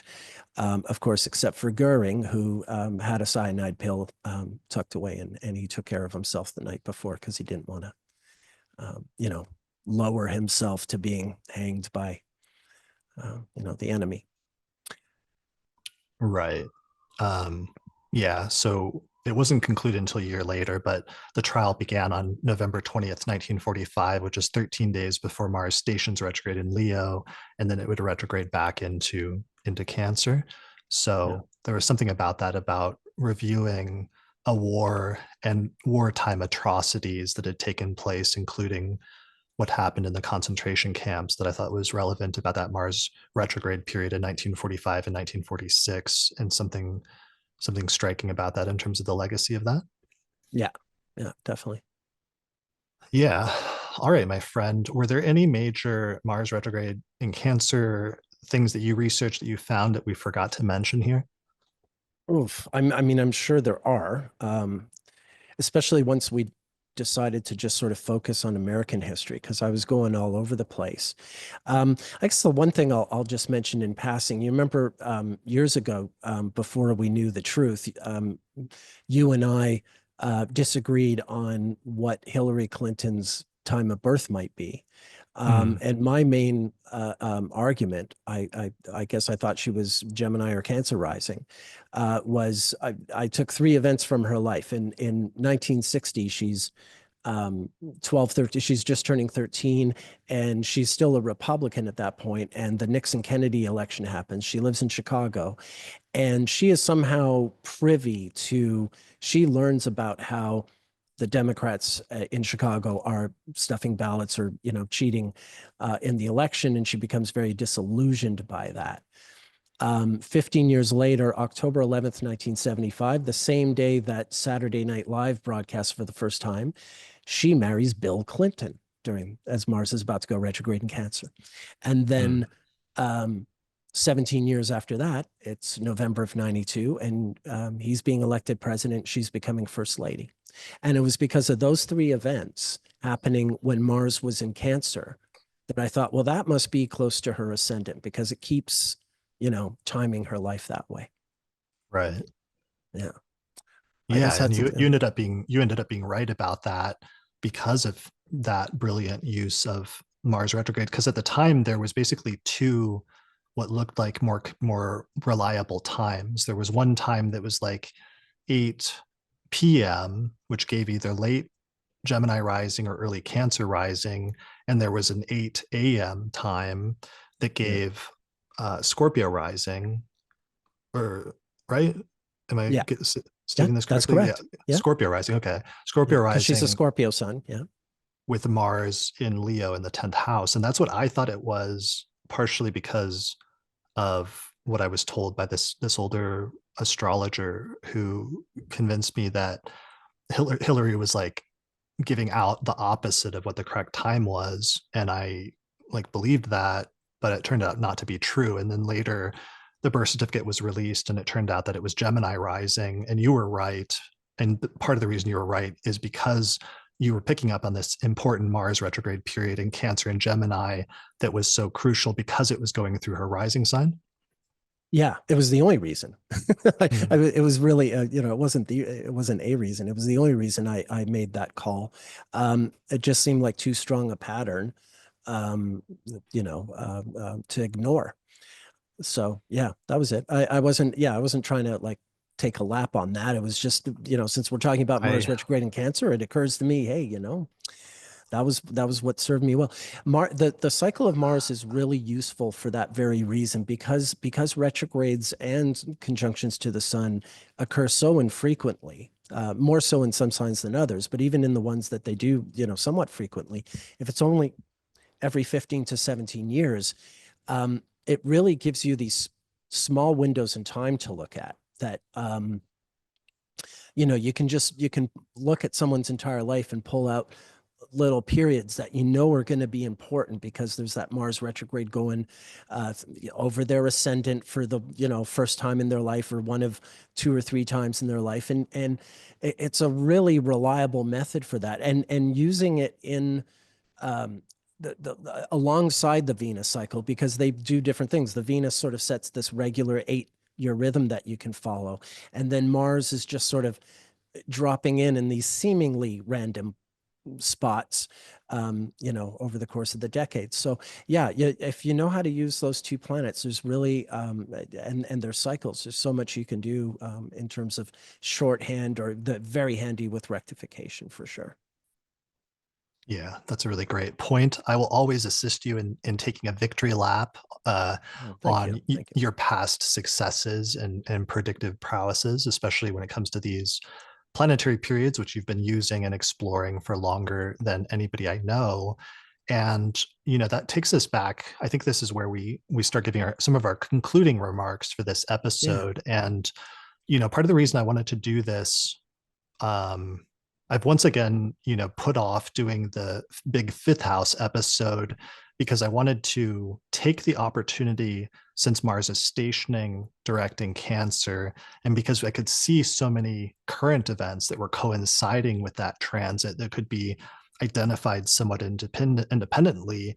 I wanted to take the time, because we saw last month in the Venus retrograde episode how much, where that all you have to do when you see that there's a major astronomical event taking place and you can see it correlating with current news events that are significant, that all you have to do is take that back based on the planetary periods to the last times that same astronomical event occurred, and you'll start seeing how contemporary events are a repetition or an echo of previous astronomical alignments where similar events will have happened in the past. I wanted to sit down this month and do that with this specific Mars retrograde and just this part of it, the Cancer side of it, and see what we found. And I'm really glad that we did, because I think this helped to expand the work, especially not just on planetary periods, but especially this idea of the Babylonian goal year periods and these long-term planetary cycles, which for Mars are like 47 years and 79 years. And by applying that to American history, we can really see how that's played out over the long span of like 300 and 400 years. I think we've been able to make some great headway and progress in terms of research into those planetary cycles by doing that work this month. So I'm really glad that we did it, and I feel like we found quite a bit. So thanks for doing this with me Yeah. today and helping me with this research process. Oh, it's my absolute pleasure. I love doing it. And it's the right sign. Like, you could only do this to this level with the Mars retrogrades in Cancer, Leo, and Virgo, because the others are so infrequent. Um, yeah, we wouldn't be able to do as much detail. We could do some very interesting things with the more rare Mars retrogrades, Aquarius being the absolute rarest. So But in how terms of rare is Aquarius? it's every 32 to 47 years. Oh, I wow. was Okay. I was going to say earlier, when we had Elon up. Elon was born just before Mars went retrograde in Aquarius in 1971, and then Okay. it didn't go retrograde in Aquarius again until 2018, which was the summer that he first tweeted about something about uh, um, uh, um, yeah, the Tesla and stock prices, and then smoked weed on Joe Rogan. So it was sort of this big, um, he was more public showing at the time, I guess. Okay. Yeah. So this is still a new um area of research, a new field of research, especially with these Babylonian gold periods over very long spans of time. But I'm really excited about how much progress we've made over the past year now, ever since you were the one that got me on this track originally back, like I said, in December of 2023, when I was late up at night researching the year ahead forecast for 2024. And then I was trying to understand the Mars retrograde that I was going to take place in Cancer and Leo starting in the second half of 2024, and the implications of that for the election. And then you were like, well, that's a 79-year repetition of Mars that happens every 79 years. And then I suddenly, for the first time, I had always heard of the Babylonian goal year periods, but I had never looked up what the years actually were, or what it meant astronomically. And then I looked it up and realized what a close repetition that is for Mars every 79 years.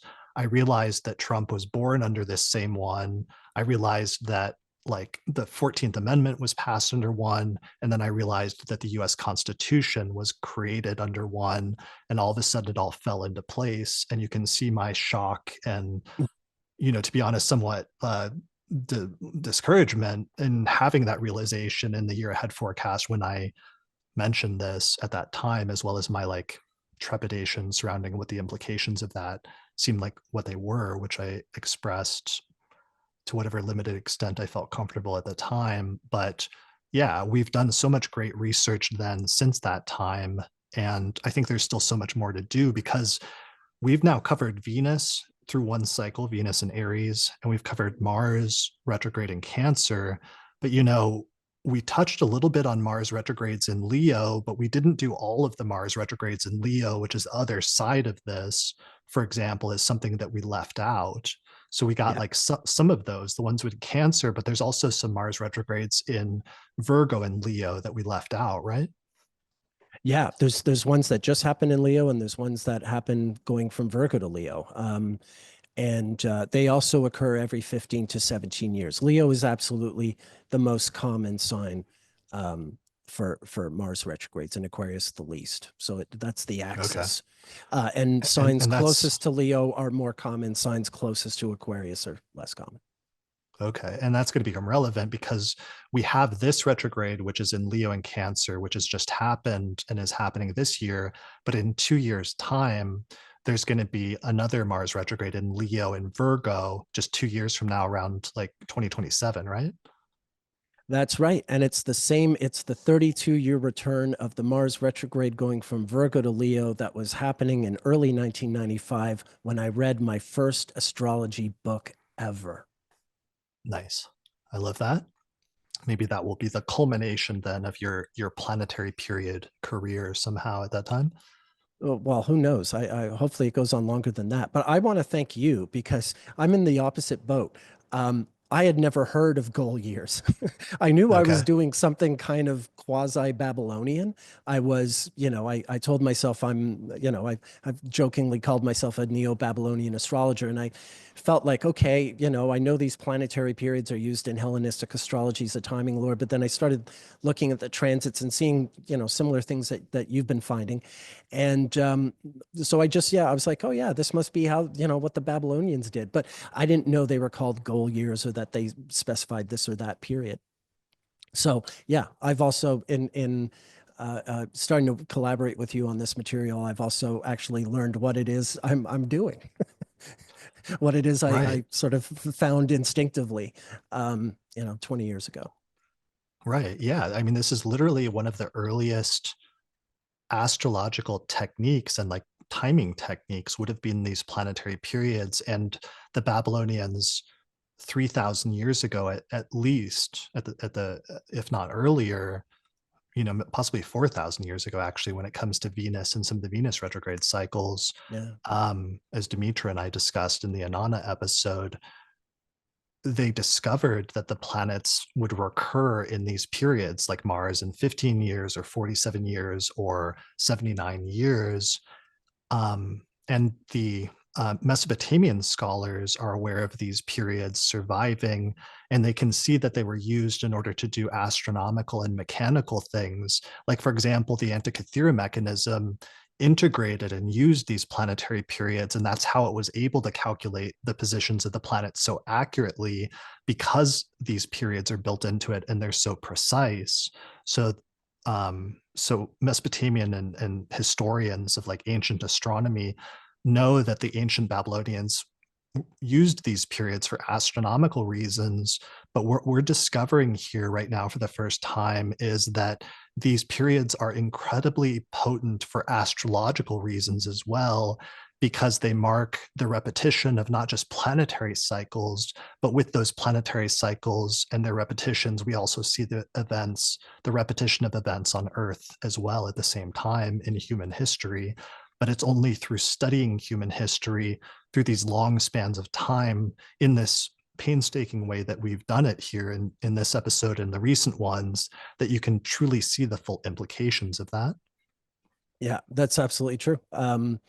And I mean, the one advantage we have that the Babylonians didn't is of course computer technology. The fact that we can, you know, yeah, we can do things on a much more sophisticated level. Although I'm sure the Antikythera mechanism was great in its day, and I'd love to have a crack at it myself sometime. But yeah, you know, we have this technology that allows us to just do, you know, work on a greater volume of material than I think would have been possible without it. Do it faster, do more, so on and so forth. So yeah, with all Absolutely, that, absolutely.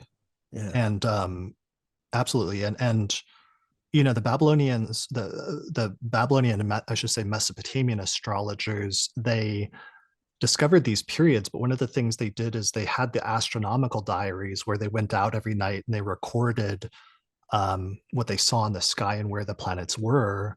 But one of the interesting things about the astronomical diaries is it did include some information about political events that occurred at the time, or sometimes they would note the price of things in the market. So they would track the prices of things, and they would also note the height of the Euphrates River. So they were tracking things like that. And even though these are subtle and occasionally mentioned in the astronomical diaries were actually the longest running scientific program in history, because they were started like somewhere around 800 BCE and they ran all the way until around like 100 BCE or even later. So for at least like 700 years, they were tracking not just the positions of the planets, but they were occasionally tracking things that were happening in the world at the same time that were correlating with some of those events. And I truly believe that the Mesopotamians then would have seen how some of these planetary periods were coinciding with repetitions of events and echoes in history. So therefore, they had these very powerful techniques in ancient astrology, which we're only just now rediscovering here in modern times. yeah, yeah. Yeah. Yeah, I So, remember. I remember. You know, coming back from England and showing Schmidt all this stuff I found with the Venus retrograde and Charlie Chaplin and Hitler, the stuff we did in that last episode, and he was just giggling and like, I don't know what to do with this. It was, mm, you know, that was a fun moment, hitting him with this, and then yeah, I just dug in and just kept studying it, over and over, year after year, and it keeps on delivering, keeps on giving. Um, yeah, it- for sure. yeah. So, um, you know, so planetary periods, the repetition of history and events and themes and echoes and repetitions, that's what we're getting to. It's a very exciting, like we're making amazing progress. Yeah, I think we're doing like really important work, because it's like we did this, we did the Venus retrograde one, we did the eclipses thing a year ago. Um, yeah, I'm And excited. Uranus and Pluto. Uranus and oh yeah, we did. You're right. We did the Pluto and Aquarius episode, which is a huge one, and we did the Uranus And repetitions as Gemini. well. We just like keep doing this approach where this is truly like the um, empirical study of astrology, where we're looking at what events correlated and coincided in time with certain planetary alignments, and you know, doing our best to be clear about what things coincided at that time within the time spans after defining those time spans clearly. um, this shows that astrology is not just this, you know, woo-woo, like symbolic system that is completely subjective and that people are, creating their own systems of, that's not objectively occurring in reality, but instead it's showing that astrology and the correlation between celestial movements and earthly events is something that's happening constantly throughout history, sort of regardless of humans being aware of it or paying attention, that these planetary periods are recurring in history. And humans often, because it's like common knowledge that history, like people have that colloquial saying that like history repeats or that history echoes or different things like that. But what most normal people don't know is when that's happening, usually there's some planetary period or repetition in the background that is timing it essentially. Yeah. Yeah.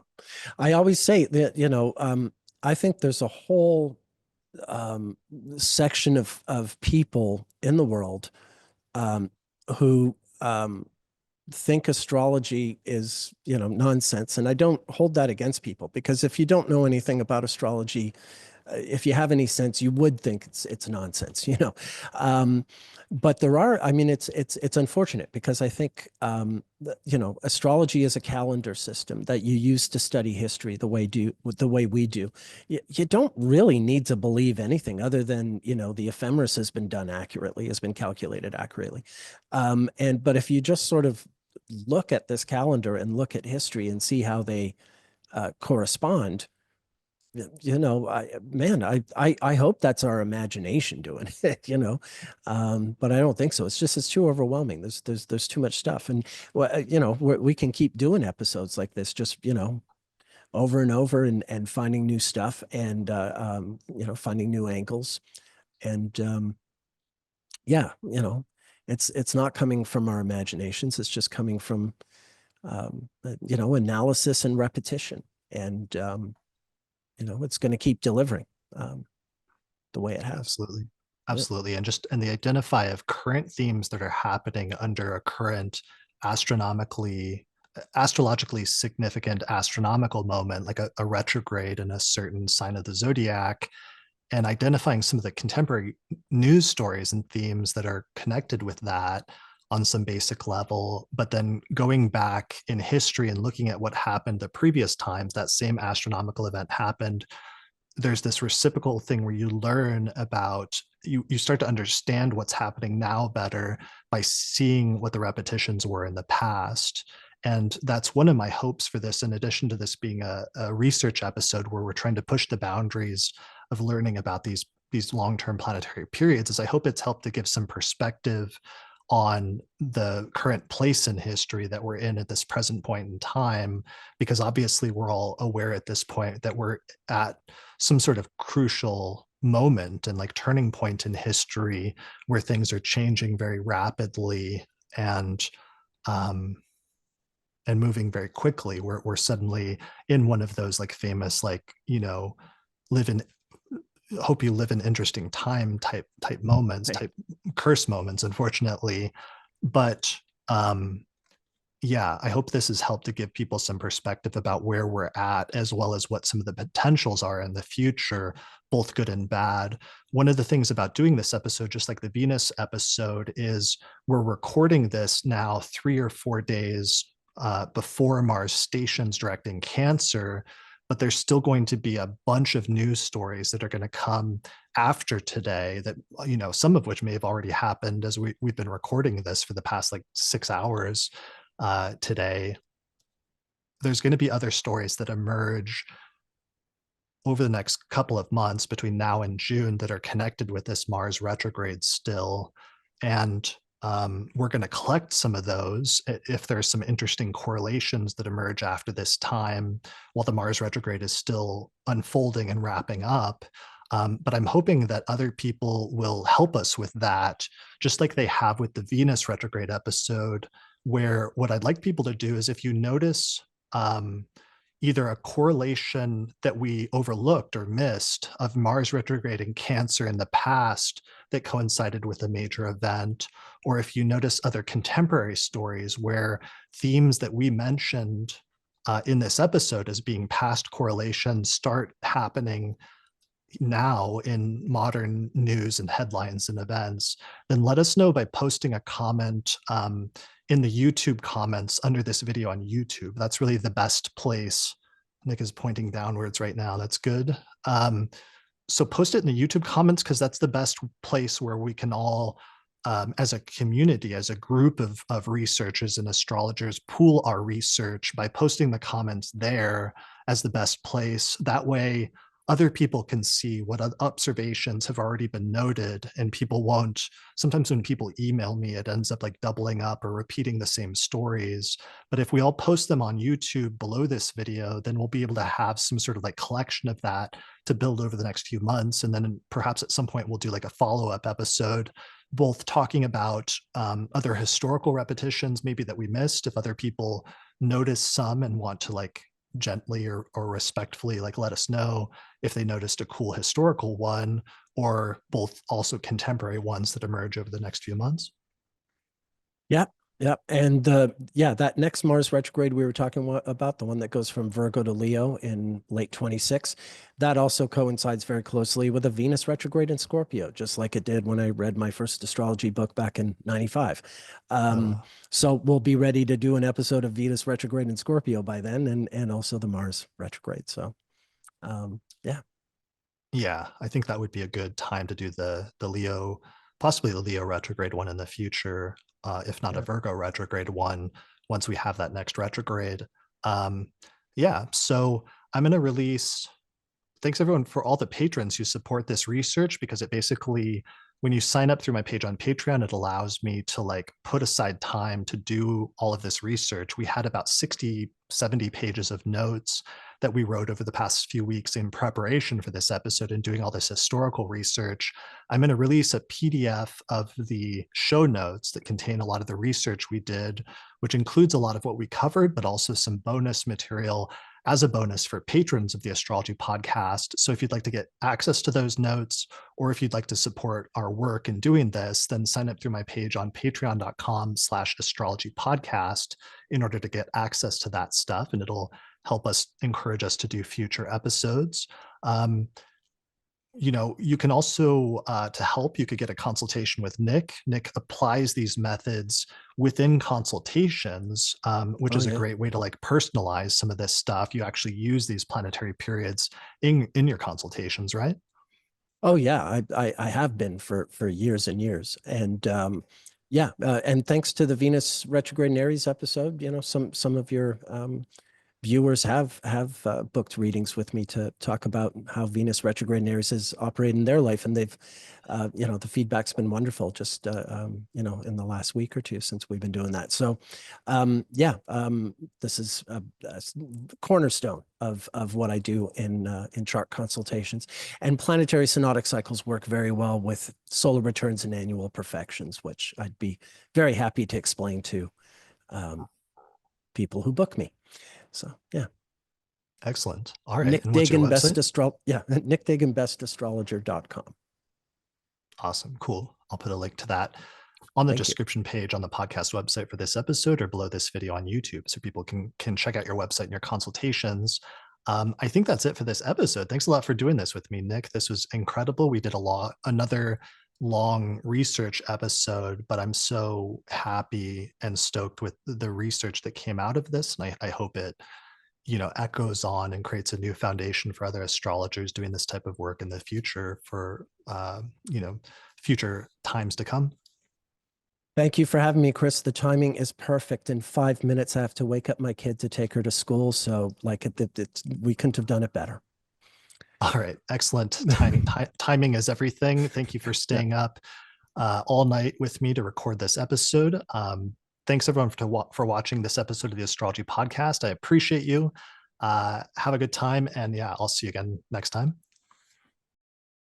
If you're a fan of the podcast and you'd like to find a way to help support my research, then consider becoming a patron through my page on patreon.com. In exchange, you'll get access to subscriber benefits such as early access to new episodes, the ability to attend live recordings, the monthly electional astrology podcast, an exclusive podcast series called the Secret Astrology Podcast that's only available to patrons, or you can even get your name listed in the credits. For more information, go to patreon.com/astrologypodcast. Special thanks to the patrons on my producers tier, including patrons Christy Moe, Ariana Amour, Mandy Ray, Angelique Nambo, Issa Sabah, Jeannie Marie Kaplan, Melissa Delano, Sunny Bazbaz, Kwatsi Ali Barahu, Annie Newman, Ginger Sodlier, and Berlin West. People often ask me if I'm available for consultations, but unfortunately I'm not right now because the podcast takes up so much of my time. However, I did create a consultations page on the Astrology Podcast website that has a list of astrologers that I recommend for astrological consultations. You can find that at theastrologypodcast.com/consultations. Finally, shout out to our sponsor for this episode, which is the Northwest Astrological Conference, which is happening May 22nd through the 26th, 2025. Their in-person conference is sold out, but you can still register to get a virtual ticket where they're going to stream the conference simultaneously online in May, and you can register for that now through their website at norwac.net.